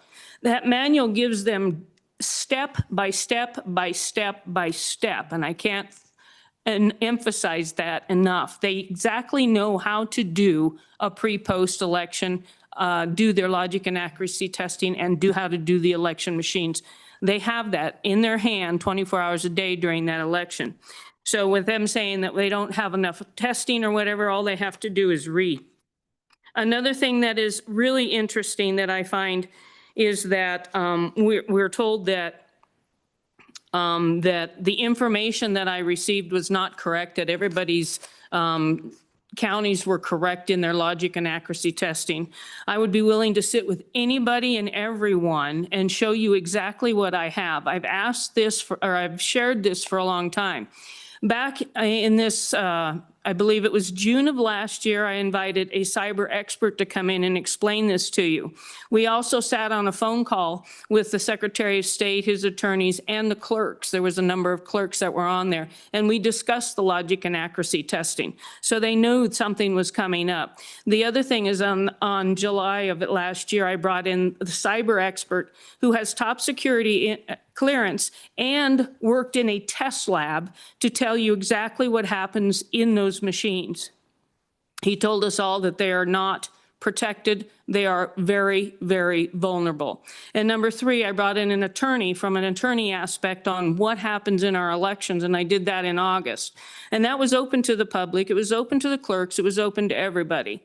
I do have to say my clerk attended one or two of them. Very proud of him. We had Jesse Nyman from the Secretary of State's office came in and tested, sat in another one. So it was, everybody was aware of this. So we have been trying to bring this to the forefront. The people's rights have not been able to be redressed with our grievances. We first went to our clerks to tell them we have problems with our machines. Then we went to the commissioners. That went nowhere. Then we went to the Secretary of State, and his hands are tied by whatever reasoning, whether it's because we don't have an AG to go further. I've put in 3 complaints and I've heard nothing yet on this system. I did that back in March and still have not heard from it. Then we also have here in Weston County that the governor has now not even wanted to admit to one thing or just totally ignored it. That the people's need to be heard on this. The people need to be heard, and we are not being heard. So I am a huge advocate for going to hand counting. We are going around the state here very soon again, which we did last year, to teach people. There's over 2,000 people in the state right now that know how to hand count. We plan on teaching at least that much more, and we are willing to help and work with any elected official that would be interested in finding out about it. We also had a test, a hand count at the GOP, so all the GOP members know how to do this. We are willing to sit in front of anyone to share with you. And I think it's very important so that we bring this trust back to the people. I've been around the state and all the counties. There is no trust. Now, the ones that are saying, oh, we love the machines, I get the machines. I work on a computer. I'm a bookkeeper, so I understand that it's great to have, bookkeeping that works good. But this is your vote. This is your vote. Was your vote counted correctly? We don't know. That's the problem. One last thing I wanted to say. We used to be a country and a state of laws. And we used to go on what was right and what was wrong. And now we seem to be kind of mishmashing, well, they didn't feel like it, or they were a little lazy, or they were a little arrogant, but it's okay if we break the laws. We have to go back to the laws. The law statutes here said that these people broke the statute 11-22-104. We got to hold them to account. Weston County is not an anomaly. I can guarantee you if we can go through these other logic and accuracy testings and do a thorough investigation, which again, my hat is off to you and thank you for doing this. If we did this in other counties other than Weston, I think we would be absolutely shocked. I stand for questions. Thank you, Ms. Hoffman. Senator Ide. Just real quick, I'm sorry, your name again? Jill Kaufman. Jill Kaufman. Thank you, Jill. Thank you for being here. Yes. In your opinion, would you just completely eliminate the machines and go to hand counting? That's my- Absolutely. Thank you. That's what I want. Absolutely. Further questions? Seeing none. Ms. Kaufman, thank you for joining us. Thank you very much. And Afternoon. again, thank you very much for doing this. Yeah. Would you guys like the copies? You can leave a copy with LSO and they can get us All of the copies with the LSO? if you'd like, however Okay. you'd like to disperse them. Yeah. Thank you. Sir, please state your name and we'll hear your testimony. Thank you, Madam Chairman. My name is Brian Ritterbush. I'm from Sheridan County as well. And I'm just here to read a statement from somebody else across the state, and his name will be given at the end. Quote, elections purity as directed by Article 6 of the Wyoming Constitution is the responsibility of our legislature. As such, every effort must be made by this elected legislative body to gain and maintain the trust of the citizenry in our elections. All registered Wyoming voters must be assured that their vote not only counts, but counts for their intended recipient. Anything less is unacceptable.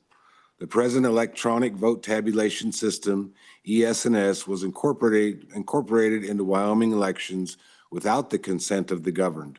Therefore, the legislature must take the necessary measures, actions, and precautions to ensure that both the effectiveness and suitability of the system is flawless.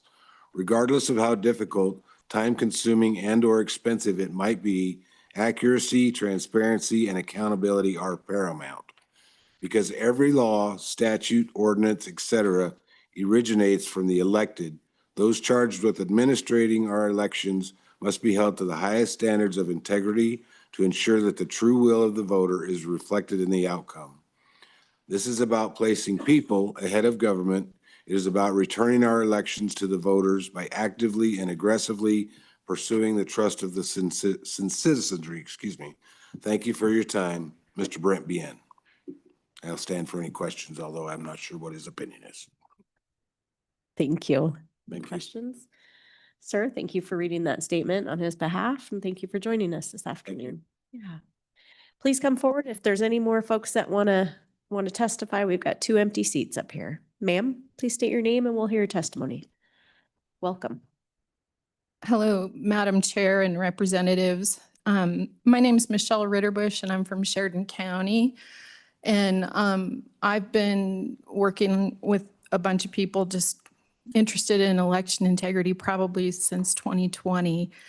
And I'm just a regular citizen. But the more I look into this, the longer I stayed, like for trying to figure out what's going on. This is such a huge hot potato issue. I can't quite figure out why there aren't answers sometimes because the citizens are concerned. People are concerned about their vote. I'm concerned about my vote. We've lost a lot of people voting. People don't want to vote. I believe there's an answer in hand counting. I've been working and have had the privilege to work with a bunch of people throughout the state, and we're trying to hand count. When it first came to me, oh, you know, we should learn how to hand count and we should do this and we should start training people. To be honest, my first response was, well, when we get the permission of the clerks or someone that has authority, I'm game. But I could see that it kept just getting thrown around and I'm still thinking, well, why can't we just learn how and see if we can get this down? And I can tell you, there's people all throughout the state. We're working very hard to train people just to be ready. we were ready for the last election. I can't say enough about the process and what it's done to just build community within Sheridan County. My goal is to have 60 Gold Star counters ready for the next election so that we can split up through the different precincts and be able to count.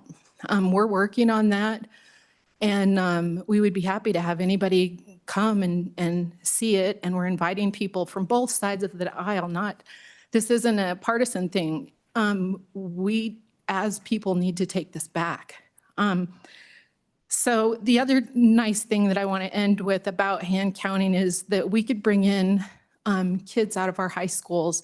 I believe through statute, you can have people as young as age 16 help. And with us losing voters because we're not, people are not sure if it's really being counted, we need to bring kids back in. We need to, as communities all throughout our state, be bringing people in. And we could have these kids coming in, hand counting, helping. We can have, I believe, one at each table of 4 while we're hand counting.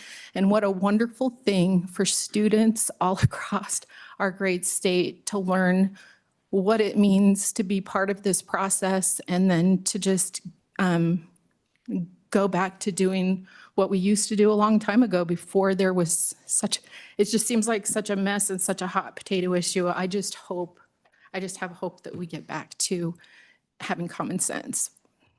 That's it for me. Thank you, ma'am. Committee, any questions or comments? Okay, see none. Thank you for joining us. Thank you. For your testimony. Any further public comment from the room?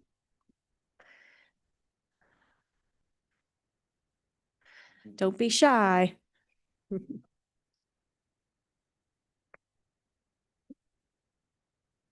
Welcome. If you state your name and go ahead and push a little harder until it turns green. There you go. There we go. Good afternoon. My name is John Wilcox. I should never be coming to these things. Every single time it happens, I have to speak. I'm here to support everybody that came before me. And Mrs. Ritterbush was very heartfelt. I think the idea about having younger people involved is exceptional. Can you imagine the communitarian effort? Can you imagine if you got T-shirts?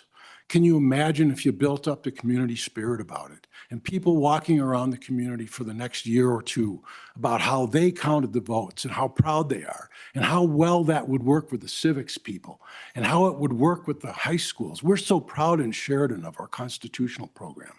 Just imagine, this can be done well. And now I'll go a little darker. I'm so glad you guys are doing this. And I hope you will get very, very ready, because I have a bad feeling shortly we're not going to have a choice. Many of us have talked about the EAC approvals. Many of us have talked about how we, because of our interest in our searching and our research, have learned that these computers cannot be trusted. It's a black box. We come here and we tell people it's a black box, and they go, well, can you prove it? That's not our job. It's your job to prove to us that our vote works. And the problem that we have is when you look at the statutes, and I'm a person who looks at statutes, and I say, 102 says the court commissioners may choose. Well, the word is may, which means they may choose no machines. However, we need to make this very clear, because as so many people have told you, they go back and forth between the commissioners and the clerks. And the clerks say, well, that's the commissioners. And the court commissioners go, it's the clerks. And we've had great testimony today, speaking of the clerks, from a clerk, the guy who's the boss of the Clerks Association, a private organization, which unfortunately we pay for with our taxes. It's another issue, another day.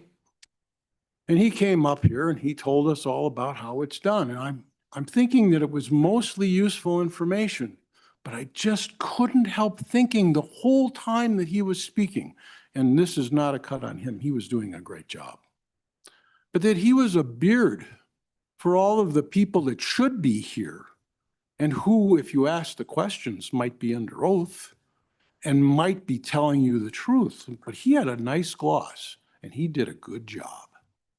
Okay? So the darkness, back to my weave. The darkness is that I think EAC is likely to revoke the approvals of these machines. I don't think it's just a pure guess. There's plenty of rumblings out there with the Venezuelan whistleblowers, things that President Trump has talked about in the last 5 weeks. There's a rumor, and I'm just going to call it that. Everything that Donald Trump has ever said has come true. But I'll still call it a rumor because I haven't seen it. But there's a rumor of an executive order coming down the pike.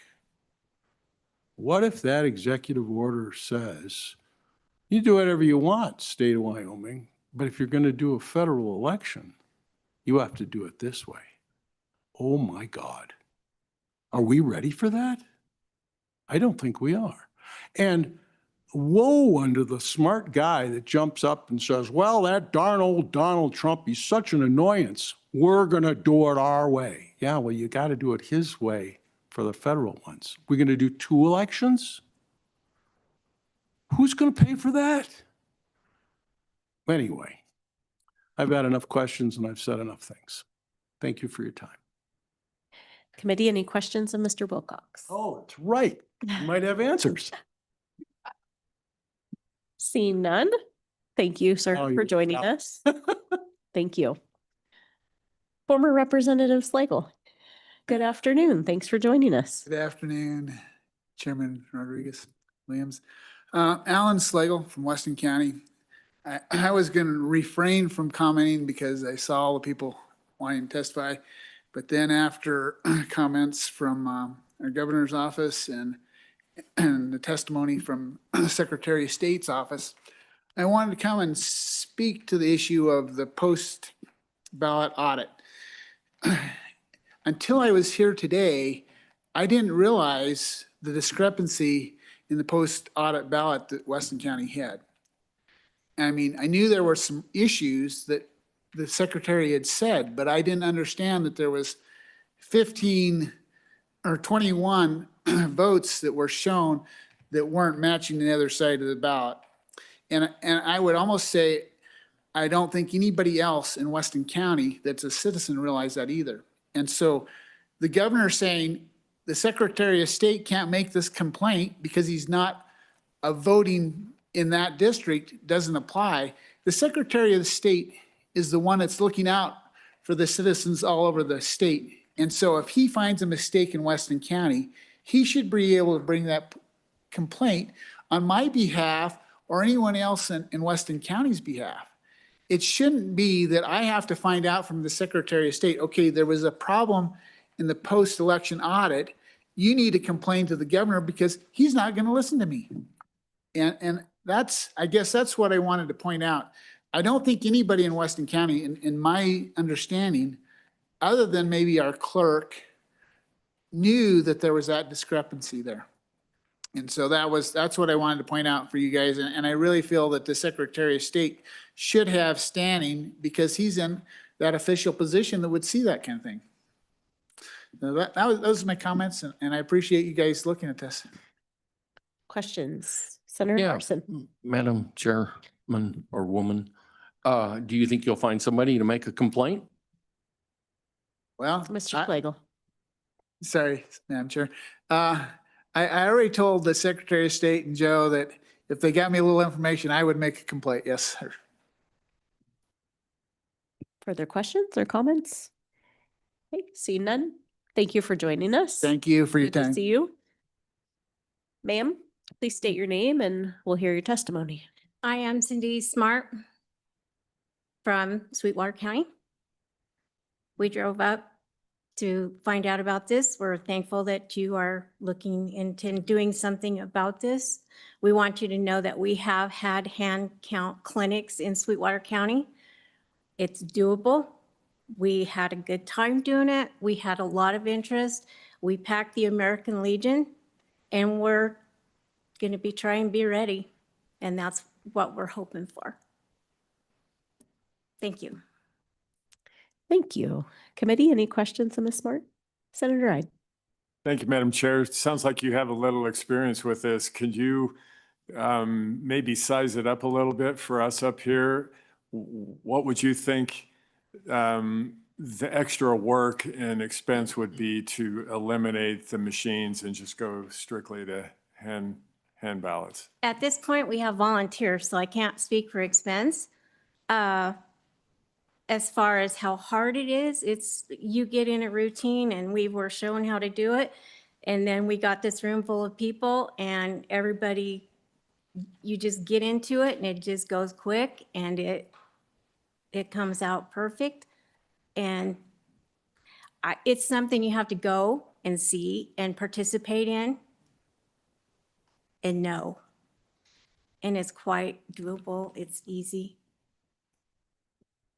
Further questions, committee? Senator Larson. Yeah, Madam Chairwoman, thank you. Sorry, has your county did a poll of any sort, maybe asking people what they think on machine counting or counting by person?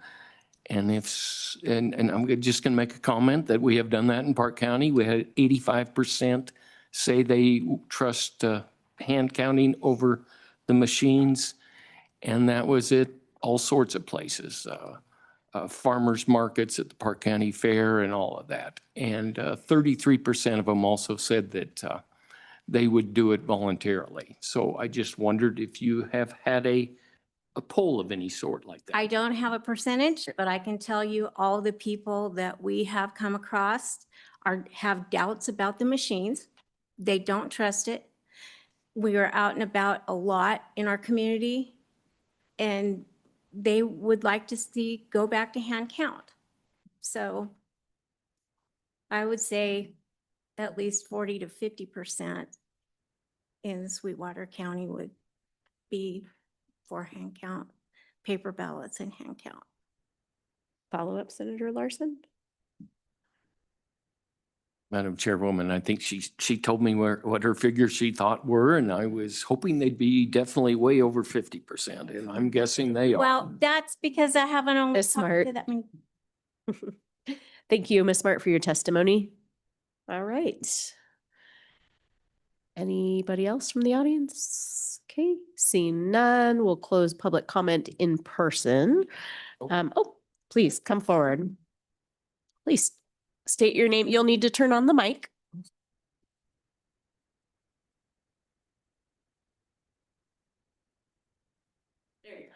My name is Mary Ann Ferrari, and I've only lived here 5 years. And even though I see now all the troubles that this state is having, it's nothing compared to Arizona before I lived here. But I'm wondering, would it help and assist you guys to make a push in the legislature to change back to hand counting only? If we did something like through the whole state to get people to sign on, the public to sign on to that idea, would that be of assistance to you? Committee, anybody like to chime in on that? Senator Larson or Senator Ide? Oh, Madam Chair, I mean, you brought up the same question that I've been thinking about through all of this, and we've got quite a few. I mean, I'm as ignorant on that question as anybody, and if we could pass legislation, whether we have the will of the legislature or not behind it, but maybe, I don't know, Speaker, Secretary back there, any comments to help us along here as far as whether we could try to move legislation to eliminate the voting machines and go to paper ballots and hand ballots? Thank you. Thank you. Thank you. Ma'am, did you have any further comments or questions? Well, yeah, I mean, if the answer is yes, that would help. I'm willing to throw my entire effort into making that happen, getting a groundswell throughout the state by speaking all over the state. Thank you, Ms. Ferrari, for your public comment. Thank you for joining us this afternoon. If anybody wants to join her efforts, that would be invited. Mr. Secretary. Well, thank you very much, Madam Chairman. You know, I think on that question, Senator Ide, I think during the 2025 legislative session, there were 3 different legislative vehicles that all of which I supported moving forward. One was Representative Harrelson's bill, which made it very clear in state law that hand recounts are allowed, not just in the county canvassing board per our colloquy with the Attorney General's office, but in recount situations in other races outside of a county canvassing sort of audit like we had in this situation. That bill passed the House, and I think it went to, I think it was held by the Senate President, but maybe it went to committee and died on the floor. But it was one of those 2. That was the Harrelson bill. The bill that Representative Lucas brought, which was picking a precinct and doing a hand recount of a random precinct in every single county, failed in House Appropriations. Lack of a second on a motion. I'm not even sure, there may not have been a motion. And then the third bill, which was Representative Scott's bill and Senator, at that time, Senator Smith brought it as well. Representative Smith and Senator Smith. That was basically a prohibition on machines. And that bill failed on a 1-6 vote, I believe, in the House. It may have been 1-7. And then in the House Corporations Committee and in the Senate Corporations Committee, it did not go to the floor. I think it wasn't even moved, I think. So we had all 3 of those bills. I supported all of them, was involved in drafting and helping to draft 2 of those 3, asked for all those to be moved forward. Certainly can continue to be involved in that conversation and supportive of that conversation. I would like, Senator, I'd respond a little bit to the Miss Anderson's comment earlier from the governor's office that, well, you know, this wasn't in the complaint and therefore, and then they cited this paragraph where they said, well, this was just it was just incompetence. You know, that paragraph, if you read that paragraph, I think is pretty clear that I really don't think he was modifying the post-election audit issue. It was very vaguely written. I think he was talking about the other issues. And if he was talking about the post-election audit issue, wow, that's saying something that they're saying that is just incompetence rather than something deeper. And it appears to conflict with their later statement that they would re-examine that issue. And I'm hopeful that maybe if another complaint comes, that they will actually do that examination. And I think the comment that, well, the complaint didn't have that exact wording in there. I mean, they talked about the conduct as a whole in that complaint. And so I just think that is a little too cute for me not to respond and to lay out the reality of the situation, which is that it was just completely ignored. And I would ask the subcommittee in their findings, or as they think about how to proceed, to look at that issue and whether that was done properly. But again, I'm not trying to filibuster here. Going back to your question, supported all 3 of the vehicles, and you had the whole gamut. You had the Representative Harrelson's gamut, which you had the whole field of play there. You had all sorts of strategies. You had Representatives Harrelson's approach, which was to have a recount in certain situations that were an automatic recount, certain situations that a candidate could even request it. And that was a good foot through the door. And the clerks were actually, as Clerk Irvin said, I'm not speaking for them, he said it, that they were supportive of that bill. And then you had the random precinct approach, which the clerks do not like. They don't like that approach. Certainly correct me if I'm wrong. I'm just laying out a little bit what we saw. That was not moved in the House committee. And then the other one was heard in both Senate and House Corporations committees and did not proceed in either. So But I'm supportive of all three of those vehicles, all three of those approaches. And I think you had each of the, you had the Haraldson approach, was a little bit less difficult than the Lucas approach. And then you had the Smith and Smith approach, and all of them, I think, are ways to go. So you had all things on the table during that session. Thank you. Committee, any questions of the secretary? No, thank you for providing that information. Speaker Nyman. Madam Chairman, could you restate the question? Just out of curiosity. Good, right. To hit the bottom of my question or the foundation of it, the will of the legislature to effectively ban, voting machines in every county. And whether we have the support there or why wouldn't we, I think, listening to the testimony here, the will of the people is to go to paper hand ballots. And why wouldn't that be successful in the legislature? Why, what are your thoughts on how we can get there? If that's the way the people want us to go. Thank you. Speaker Nyman. Thank you, Madam Chairman, through you to Senator Ide.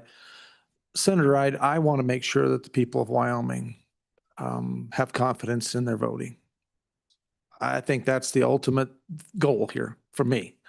I believe that there is a definite appetite, and I think after a lot of these legislators and folks around the state see this committee hearing today and realize what's going on and the potential implications of our current system, I think there's going to be I hope, I can't certainly speak for everyone, but for myself, I want to see legislation just like what the good Secretary of State shared, brought back again and brought to the body. And I think we need to have that conversation and sit down and get something done, not just talk about it, but we need to get something done. Obviously, the people of the state of Wyoming want change in their elections, I believe. I fully support that. And then from my position, I will speak to the speaker and I'll get him to get it introduced, and we'll get it to the committees, and so they can act on this and people can come and opine. I mean, what other answer is there? What other thing is more important at this point, considering what we've had as a nation and a state and the situation that we're talking about here today and all the intricacies that go with it?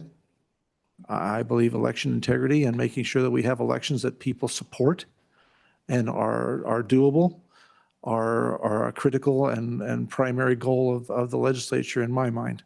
And speaking from the leadership position of the House, yes, we will do everything that we possibly can to make sure that the people of the state of Wyoming have confidence in their elections and they feel good about what's going on and they know that their votes have been cast and they've been counted correctly. So. Any questions, committee? Senator Larson. Okay, I think I'd know how to turn that on. Thank you, Madam Chairwoman. So there are rumors out there, maybe the president might be sending out an executive order that machines won't be used in federal elections. What are your thoughts on that? And would you think Wyoming should follow that? Speaker Nyman. I was going to ask the Secretary of State, I guess, if he wanted to opine on that, but well, why would he do that if there wasn't a problem? So, I mean, that if there's an obvious issue that we're concerned about the integrity of the system, then yes. What would, based on the conversations we've had today, how would Wyoming be able to give a really good, solid rebuttal to say, nope, we trust the machines. We know the machines are doing everything we're supposed to be doing, and we're just going to stick with the machines. And here's the thing. It's a machine. I've got machines at home. Those machines will do exactly what I tell them to do. And so we're relying on something that is obviously can have issues. My election and the election of the commissioners in the general election is evidence of that accidents can happen, mistakes can be made. And I go back to this, and this is why I think that if President Trump says that we're not going to certify elections by those machines, then yeah, we better get our ducks in a row and get ready to have some hand count ballot elections, because we're going to want to elect people. Here's the point. The only reason we're here is because this was such an anomaly. It's been said over and over in testimony today. Had this been a contested election, in my election, my race, we wouldn't know this. We would not have even challenged it. I wouldn't have challenged it if I'd have had a challenger and it come in and this was, had somebody had mistakenly put the lines on the different lines and stuff like that. We would never have known. And I wouldn't have even thought to challenge. I'm like, well, that's the folks have spoken. And so who am I to challenge that? I trust, the folks doing this. Well, now we know, we have the proof that this can happen. And if we don't take advantage of this opportunity, I think, to take an honest look at what can happen and do nothing about it, then again, I will restate this. We are to blame. And if we don't take that responsibility, we're in trouble because we know problems can arise. We just need to be thoughtful about it. We need to work together. We need to work with the Clerks Association. We need to work with our clerks and everybody that is involved in this, and specifically the legislature and our executive branch, to make sure we do it right. But we have a solution, I believe, and we can do it. And it's been testified to that multiple times today. So Thank you. I would support him in it, yes. Thank you, gentlemen. Yeah. Please. Well, thank you, Madam Chairman. Absolutely, we get an executive order removing the machines. We are going to implement that, and I look forward to that. I think the president, I was talking earlier about why I got involved originally and expose the truth. You want to talk about somebody that's exposing the truth. President Trump, he's just incredible. Every single day, the administration is advancing the ball on these priorities. Now, I'm very excited about the potential second executive order. We've seen the statements on Truth Social over the past month and a half. Beautiful statement on Truth and Social on getting rid of this automatic mail-in voting, all the fraud there. It goes back to the Carter-Baker Commission from 2005. This used to be bipartisan, that we said that the automatic mail-in voting had less security. And now it's only conservatives pointing this out. It used to be bipartisan on this issue. It's unbelievable. But, the first executive order of March 25th, what that did is it said no barcodes on ballots, pen to paper ballots only. And so you look at our 10 election integrity priorities from the 2025 general session, one of those was pen to paper ballots. And that was House Bill 245, launched by Representative Knapp. That is to go away from the barcodes that we see as the default method of voting. There's one county that has the barcodes as the default method of voting in Wyoming. That is Laramie County, which is where the most votes are cast of any county. It's about 17–18% of the total in the entire state. And then also for certain disability situations. President Trump was saying, look, we're going to move away from the barcodes. And that's what he said in the first executive order on amending the VVSG standards, which the AAC is still not done. I've submitted comment twice, urging them to comply with the EO. I'm going to do it a third time here very soon. And we've got a petition in front of them that America First Illegal's been working on. So we're trying to get that pen to paper ballot standard rolled into the next voluntary VVSG standards. But the first EO dealt with pen to paper ballots. That was in, I believe it was Section 7 or Section 8. One clarification I want to make earlier, I said there were 3 different legislative vehicles that span the gamut of difficulty. What I meant by difficulty is politically in terms of getting through the chambers. I think the Haraldson vehicle was the most likely, and then we had 2 others. But I'm supportive of all of them, and I think we've got to just play it to the finish line, do all we can, and just keep advocating through that process. Thank you. Ma'am? I'm Julie Freese, Fremont County Clerk, and I wasn't going to get up and speak because Clerk Irvin did a really good job, and he also mentioned we were in the room and that we were going to answer questions if you needed any, so maybe you didn't have any. But I do want to bring up a couple things that he just said and just reiterate with you. And that is that the County Clerks Association, first of all, we work really hard at elections, and we're not hopefully to be painted by the same brush. As what we started this whole process here today was to talk about what happened in Weston County and how can we do better. And we take that very seriously, and we have met a number of times, as he said, to work on issues. We're working on auditing, we're working on hand counting. We are looking at a lot of issues we just haven't brought to you yet. We have worked with our legislators a lot on any time they ask us to do that, and I just want to say we're willing to do that. So first of all, if you do think that something can happen in this session, remember that we do not have enough time without you moving the primary. So I would ask that if you are considering that, to make sure that you talk to your legal counsel, because it will take time to do any kind of an audit before, after, whatever, and for us to do that. As we mentioned, between the primary and general, it's like 28 days for us to get, or we have to have ballots within so many days, and we have to have them out to the UACAVA within 40 days, so it has to be more than that. But it's a very short time frame, and we just ask that you consider that when you're looking forward. And pretty much that's all I have to just add to it, just to make sure you know where we stand. So, Thank you, Ms. Freeze. Committee, any questions? Representative Lean. Thank you, Madam Chairman. Thank you for coming forward. I wrote down a question earlier when they were talking about the maintenance of the ES&S machines. Do the clerks receive training specifically from ES&S, or does the maintenance 50,000-ish that we pay per county only do the machines if they break down? Madam Chairman, Representative Lane, so that maintenance is to make sure that our machines are in top condition all the time. So they come in and they test them and they recalibrate them and make sure they're all working properly, oil them, whatever they need to have done. That is very paramount. If you've ever run an election like we have, those machines must work. The machines do break down. So you want to make sure your motherboards are in good shape. That's what their job is, and that's what we're paying for. In addition to that, we have paid on our own, and then through the legislature, we have received training funds that we have used for that.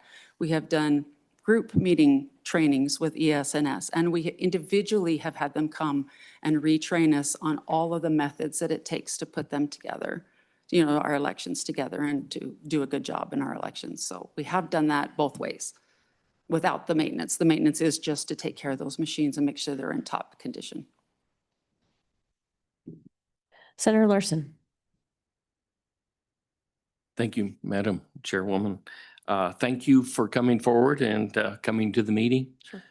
We want to stress that we appreciate our clerks. They work very, very hard, and thank you for that, especially during elections, obviously.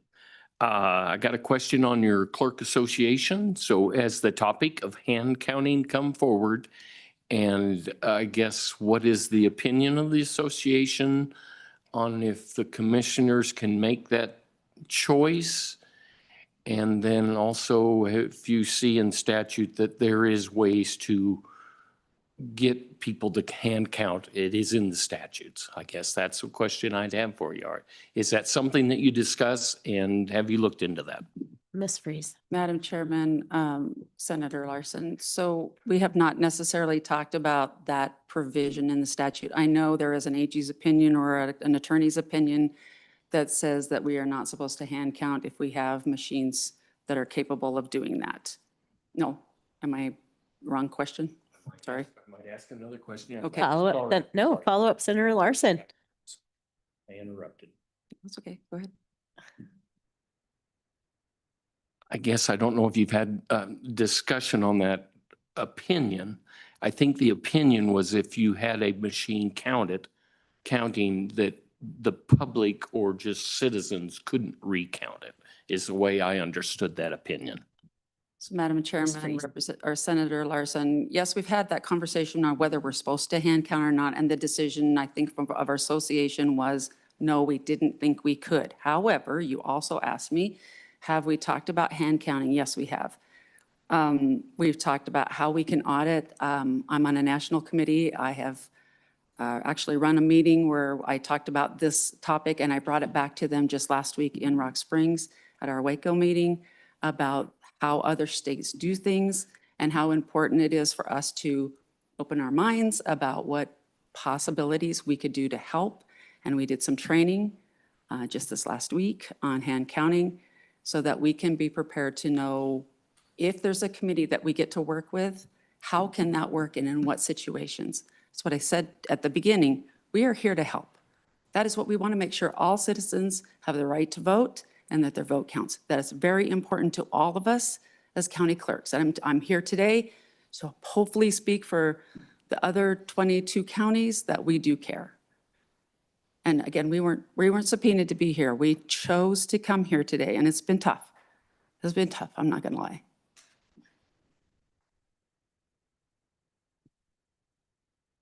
Representative Lean. Thank you, Madam Chair. I just want to make mention that this committee was put together really to look at the process and where did the process either fail or break down so that we could just put together what it looks like moving forward. Is there something that needs addressed? Is it just human error? Is there more training that's needed? We didn't come to villainize anyone. With that being said, I just was curious if when you are given a post-election audit, what does that look like for you when you receive that indication from the Secretary of State's office on what ballot numbers to pull? Could you walk me through that process as a clerk? Absolutely. Ms. Freeze. Madam Chairman, Representative Lean. So first of all, in listening to this today, and I try to be very transparent, and I think a lot of clerks, Tracy and I talking in the back room kind of do it very similar. So when we have any kind of an audit, there is a component of that, where we are supposed to notify the public. So to me, that means it needs to be transparent, right? So we're going to notify our canvas board, in my opinion, which I also send to my two-party chair, and I say, give me somebody to work with me, and that's how it works in my county. So they are the ones that are there, and if they can't be there, they can send someone else. Worst case scenario, I'll bring in an election judge who's already been sworn in. And we upload, there's a process to this, and it does take a little bit, and sometimes it's frustrating to get it on the screen like you want, because there's one screen, you have a screen for the ballot and a screen for your CVR. And so once we get that all set up, the reason that we cannot share it with the rest of the group is, I'm going to give you an example. I have a couple of small precincts, Lysite, Atlantic City, now Jeffrey City, 30 voters or whatever in those areas. I do all the write-ins in my county. There are people in a lot of our lives who have very distinct writing, and sometimes you can almost tell that the write-in that they wrote, whose ballot that is. And that's why it's very important to follow the Constitution and make sure that everybody has like the whole world looking at something, oh my gosh, that looks like Julie Freese's handwriting in a precinct she lives in, and then they go out and tell the world or chastise me or whatever. So that's why it's really important that only sworn people are looking at these at this point. So what we do is we read the CVR and read who voted, and there's like several of us. So somebody working the computer, I usually have a computer to the side where we have a line that we're supposed to type in that nothing was wrong or what was wrong. And we do that individually. We make sure everybody looks, make sure they all say yes. And even if they don't audibly say yes, we say, is everybody good? Yes. And then we were done. I think we had a form that we sent off and had our canvas board sign as well to the Secretary of State's office. So that's how it works in my county, if that's what you asked for. Senator Hyde. Thank you, Madam Chair. Thank you for being here, and to play off of Representative Lean. Yeah, we're not here. We're here to learn for sure. We want to get this right, and thank my county clerk for being here too, to take the time out of the day, to Tracy Good back there.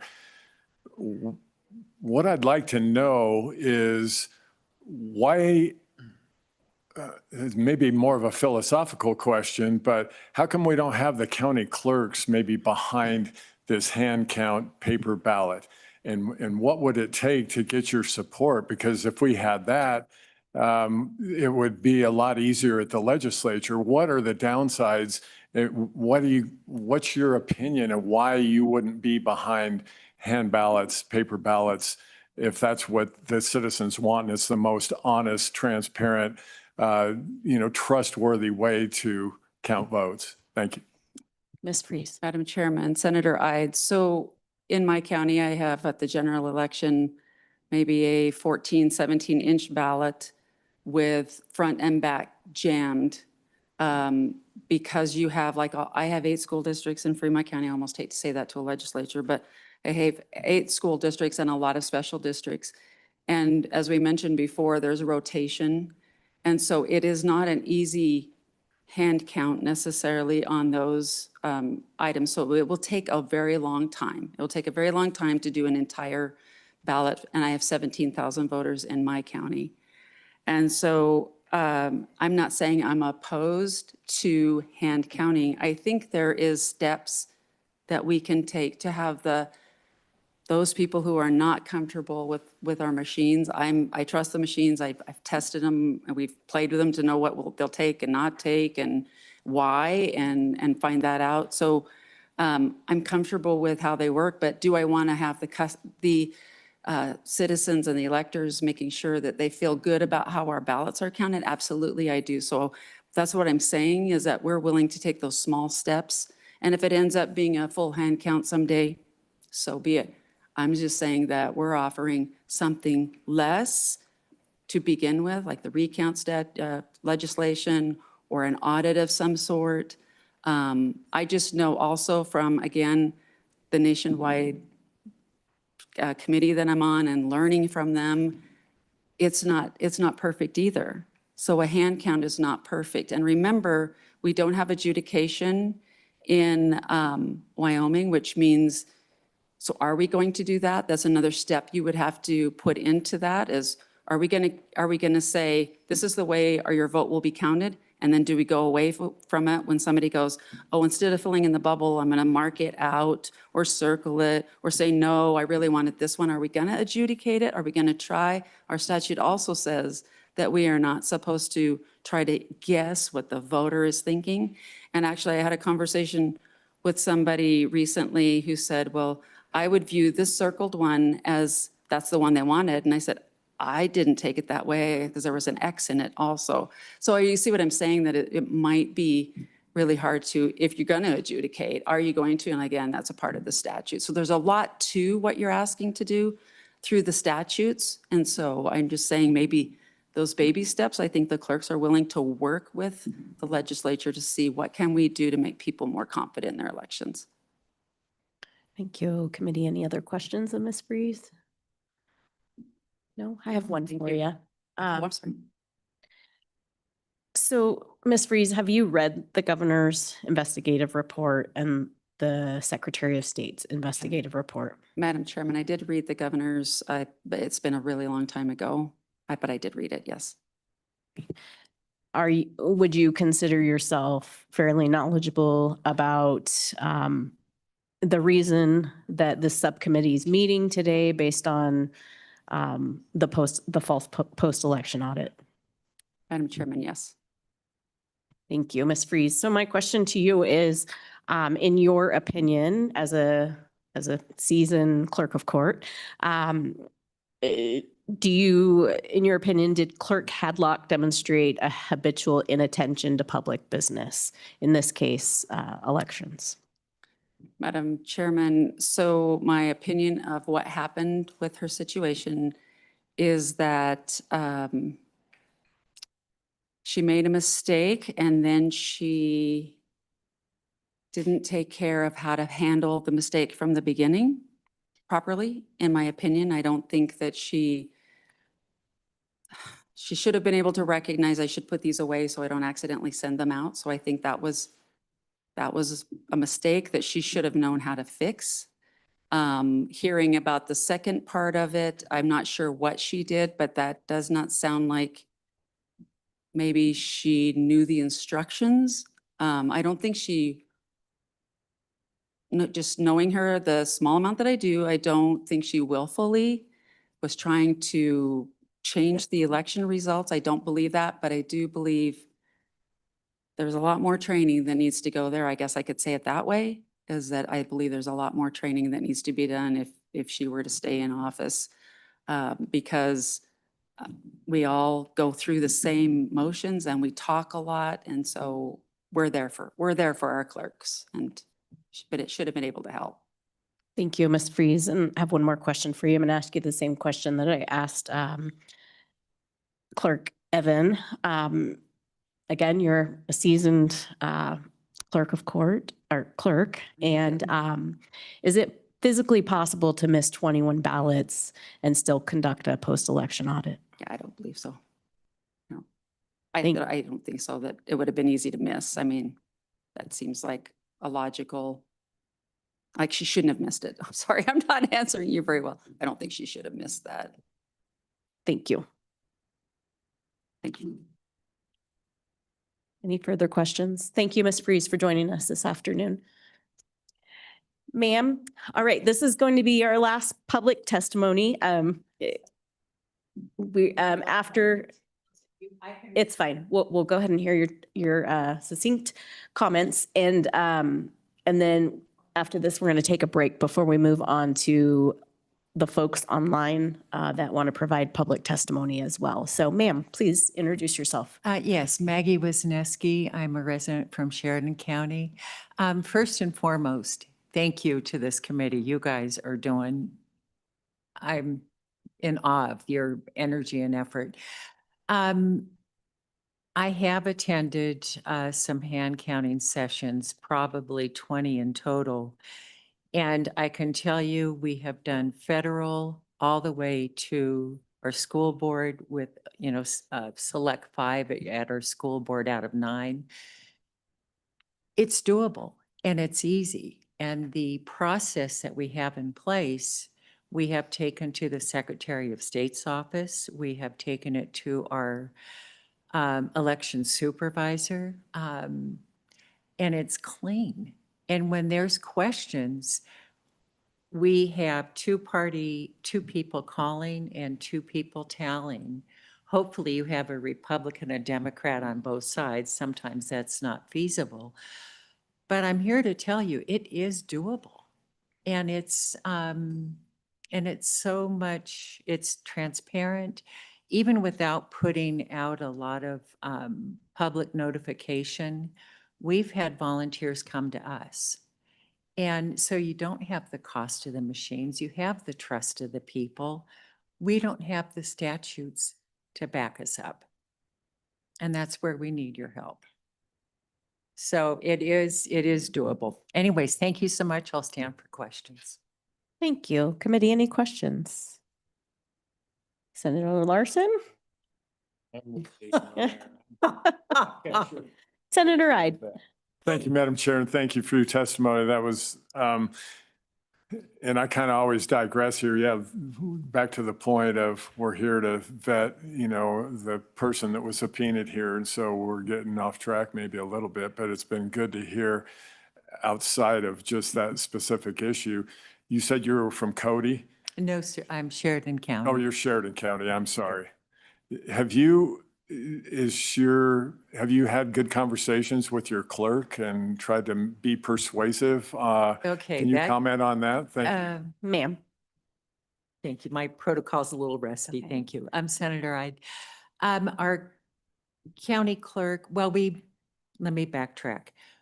We had the opportunity to work with the county supervisor, and he was hesitant at first, but he actually sat down with us and saw the efficiency. He couldn't do anything because we didn't have the statutes. So in fact, he was kind enough to where we could do poll watching, both Republican and Democrat, at our elections. He provided, our county supervisor actually provided a lot of leeway for our elections. In fact, he was fired most recently after the election by our county clerk. So in answer to your question, no, we have not had discussions with our current county clerk. Senator Larson. Madam Chairwoman, I just have to comment. There are statutes in there. The commissioners can make that choice. And that is where we have to work on. Okay. I believe if you want help, I'm sure would like to help. It's Senator Larson. I'll be in touch with you, sir. Thank you, ma'am, for your testimony and for joining us this afternoon. Thank you so much, folks. Committee, we are going to take a break until 3:30, and we'll come back and hear the online testimony for public comment.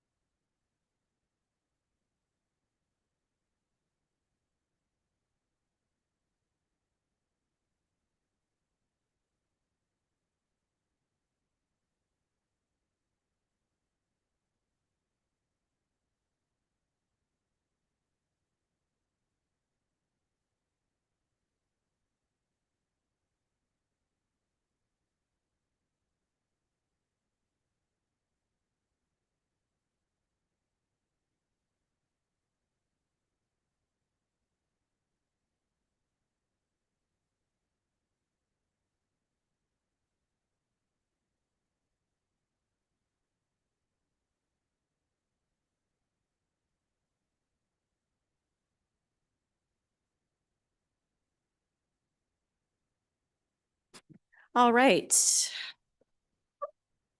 Welcome back. We went a little over. That's okay.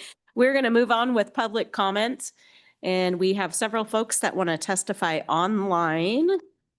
So Mr. Weekly, if you can bring the first one in. First up, we have Joey Correnti. Thank you. Mr. Correnti, welcome to the subcommittee. If you'd state your name, and we'd love to hear your succinct testimony. Thank you, Madam Chair. I'm Joey Correnti. I am on the canvassing board in Carbon County, have been for quite a few years, trying to focus on processes and things that needed to happen. But as this has turned into a hand count debate, I also want to mention the bills that I've seen on hand counting only have precluded the option to count ballots if you don't have a big enough a team of the right demographics, representatives of each party, enough people. And we've already had issues, especially in rural Wyoming, having polling locations stay open because of a lack of judges. So any efforts going forward for allowing hand counting or only having hand counting really needs us to have an alternative method, not of counting, but of identifying who can count. Otherwise, we would be in a position potentially to be able to conduct an election, but not count the ballots. Most of the bills I've seen say individuals at the polling location before those ballots leave will be hand counted. And we just got to make sure, the same way we've lost polling locations, or if you have a current polling location that's open and not all 3 people, the minimum number you can have, show up, you have to shut down that polling location. I would hate to see us in a position statutorily where we're conducting elections, but not legally able to count ballots. So that's a concern that I've had with some of the proposals. And I think we can work that out because Title 22, like has been said before, needs a lot of more clarity and effort to be done to make sure that we can not only conduct the elections properly from the very beginning to the very end, but that we can continue to conduct elections throughout Wyoming every time we have an election. That we just run into too many situations where, hey, because of this little part of statute, we can't have a polling location. I've worked very hard to keep open or reopen Farson, Eden, Wamsetter, Bear Oil. We've lost McFadden. Rural Wyoming, it's tough to keep people unless we want to, make it like jury duty and force people to count ballots. I think we need to be very careful of the language we put in there. In the Weston County situation, I don't know that hand counting would have addressed any of the failures or issues that caused it. In fact, the machine counting is probably what brought it to our attention. Had those ballots been hand counted, they would have seen, okay, House District 1, this vote is for the current speaker, no problem. And the votes would have just been counted. We wouldn't be able to address some of the issues that came up. As a member of a county canvassing board, if I was involved in the Weston County issue, by the time they did the canvass, it was known that there was an issue with multiple versions of the same ballot. I would have not certified that election even if I could verify the result of the intended votes, because 22-6-103 specifically states only official ballots shall be cast in any election. But now we have 3 official versions of the same ballot. I would definitely need some legal advice before I applied my signature to the certification of that election. And I don't think that it's a problem now that the election's already been certified. We have verified the intent of the voter was to elect a certain individual. But by statute, there's other problems that hand counting occurred, but it was still certified with non-official ballots being cast and counted. As far as the errors in the ballots themselves, 22-6-108 specifically addresses errors, and the official responsible for preparing the ballot, which would be the clerk, shall correct all errors or omissions as soon as possible, and the official shall post a copy of each ballot in their office. And I'm wondering, as further inquiry that the committee might conduct, did the clerk post all 3 versions of that ballot in the office as required by statute? Because not only would that give the public the ability to look and say, hey, wait a minute, now we know there are 3 different versions of this ballot and we need to know why, but it might have also been a reminder to the clerk that, hey, we need to make sure the right and correct ballot is the one being used. I'll go back to a conversation Senator Larson had with Ms. Slegel earlier. If you get bad ballots or they have to be reprinted, should we just destroy those? And everyone was like, yeah, we got to get written. No.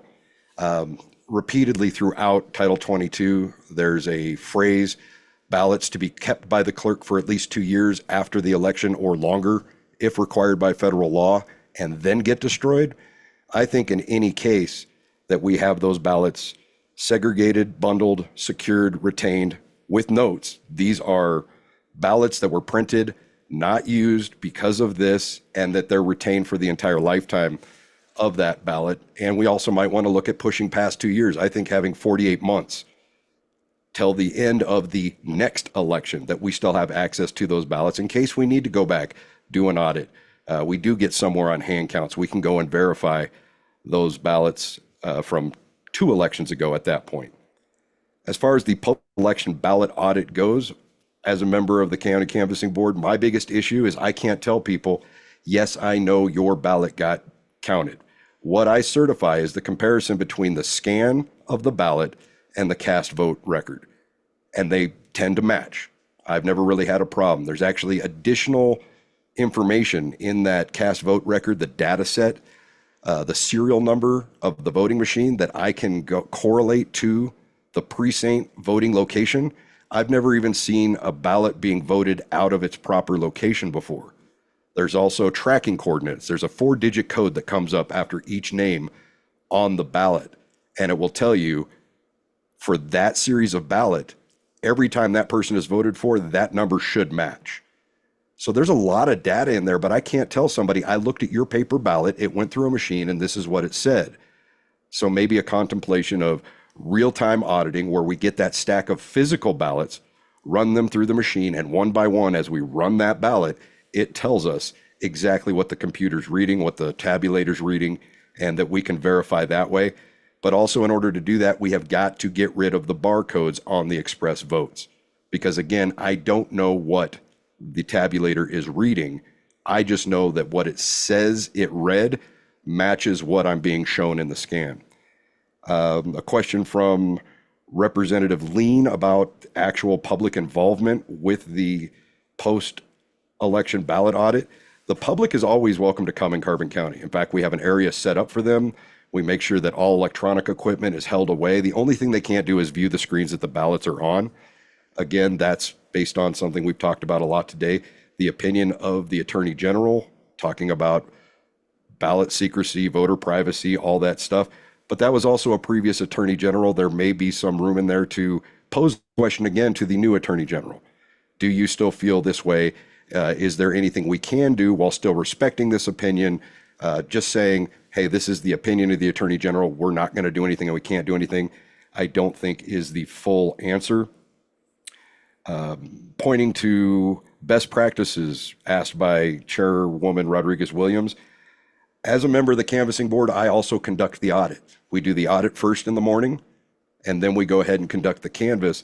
And I think that's important and maybe a best practice. I don't know if it needs to be put into statute, but having your canvassing board do that does a few things. One, you have someone who is sworn to an oath and can actually conduct that operation as per the previous Attorney General's opinion.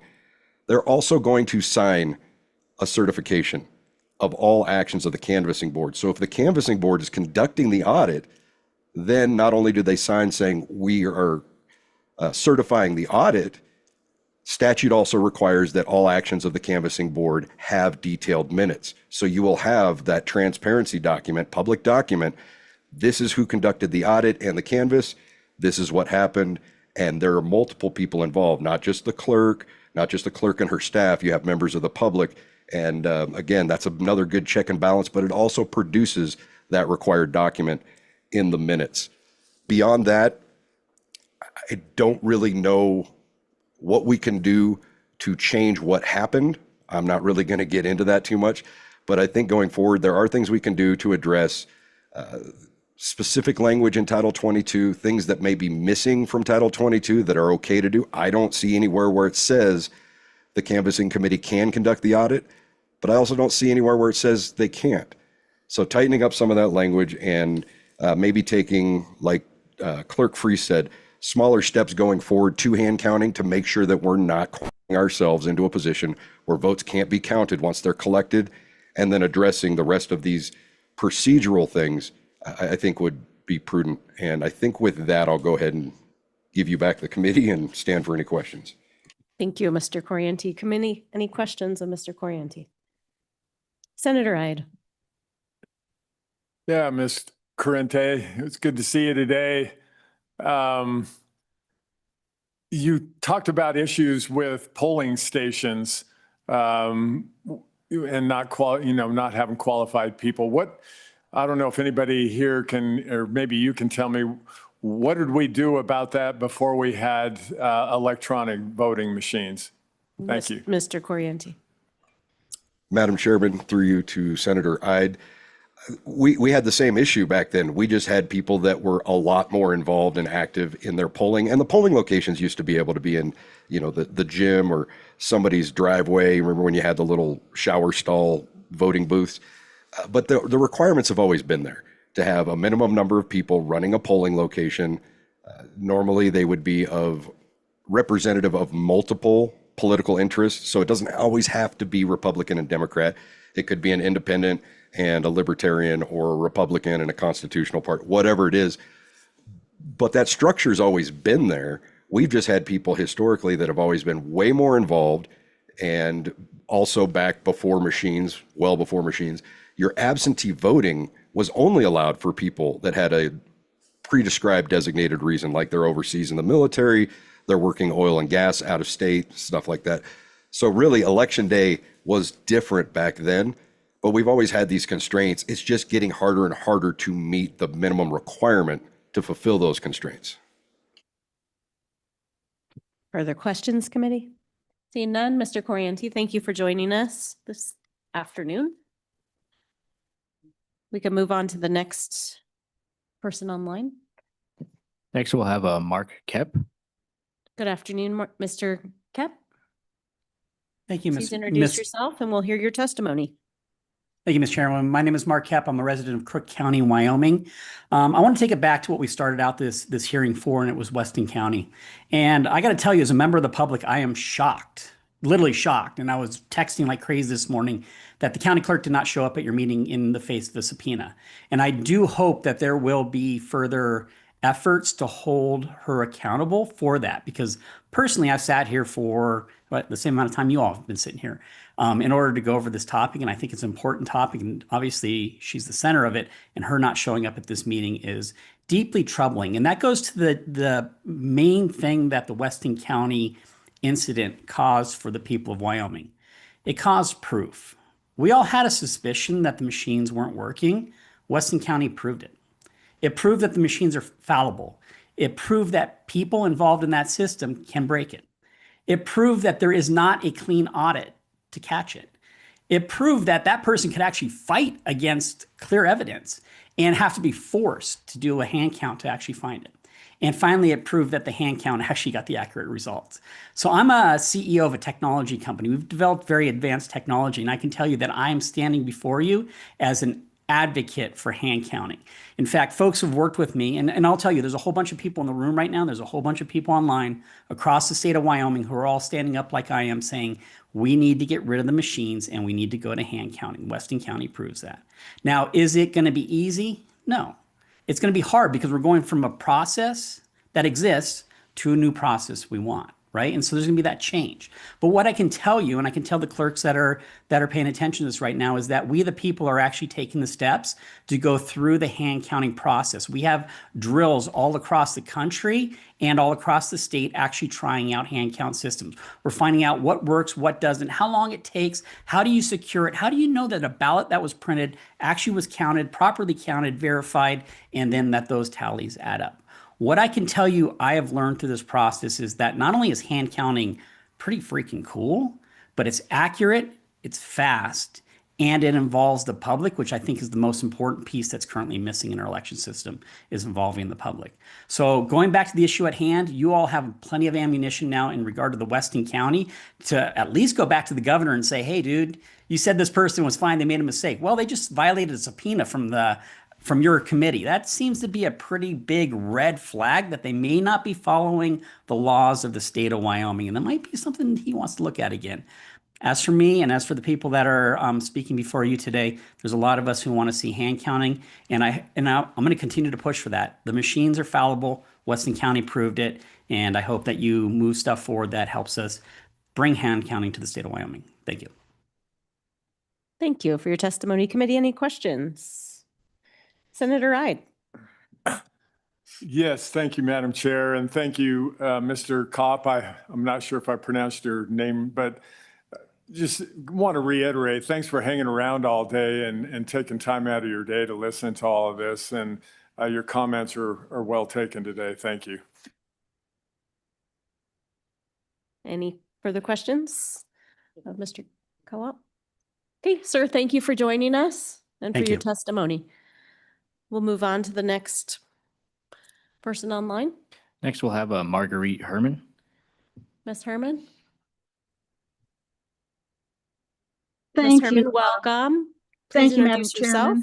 Chairman. It's been a long day for all of us. My name is Marguerite Herman, and I'm here for the League of Women Voters of Wyoming. And starting out, I kind of understood that this was going to be limited to the post-election audit question. And indeed, we've gone far afield today to the voting process itself, and flaws in that, ways to make that more secure, et cetera. Although I will I want to give credit to Mr. Caranti, who I appreciate his addressing things that could be checked about the post-election process, the canvassing and the auditing, and I think his comments can be very useful. But just to say that I don't know what you're going to do with the Weston County situation, and I think there's a lot of options available to you. So I will go ahead and follow the path to talk about the ballot situation itself. To begin with, I appreciate the concern here and by the legislature to make sure Wyoming elections are conducted securely and accurately. And I was in every single one of those corporations committee meetings, and was impressed again by the people on that committee who are committed to the election integrity. I also was privileged to hear all the arguments for and against hand counting, for and against machine counting, and also I'm from Laramie County, Cheyenne, so I have a firsthand experience with the voting machines, the machines that actually mark up the ballots and then get counted. And I don't know, I'm going to apologize for the noise on my roof. I'm having a roof repaired, so ignore any pounding on the roof for me. I do respectfully disagree with Senator Ide and Senator Larson that the answer is more human handling in the counting. I think what happened in Weston County was the marriage of misprinted paper ballots coupled with machines that were not programmed to read the ballots as they were misprinted. And again, in corporations committees, there was a lot of evidence that hand counting is fraught with risks for errors, delays, whether intentional or not. So what I suggest you do is a study, management audit, if you will, on how voting machines greatly reduce the risk of ballot errors by voters or elections operators. It occurs to me, Mr. Caranti talked about what might have avoided the problem in Weston County. And certainly voting machines catch overcounts, they catch undercounts. They are good about making sure that there are no misprinted ballots being mistakenly distributed. They alert a voter that's saying, well, you've undervoted. And so it sounds like to me, and I guess correct me if I'm wrong, but the voting machines that we've used here for decades in Laramie County actually would have caught the errors or actually avoided the errors initially. So as you consider options, please consider the voting machine, the machine that actually marks the ballots. We've had great success here in Laramie County. There would be no flawed ballots to get distributed. Every House District 1 vote would have been counted as entered. And across the state, every vote for every office would be counted as cast. So someone, I think it was Speaker Nyman, who said, do something. So I'm just going to suggest that premature legislation, I don't think we can sit down and start making proposals right now, but let's try to reduce exposure to errors as much as possible. Let's also fact check. If you did a management audit of the process, and I know you're collecting facts, so let's fact check some assertions made about voting machines. Let's fact check some assertions made about hand counting. Let's definitely stop undermining confidence in technology that is demonstrated to be efficient, accurate, and reliable as a means of voting and tabulating. And so if the Management Audit Committee, Subcommittee, you could take it to the full committee, that actually would be a great project, an audit, kind of in the sense of it as it used to be, where you did a lot of fact gathering and coming up with recommendations for the full legislature. I do think legislation at this point is premature. You really don't have information in front of you, and corporations, I'm sure, they have a continuing interest in this topic of ballots, safe, secure elections. As far as the post audit, I wish you good luck with that. And I'm not sure how you investigate that. I'm not sure what you do with the results. I'm not really sure where your recommendations should go to, the legal world or the legislative world or the executive world. But I just thought I would weigh in and address, since you guys have been spending a lot of the day talking about the balloting issue, to talk about the advantages of machines to avoid the issue that you have in front of you today. One of you talked about take an honest look, and I think that would be a great idea. Fact gathering would be, I think, something good to take on. And I'd be happy to ask and to support your ask to the Management Council to take that on as an interim topic. And I'd stand for questions if you have them, but it sounds like you have plenty of information from all your testimony today. Thank you, Ms. Herman. Committee, any questions of Ms. Herman? Seeing none, thank you, ma'am, for joining us and for your testimony. We'll move on. Next, we'll have Rick Wyel. Mr. Wyel, welcome.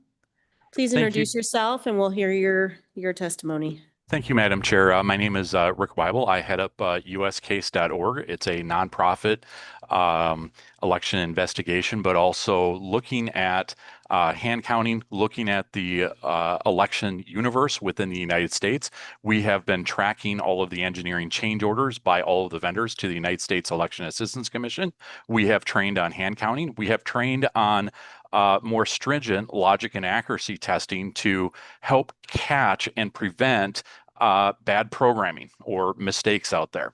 And I've also have been trained by ES&S with Auditor Leah Anderson out of Minnehaha County, South Dakota. And so I have familiarity with the machines. But the number one thing that we should look at, I'm also a politician in South Dakota, in a local city council. Remember this, transparency is the inoculation to all conspiracy theories.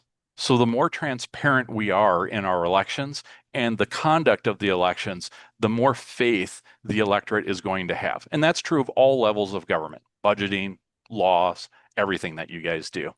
And what's interesting is that here you are, a red state, and you've just exposed how elections could be manipulated or how mistakes could happen. And as a single party control state, you can actually take the lead to actually fix these issues. After you have to tell them that they have to. And I can kind of hear some backfeed here. When we read the voluntary voting system guidelines of 2000. So if we take a look, can you guys hear me again?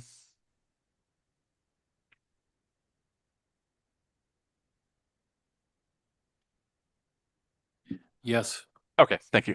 So if we read the voluntary voting system guidelines, there's an interesting statement from 2005 that the EAC had put out. The EAC is the United States Election Assistance Commission. It states, and it's still true today, and this is why you guys are meeting.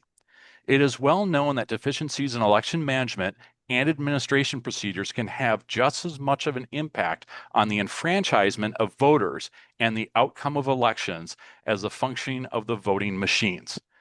The overall integrity of the election process depends on both of these elements working together. And so thank you for bringing this matter forward. And the reality is that we have to remember that the Help America Vote Act was established in 2002, the voluntary voting system guidelines, which you adopted as a state in 2005. And here we are 19 years later without a change in the voluntary voting system guidelines and the voting systems themselves and the processes, and we are still failing across the United States. And so this is where I would even ask you as a legislative body to expand and actually work with Joe Kaufman to review all 23 counties' logic and accuracy tests that we received in the 2024 primary election, which compelled the letter from the Secretary of State to ask the counties to redo their logic and accuracy tests based upon what we investigated. We can also see that in Weston County, the 2024 general election logic and accuracy test was not to form, and she violated state law there. And then when she redid it, she was compelled to redo it again. And so there were different missing pieces. And the easy way to tell when you look at these reports is when you see the final report where a candidate in the precinct only gets one vote, and you have potentially up to 3 different types of ballots, but the reality is a minimum of 2. You have the Disability Express vote, barcode ballot, and then you have the standard ballot. So anytime that you saw a 1 in the final report, we could identify that they broke the law and didn't actually test all of the equipment.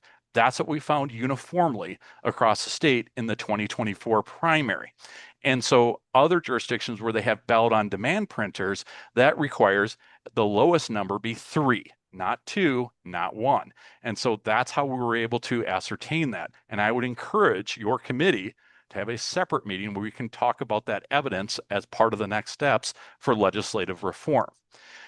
So the other thing that I want to correct for Chuck Gray is that under Trump's executive order, there actually is under Section 4, Subdivision 2, Part 2, the Trump EO asked the EAC to move the entire United States over to the new voluntary voting system guidelines that were adopted in 2023 to 2.0. A more secure system, and even encourage the EAC and vendors to take existing systems that they think that would actually meet the threshold to go ahead and resubmit them. What's devastating is that deadline, they gave them 180 days to comply. That deadline was last Monday. Dominion and ES&S failed to take the administration up on the offer to submit existing systems to comply. So your existing system sits at 1.0, which the Trump administration asked the EAC to decertify all of the old voting systems. And unfortunately, we don't have a path forward to go to 2.0 under the ES&S lines. The other thing that's disgusting is, yeah, you got an antivirus update back in 2022 for your voting systems, but you haven't had one since. And under the standards, on 7.4.2, it requires the antivirus to be up to date in a current status. I don't know about you, but I'm not okay going into next year's election with 4-year-old expired milk. That's as simple as I can put it for you guys in a technical. But also, Irvin is right. There needs to be an adjustment to your state statutes for the timeline to really help come alongside the county clerks. Number 1, we need to make sure that you have enough time for the printing of ballots and the testing.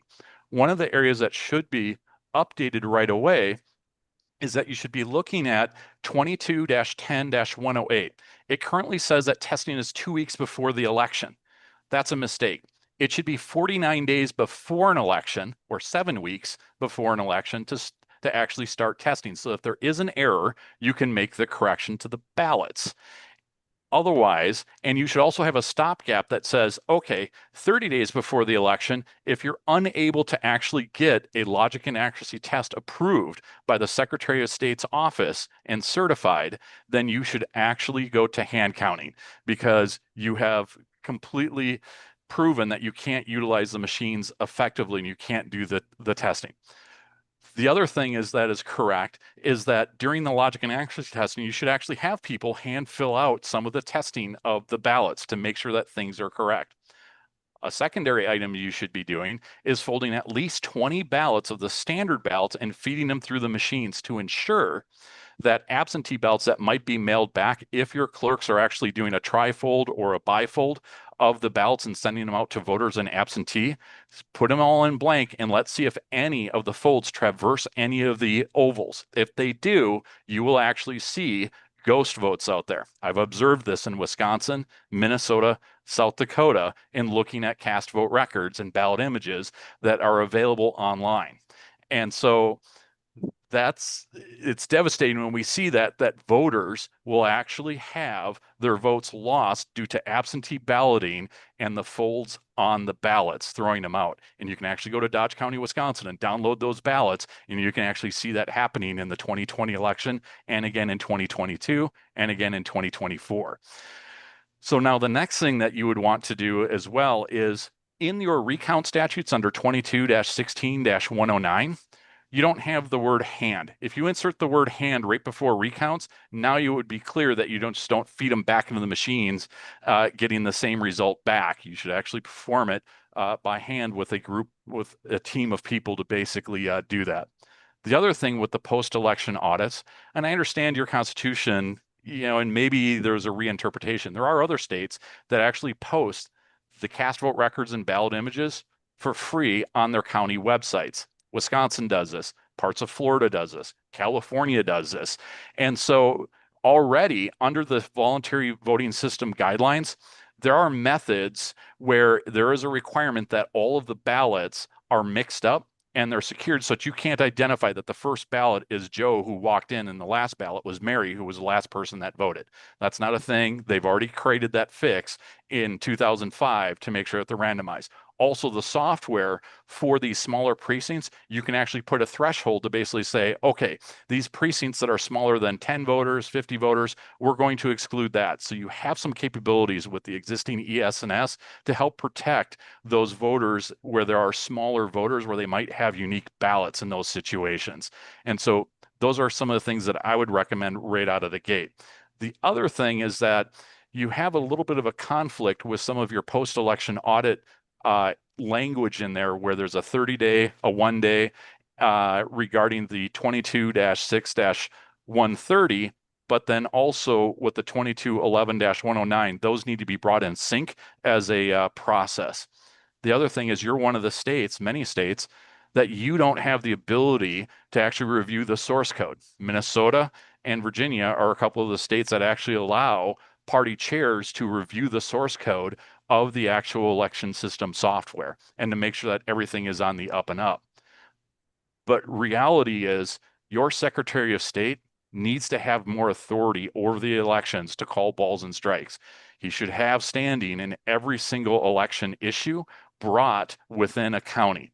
He should have standing to bring cases forward, but he should also have the authority to tell clerks to redo logic and accuracy testing and to also say, look, we can't use the machines anymore and we have to back away and go to a hand count. I think it's important to look at all of that. In our studies, we can do about 250 ballots, 11 races in about 2.5 hours. And we will be out there doing hand count training October 9th through the 11th on the west side of the state, October 23rd through the 25th on the east side of the state. I'll stand for any questions that you may have. Thank you so much. Thank you, Mr. Wyel. Committee, any questions? Representative Lean. Thank you, Madam Chairwoman.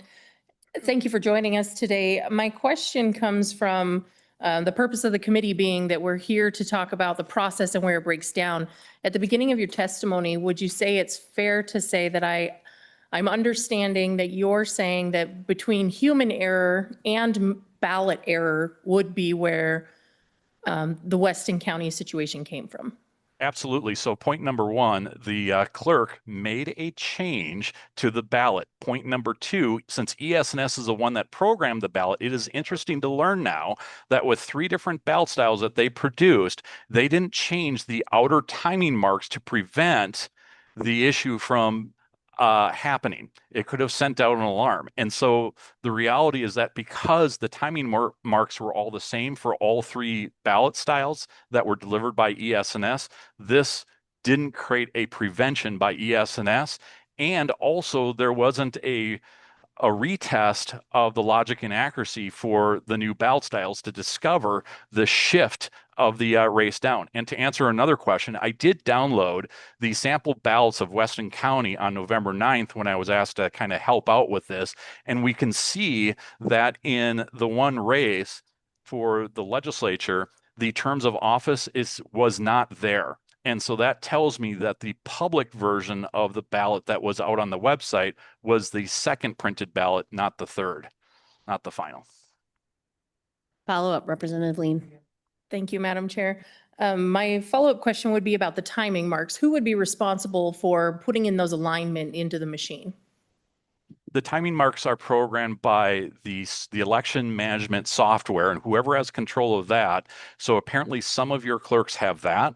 And then also some of the smaller counties, they rely on ES&S to do that ballot design. Committee, any further questions? Seeing none, thank you, sir, for joining us. Thank you. We appreciate your testimony. We'll move on. Next is Bob Bonner, but I believe he'll be joining with others as well. Mr. Bonner.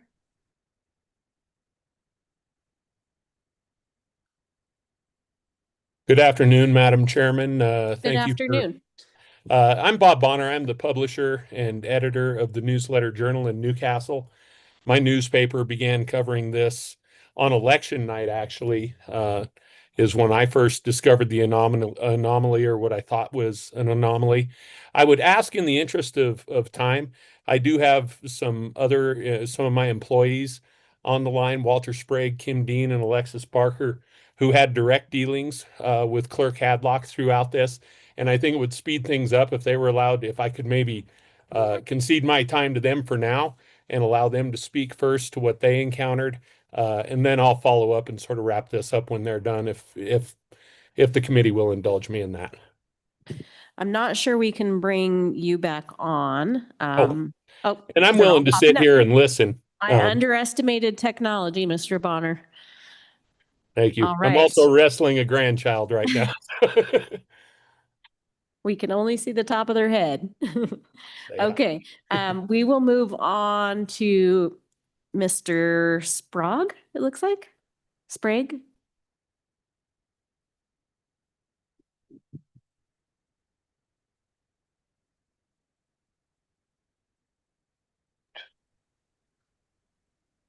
Hi, Madam Chairwoman. Can you hear me? We can hear you. Welcome. We'd love to Okay. hear your testimony. In the office with me is also Kim Dean. She is my manager.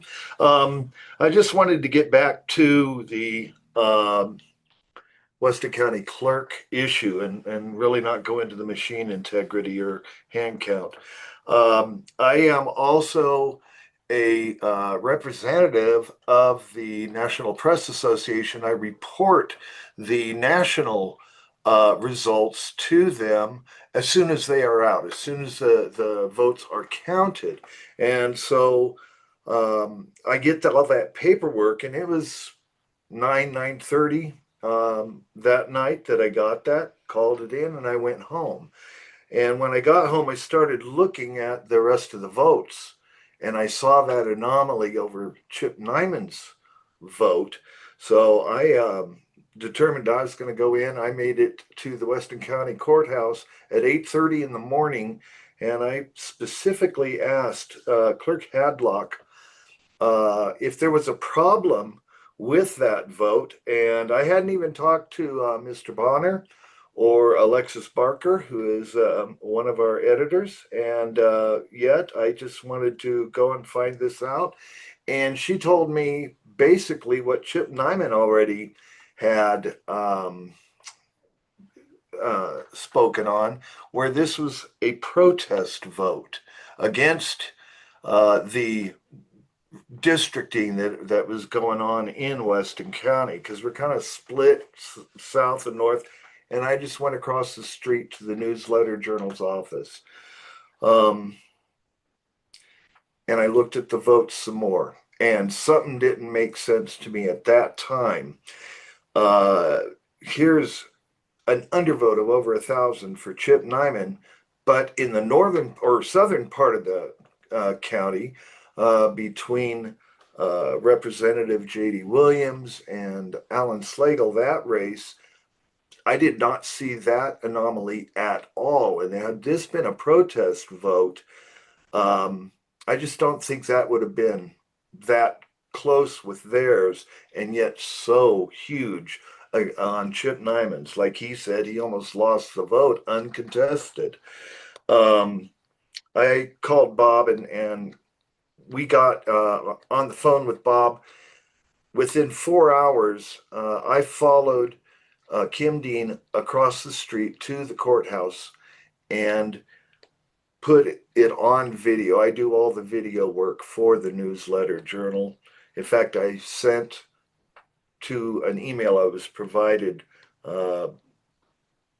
several email or video links that you can see these things. One of them, the first one, fairly short video, I was just videoing Kim asking Becky again about this discrepancy in that vote. And the information that she gave and was not the same as the information that she had given me. She said, well, that's in front of ES&S, something along those lines, that they were looking into it. Also, Kim Dean asked her when the canvassing was going to go on. And at that point, she said she did not know when it was scheduled for. There are other elements, and they come up with the county commissioner meeting, which was the very next day, with some of the aggressiveness towards the public during the canvassing meeting that Friday. There was several things where Joni Nyman, Chip's wife, had mentioned that same thing that Becky had told me, Clerk Hadlock, that she told me. And basically, Clerk Hadlock said that she did not say that to either Chip or to me. And there was just a real aggressive, antagonistic attitude that she was displaying towards this whole thing. I heard it said earlier today that they were shocked by that Crook County speaker, that he was shocked that Becky Hadlock did not even appear. I'm not shocked. I kind of expected this. And anyway, I'm going to kind of stand for any questions at this point and then turn it over to Kim Dean. Mr. Sprague. Sprague. Yes. Yes. Committee, any Thank you, questions of Mr. Chairwoman. Sprague? Mr. Sprague, I have one for you. When you initially asked Clerk Hadlock if there was a problem with the vote, and she told you, or you state that she told you it was a result of a protest, what was her demeanor like when she stated that information to you?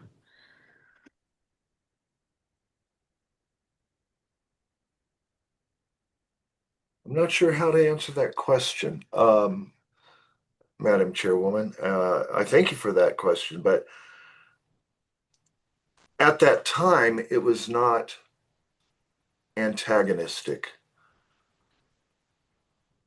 It became antagonistic the very next time that I saw her, when I went over there with Kim Dean and I had my camera going.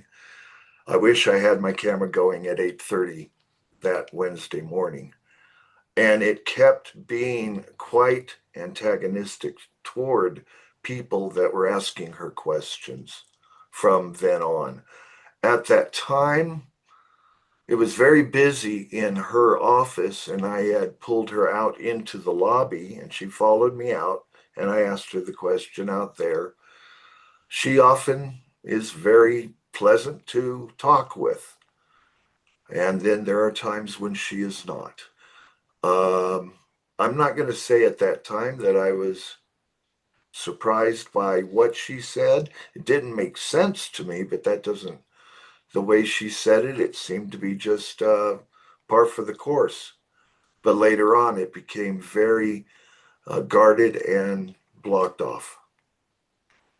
And Mr. Sprague, just for clarification, when you repeated the question, or when Kim repeated the question to her and she was being videoed, did she have knowledge she was being videoed?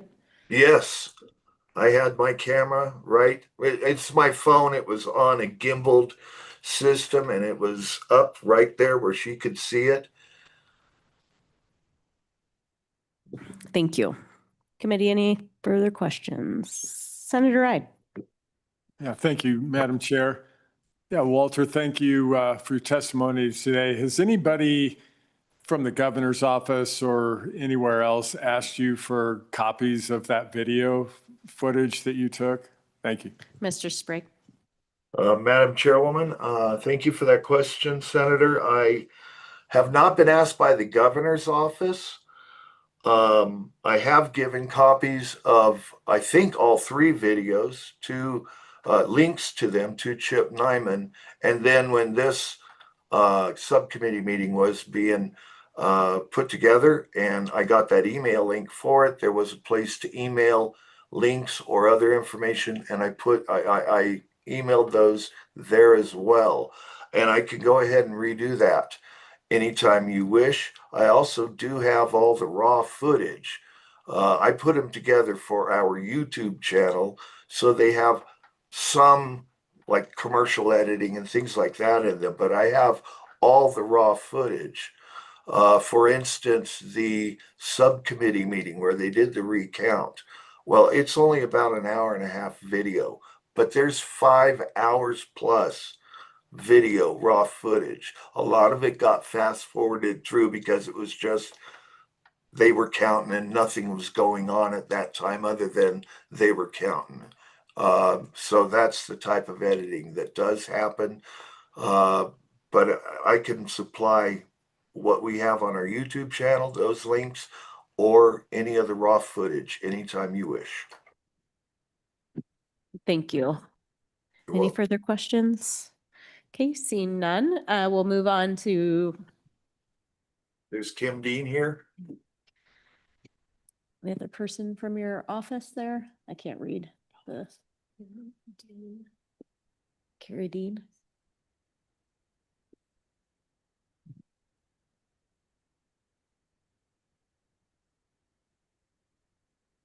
There's also this one.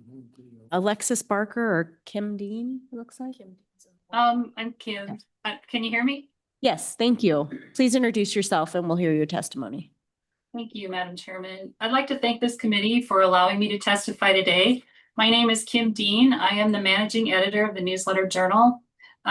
It's a weekly newspaper in Newcastle. And once our staff saw the Weston County election count totals, we had suspicions from the beginning the count was inaccurate. It was most obvious in the House District 1 Chip Nyman race, which was uncontested. As for my part, on the day after the election, I walked across the street to the Weston County Courthouse and I asked Weston County Clerk Becky Hadlock a few questions about these election results, which our interaction, like Walter Sprag said, can also be viewed on our Newsletter Journal YouTube video. The first question I asked her was if the House District 1 race is accurate. And she replied that ES&S was working on this. I asked if any other races were compromised and she replied no. I asked who the canvassing board members were and she replied Doug Jory and William Fuller. I asked if there were just 2 canvass members and she replied that is all that is required. I asked Clerk Hadlock when the canvassing board would meet and she replied, I'm not sure yet. I asked there's no date, time, or place yet, and she said no. I asked her to call our office and provide notice when the canvassing board would meet, and she replied that she would try. I also offered that she could email this notice to us. I then walked back across the street to my office at the Newsletter Journal and called one of the canvassing board members, who told me that where they were going to meet, which was Thursday, and the date and time. And I did let this canvas board member know. I mean, he asked, well, why are you asking? And I said, well, we have suspicions that some of the counts from the election are off, especially the Chip Nyman race in House District 1. And he questioned, he said, why is that so hard to believe that so many people did not vote for a wealthy rancher from Crook County? Our staff followed this election miscount closely. We firmly believe that all voters deserve to have accuracy in every election. even in non-contested races where an accurate recount obviously did not change the outcome. I'll stand for questions if the committee has any. Committee, any questions? Ms. Dean, Senator Ide. Thank you, Madam Chair. I'm sorry, I missed the names of let's see, there was William Fuller and then the other person's name, and which ones made those comments about Chip Nyman? Thank Ms. you. Dean. Madam Chairman and Senator Ide, so the names were William Fuller and Doug Jory. And the gentleman I called was Doug Jory. Thank you. Thank you, Ms. Dean. Committee, any further questions? Seeing none, thank you for joining us this afternoon. Thank you. We will move on. Please state your name and we will hear your testimony. Thank you, Madam Chairman and members of the subcommittee. I'm Alexis Barker. I'm the news editor at the Newsletter Journal, and I have been covering this election snafu since the beginning, as well as covering Becky Hadlock for several years.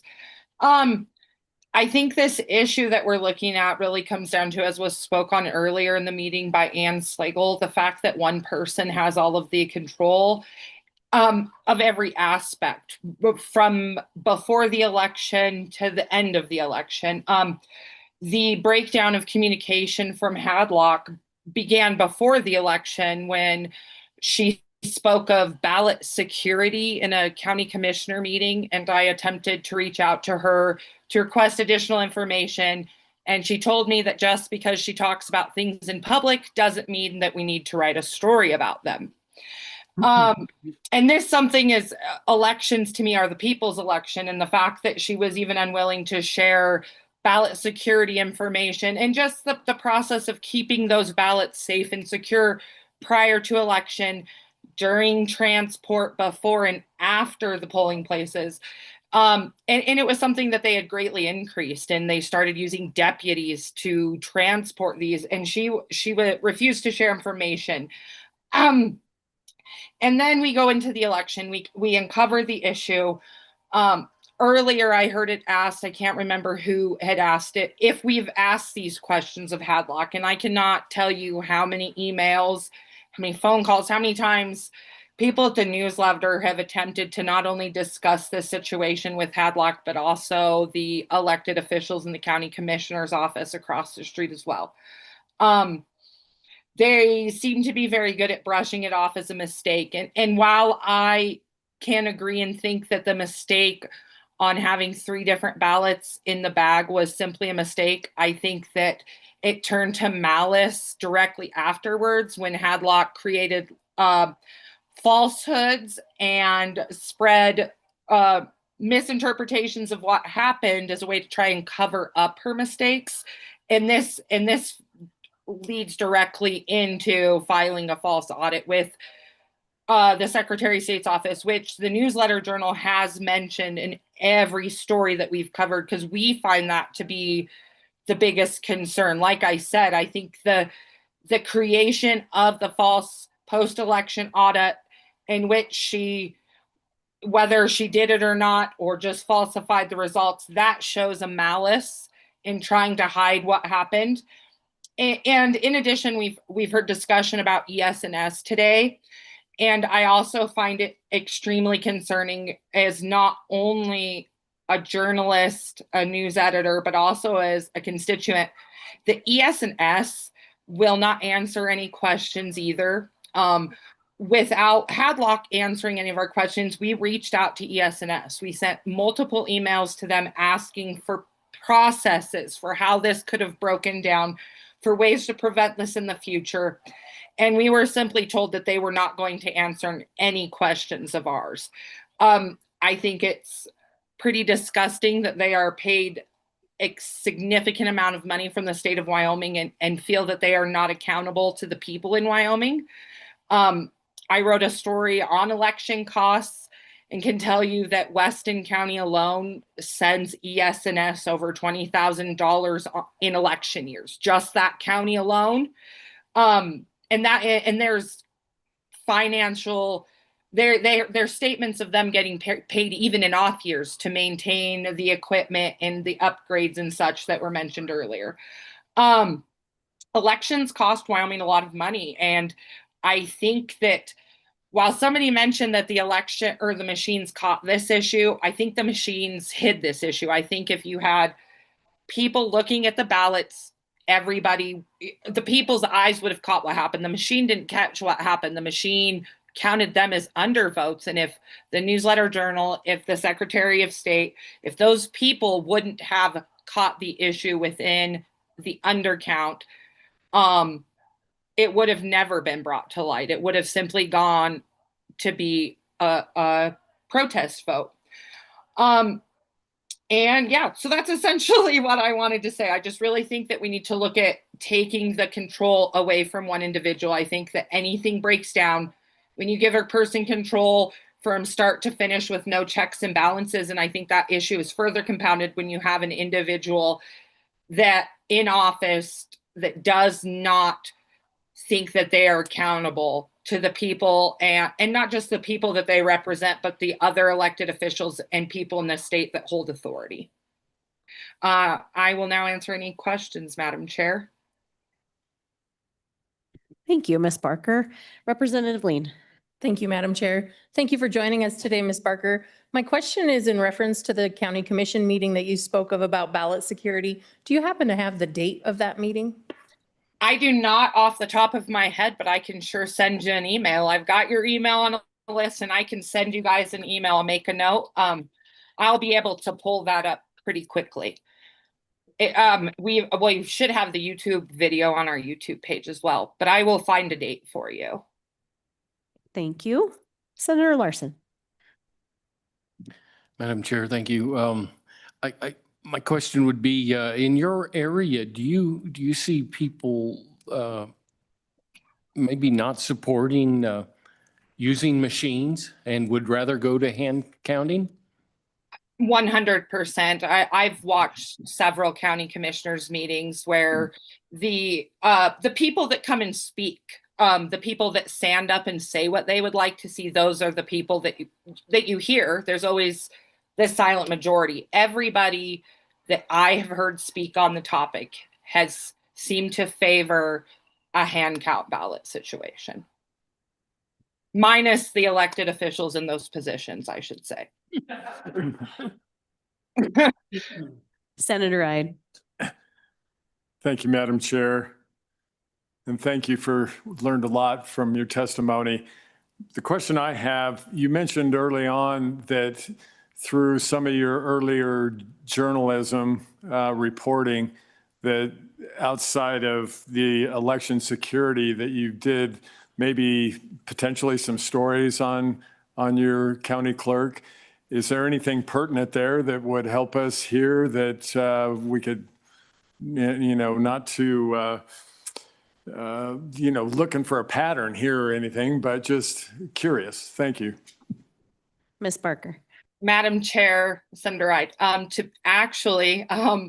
I won a national award for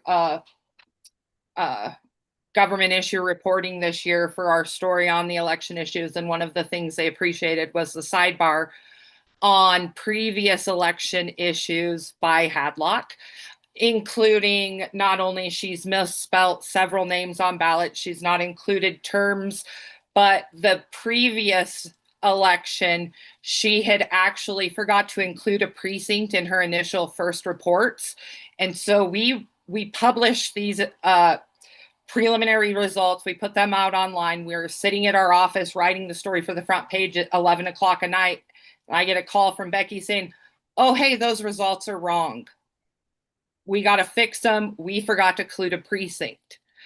So yeah, Becky, it's a string of mistakes. In elections, there is not a single election that she has been in charge of that she has not had an issue, whether it's not posting that somebody withdrew from a race, from having errors on the ballots, the issues in reporting preliminary results. And as part of our investigation into this, we went back and looked and tried to compare how many ballots were printed in previous races for primary and general elections since she was in office. And we were able to determine that there were multiple ballots sent every year.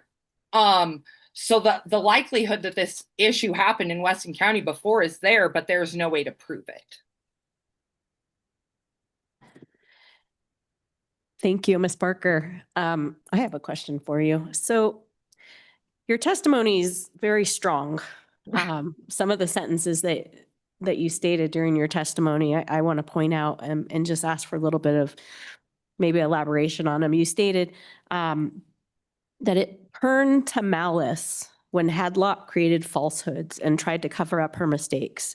The creation of the false post-election audit shows a malice and tried to hide what happened. At any point, obviously, this subcommittee was created for oversight for the legislative branch. Did you provide testimony to either the Secretary of State's office for their investigation or the governor's office for their investigation? Madam Chair, the governor, when he announced his investigation, stated that he was refusing to talk to the press and use any of our reporting in his investigation. And we have worked directly with Secretary of State Chuck Gray since the beginning.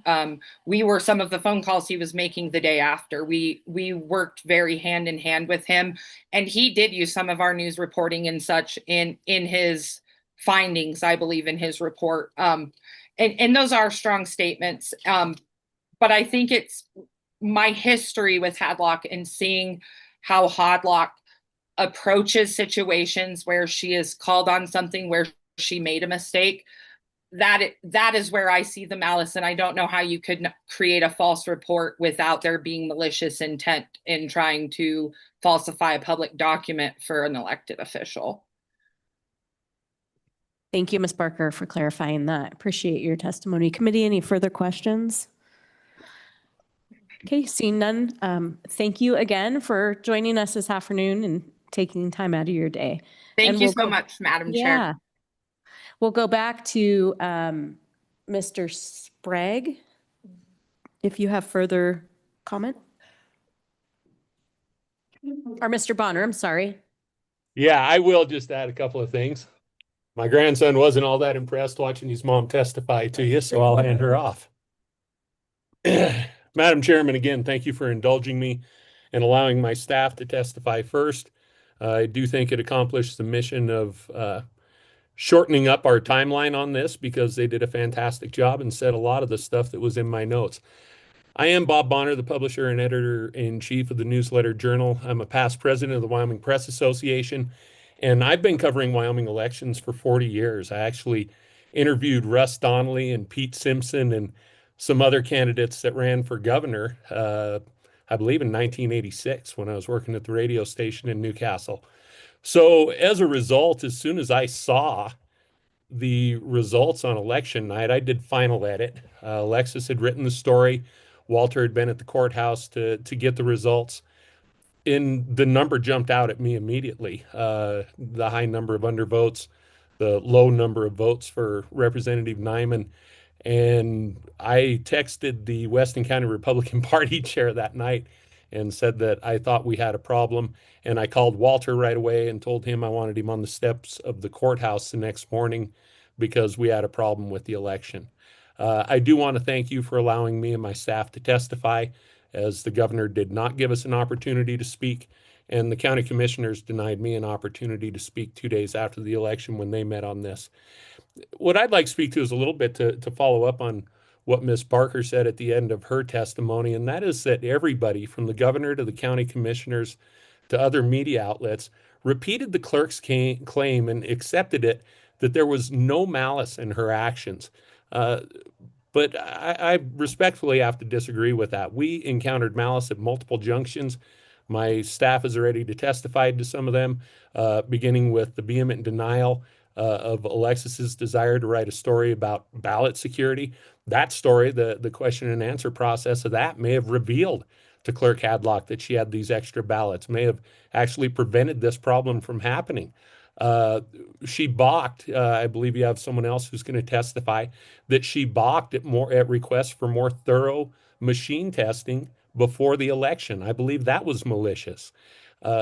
When we started airing our concerns that the results were not accurate online, and when I had Mr. Sprag and Miss Dean approach her to try and determine an accurate outcome, she, in a public meeting, in a county commissioners meeting 2 days after the election, when it was known that the results were in fact wrong, she accused my staff of being unprofessional for reaching out to one of the canvassing board members, and also accused us of slander.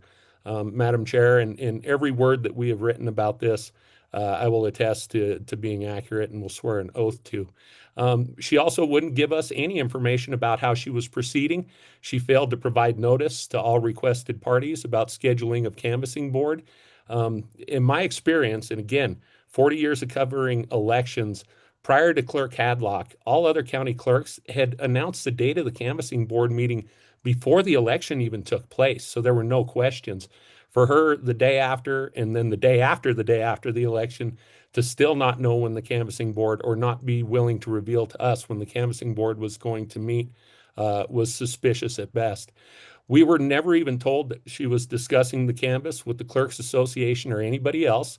She gave us no information and claimed she needed to have her ducks in a row first. That's what she said at a county commission meeting. The post-election audit and the falsification of that is also malicious, and I don't know how anybody can argue that it wasn't. And then, as Ms. Parker alluded to, after the election, I had some very real concern about prior elections and whether this exact scenario had happened in one of them, because as Speaker Nyman has testified, as the Secretary of State and others have said, if this would have been a contested election, we wouldn't have seen the anomaly. The votes would have simply gone to another candidate. You may have been surprised by the result, but you don't want to complain, and so we would have never discovered this. So as a result, the newspaper made a public records request to the county clerk for records pertaining to the election she had been in charge of for the 6 previous years. We were primarily concerned about whether she had to print multiple sets of ballots in the past, because if she failed to take the old ballots out of the bag this time, then it stands to reason that she probably failed to do so in the past, in which case we probably have people in office in Weston County who shouldn't be in office.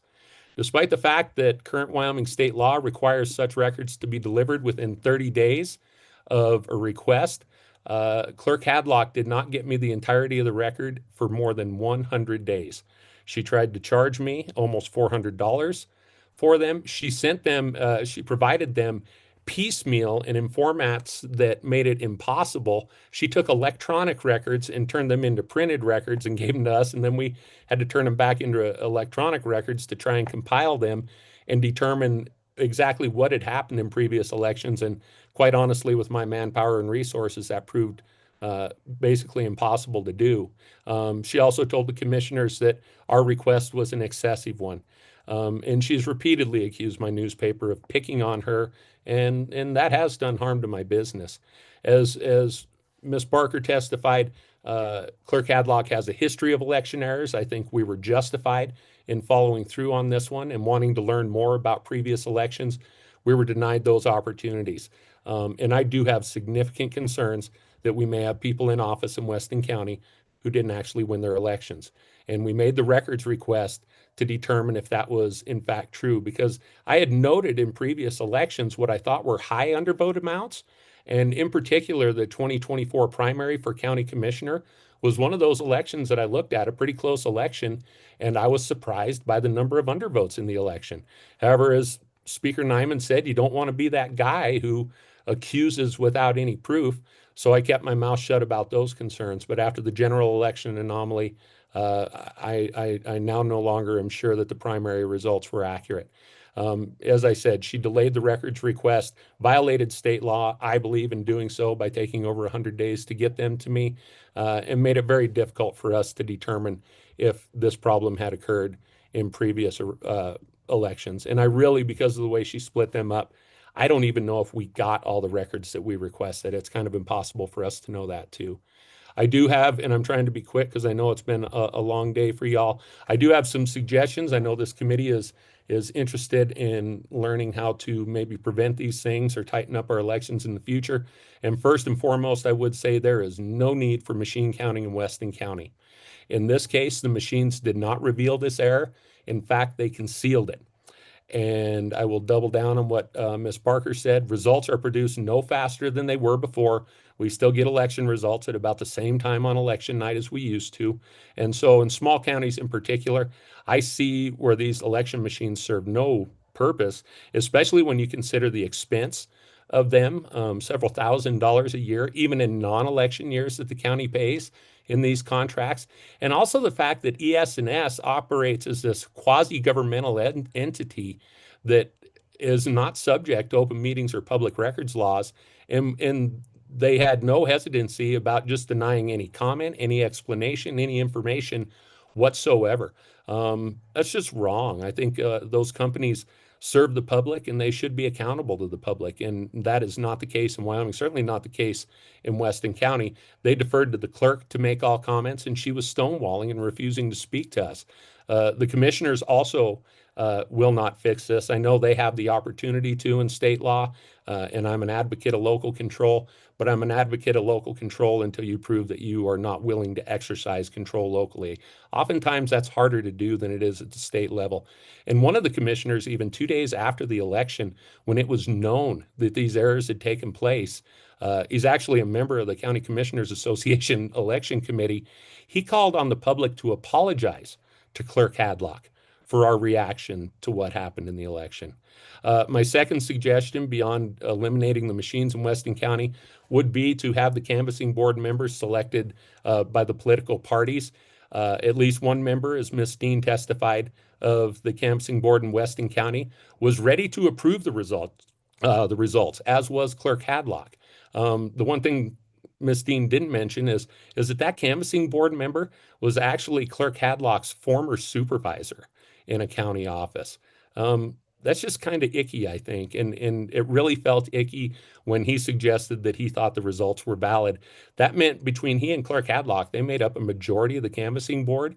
And the reason we went as hard as we did on our coverage was because we knew that those two could certify the election results, and then there'd be nothing that anybody could do about it. The third point I'd like to make is that the governor's role should be examined in this.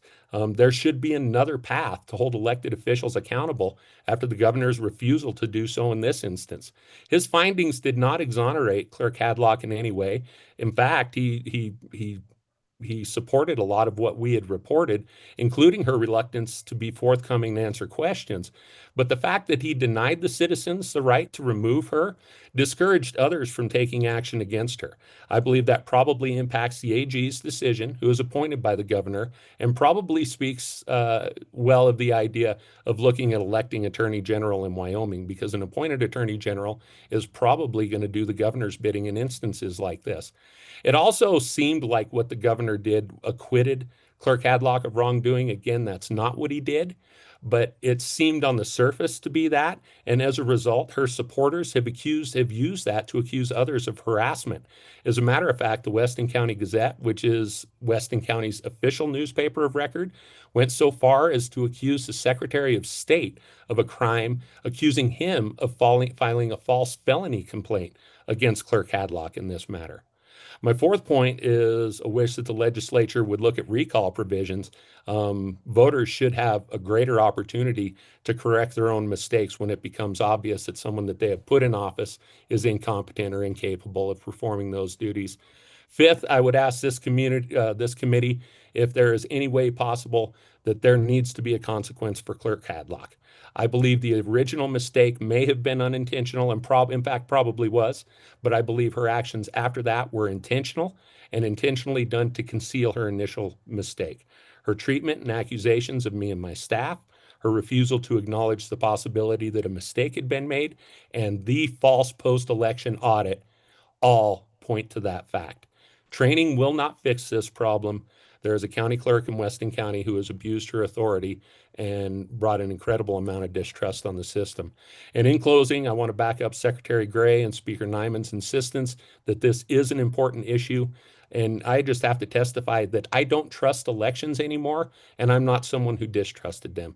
In fact, on January 6, 2020, as a former Republican office holder, I was embarrassed by what happened at the Capitol and wished that President Trump had quietly conceded the election. I didn't want my party to be that guy in question elections. And I had that trust that Secretary Gray referred to and said was absolutely vital in elections. But I have to tell you, after the experience in Weston County, that trust is completely evaporated. I'm now willing to listen to reasons people question the election in 2020. I am willing to listen to reasons people question Weston County elections from the last 6 years. And I believe it's reasonable to suspect that in at least one instance, maybe more, the wrong person may be in office in at least one post in Weston County. I think this is a serious issue. And again, I thank the committee for taking this on. And I do encourage you to do everything in your power to correct this so that we can rebuild trust in Wyoming elections. And with that, I will stand for any questions from the committee. Mr. Bonner, thank you. Committee, any questions of Mr. Bonner?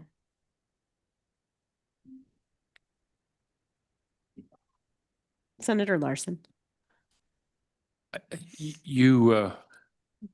Thank you for your testimony, Mr. Bonner.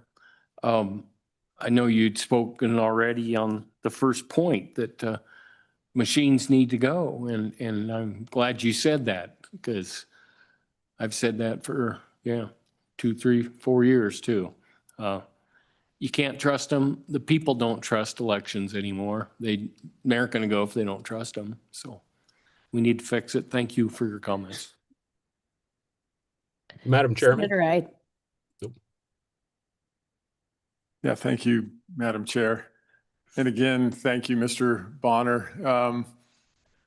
I guess all I really want to say is, this looks like real good old-fashioned journalism, investigative, and just want to give a shout out to you and your team there for not just letting this get swept under the rug. And that's all I have to say. Thank you. Additional questions, committee? Seeing none. Mr. Bonner, thank you for joining us this evening. We Madam Chair, appreciate your thank you. time. Thank you. All right. Do we have anybody else online? Madam Chair, the last person will be Michelle Stevens. Okay, and we will cut it off after that. Ms. Stevens?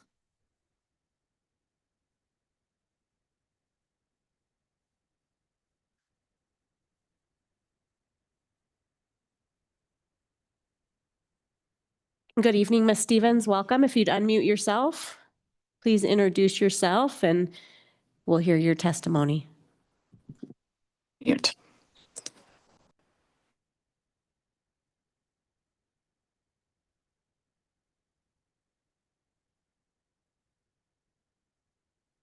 Looks like you're still on mute there.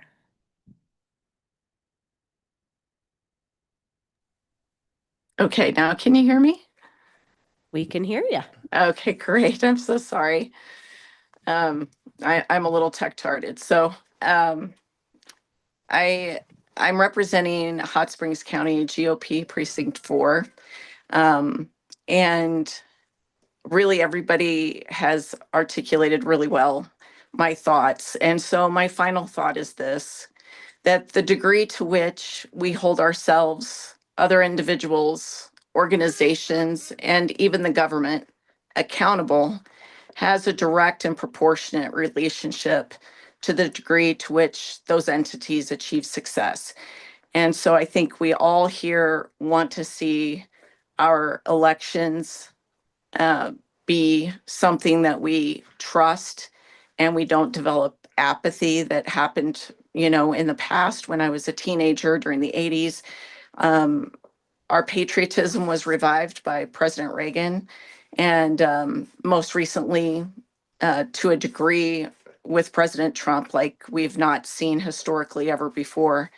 And so I would hate to see us lose the progress we've made, regardless of party, that people participate because they think that their involvement doesn't matter. And so I yield back. Thank you. Thank you, Ms. Stevens. Committee, any questions? Seeing none, thank you, ma'am, for joining us this evening. Mr. Weekly, I'm getting a couple of email messages about a Carrie Drost that has had her hand raised. I don't know. I sent her the panelist invite for promotion and she declined it. Want me to try again? Sure, if she's still on there. She also sent written testimony. I don't know if everybody got it, but if she's on there.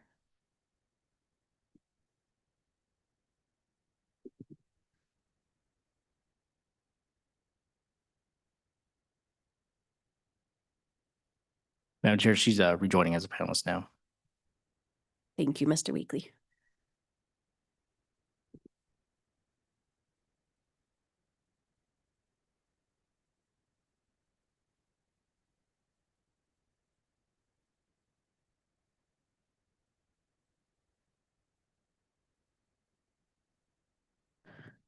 Ms. Drost, welcome. If you'd Hello. state your name, we'd love to hear your testimony, and we can hear you. Hello, Madam Chairman and members of the subcommittee. Thank you for allowing me the opportunity to testify today. My name is Karen Drost, and I'm the chair of the Weston County Republican Party and the organizer of Weston County's Poll Watchers. In this capacity, I've participated in the 2020, 22, and 2024 elections in Weston County. I'd like to focus today on the lessons that can be learned from Weston County's 2024 elections and how we can strengthen the process and ensure the people's votes are counted accurately all the time. I believe that every good system has checks and balances. It is easiest to see this in the budget process in Wyoming. Every government entity in Wyoming has checks and balances to ensure the accuracy of its money. All government entities prepare their financial reports. Those reports are audited by an independent department, the Department of Audit, and then they're required to have an independent audit conducted by a third party that's independent of the staff or entity that prepared the financial statements. We can also see this in our own lives. How many of you have tried to balance your own checkbook and then looked at the numbers so long that your eyes crossed, then asked someone else to help and found the error in 2 seconds? That's why checks and balances matter, because we all make mistakes and good systems mitigate mistakes. I ask why our election should be any different, because the accuracy of election results is just as important as your checkbook balance. In my experience, our current system holds almost no checks and balances on election results, as the clerk organizes the elections, prepares all the materials, appoints the election judges, the counting board, and the canvassing board members, and audits the results. And no one else is allowed to look at our work product to verify its accuracy. The 2024 election in Weston County illustrates the deficiencies in this autocratic system that currently exists. To begin the election cycle, I'll ask you to look at Wyoming Statute 228101, Judges of Elections and Counting Boards. The process outlined in statutes is the clerk tells the parties how many election judges, counting board members, and alternates are needed. Then the parties submit lists and the clerk takes from the party lists, then fills any vacancies from her own list. This is the beginning of checks and balances in the election process. The Weston County clerk deviated from this statute by sending the Weston County Republican Party a letter stating this office has already reached out to past judges. Approximately 5 alternates are needed at this time. With this letter, the Weston County clerk began taking Weston County's election process down a dangerous path of no oversight. Wyoming statutes need to be strengthened so there can be no deviation from the intent of the statute, and there needs to be processes and consequences outlined for noncompliance. And that brings us to the election results. Wyoming Statute 226130 provides for a post-election ballot audit to be completed by the clerk. The Weston County experience exposes and illustrates the need to strengthen the statute as well. In 2024, the Weston County clerk submitted a post-election audit report to the Secretary of State that showed zero errors. Later, after a hand recount, There were huge discrepancies in multiple races, as already discussed by many people. The current process did not allow anyone else to verify that this post-election audit actually happened or that the results were as stated. No one can look at the cast ballot record except the clerk. The canvassing board was appointed by her and refused after multiple, in the canvassing board meeting, the people of Weston County came out and begged to be able to do an actual audit of the ballot, and they were refused. And it was totally the clerk's decision to refuse them.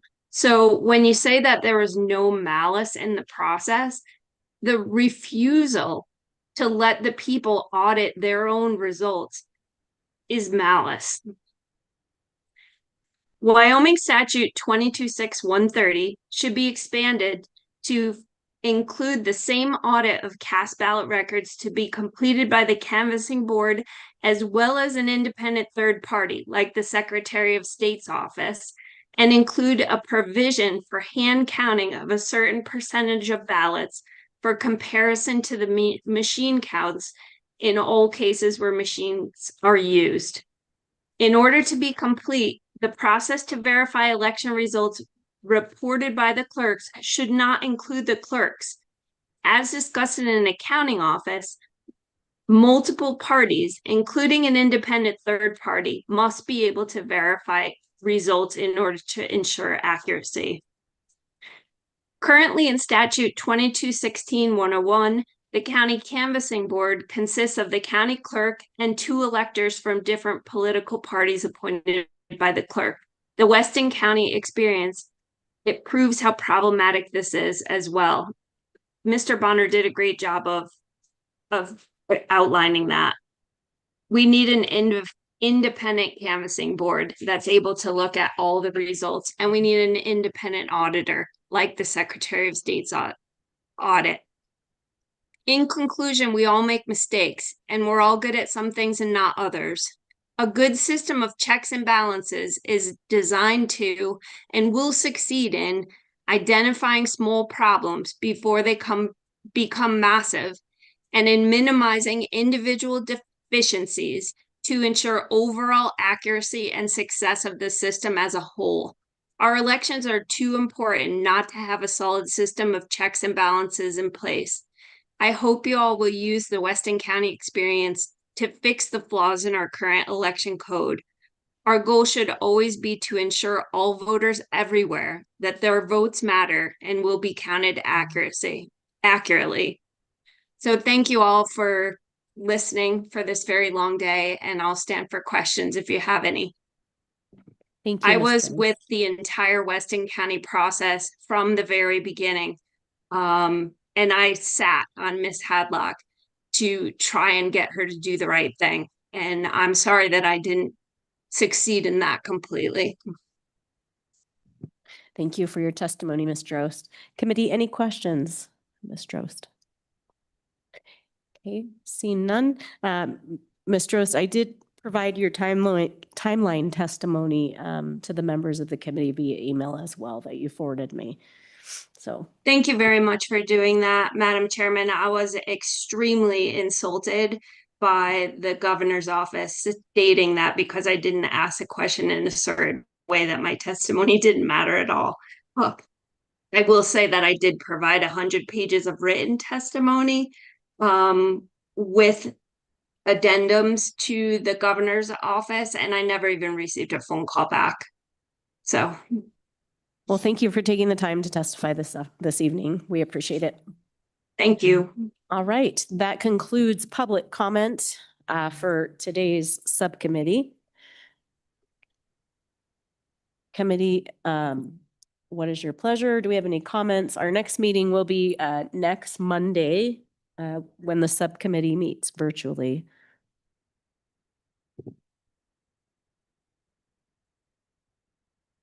Representative Lee. Madam Chairman, I just want to say thank you to everyone that provided testimony today. I know that sometimes this can be an uncomfortable topic. And as this committee got underway, we truly are here to evaluate the process. the further into this we get, I recognize that Clerk Hadlock has the answers to the pieces in this that are missing. And I would encourage her to be able to join us virtually. I'm frustrated that she didn't decline the subpoena in such a way today and did not come. Any other member of the public would have been held to a certain standard, and so shall she. The legislature is not beyond the laws, and I'm reminded of a quote from Thomas Jefferson that the execution of the law is more important than the making of them. And so with that, I want to make sure that it's very clear that we need Clerk Hadlock's testimony to fill in the holes, to evaluate the process of what happened in Weston County. Thank you, Representative Lean. Any further comment from the committee? Senator Ide. Yeah, I would agree with Representative Lean. I like that Jefferson quote as well, too. That's what we're here for. And you know, I don't know what our directive is from this subcommittee back to the committee when I guess it's just in a week. But I think the big disappointment in here, and for the Clerk Hadlock's sake as well, that she could defend her position here. I don't think there was one person that spoke today, maybe outside of one online, that really was defending her position. And I think it would be appropriate for her to do that in person or online. So I guess that would probably be the directive that we would like to bring, is maybe at our meeting next week, that I don't know how we go about readdressing her, but I guess that's what we'll discuss here. Thank you. Thank you. Okay, so it has been a long day. I really want to thank members of the public that joined us today, Mr. Secretary, Council, Speaker Nyman, and Representative that joined us today. We appreciate your input. The testimony that we have received has been definitely enlightening. So the purpose of today's meeting, obviously, was to collect information, collect facts, and a findings report. We'll be working with the Legislative Service Office to compile that report based on today's testimony. Obviously, the absence of Clerk Hadlock will omit direct information based on her experience and representation from the Weston County Clerk's Office that we did need to compile this report. So again, in regards to the subpoena and the defying of the subpoena, failure to appear, that will be handled. The process will run its course. And so again, thank you to our staff for joining us. I know everybody's got a long drive home, so safe travels to you all, and committee. We will reconvene again next Monday virtually. So good night.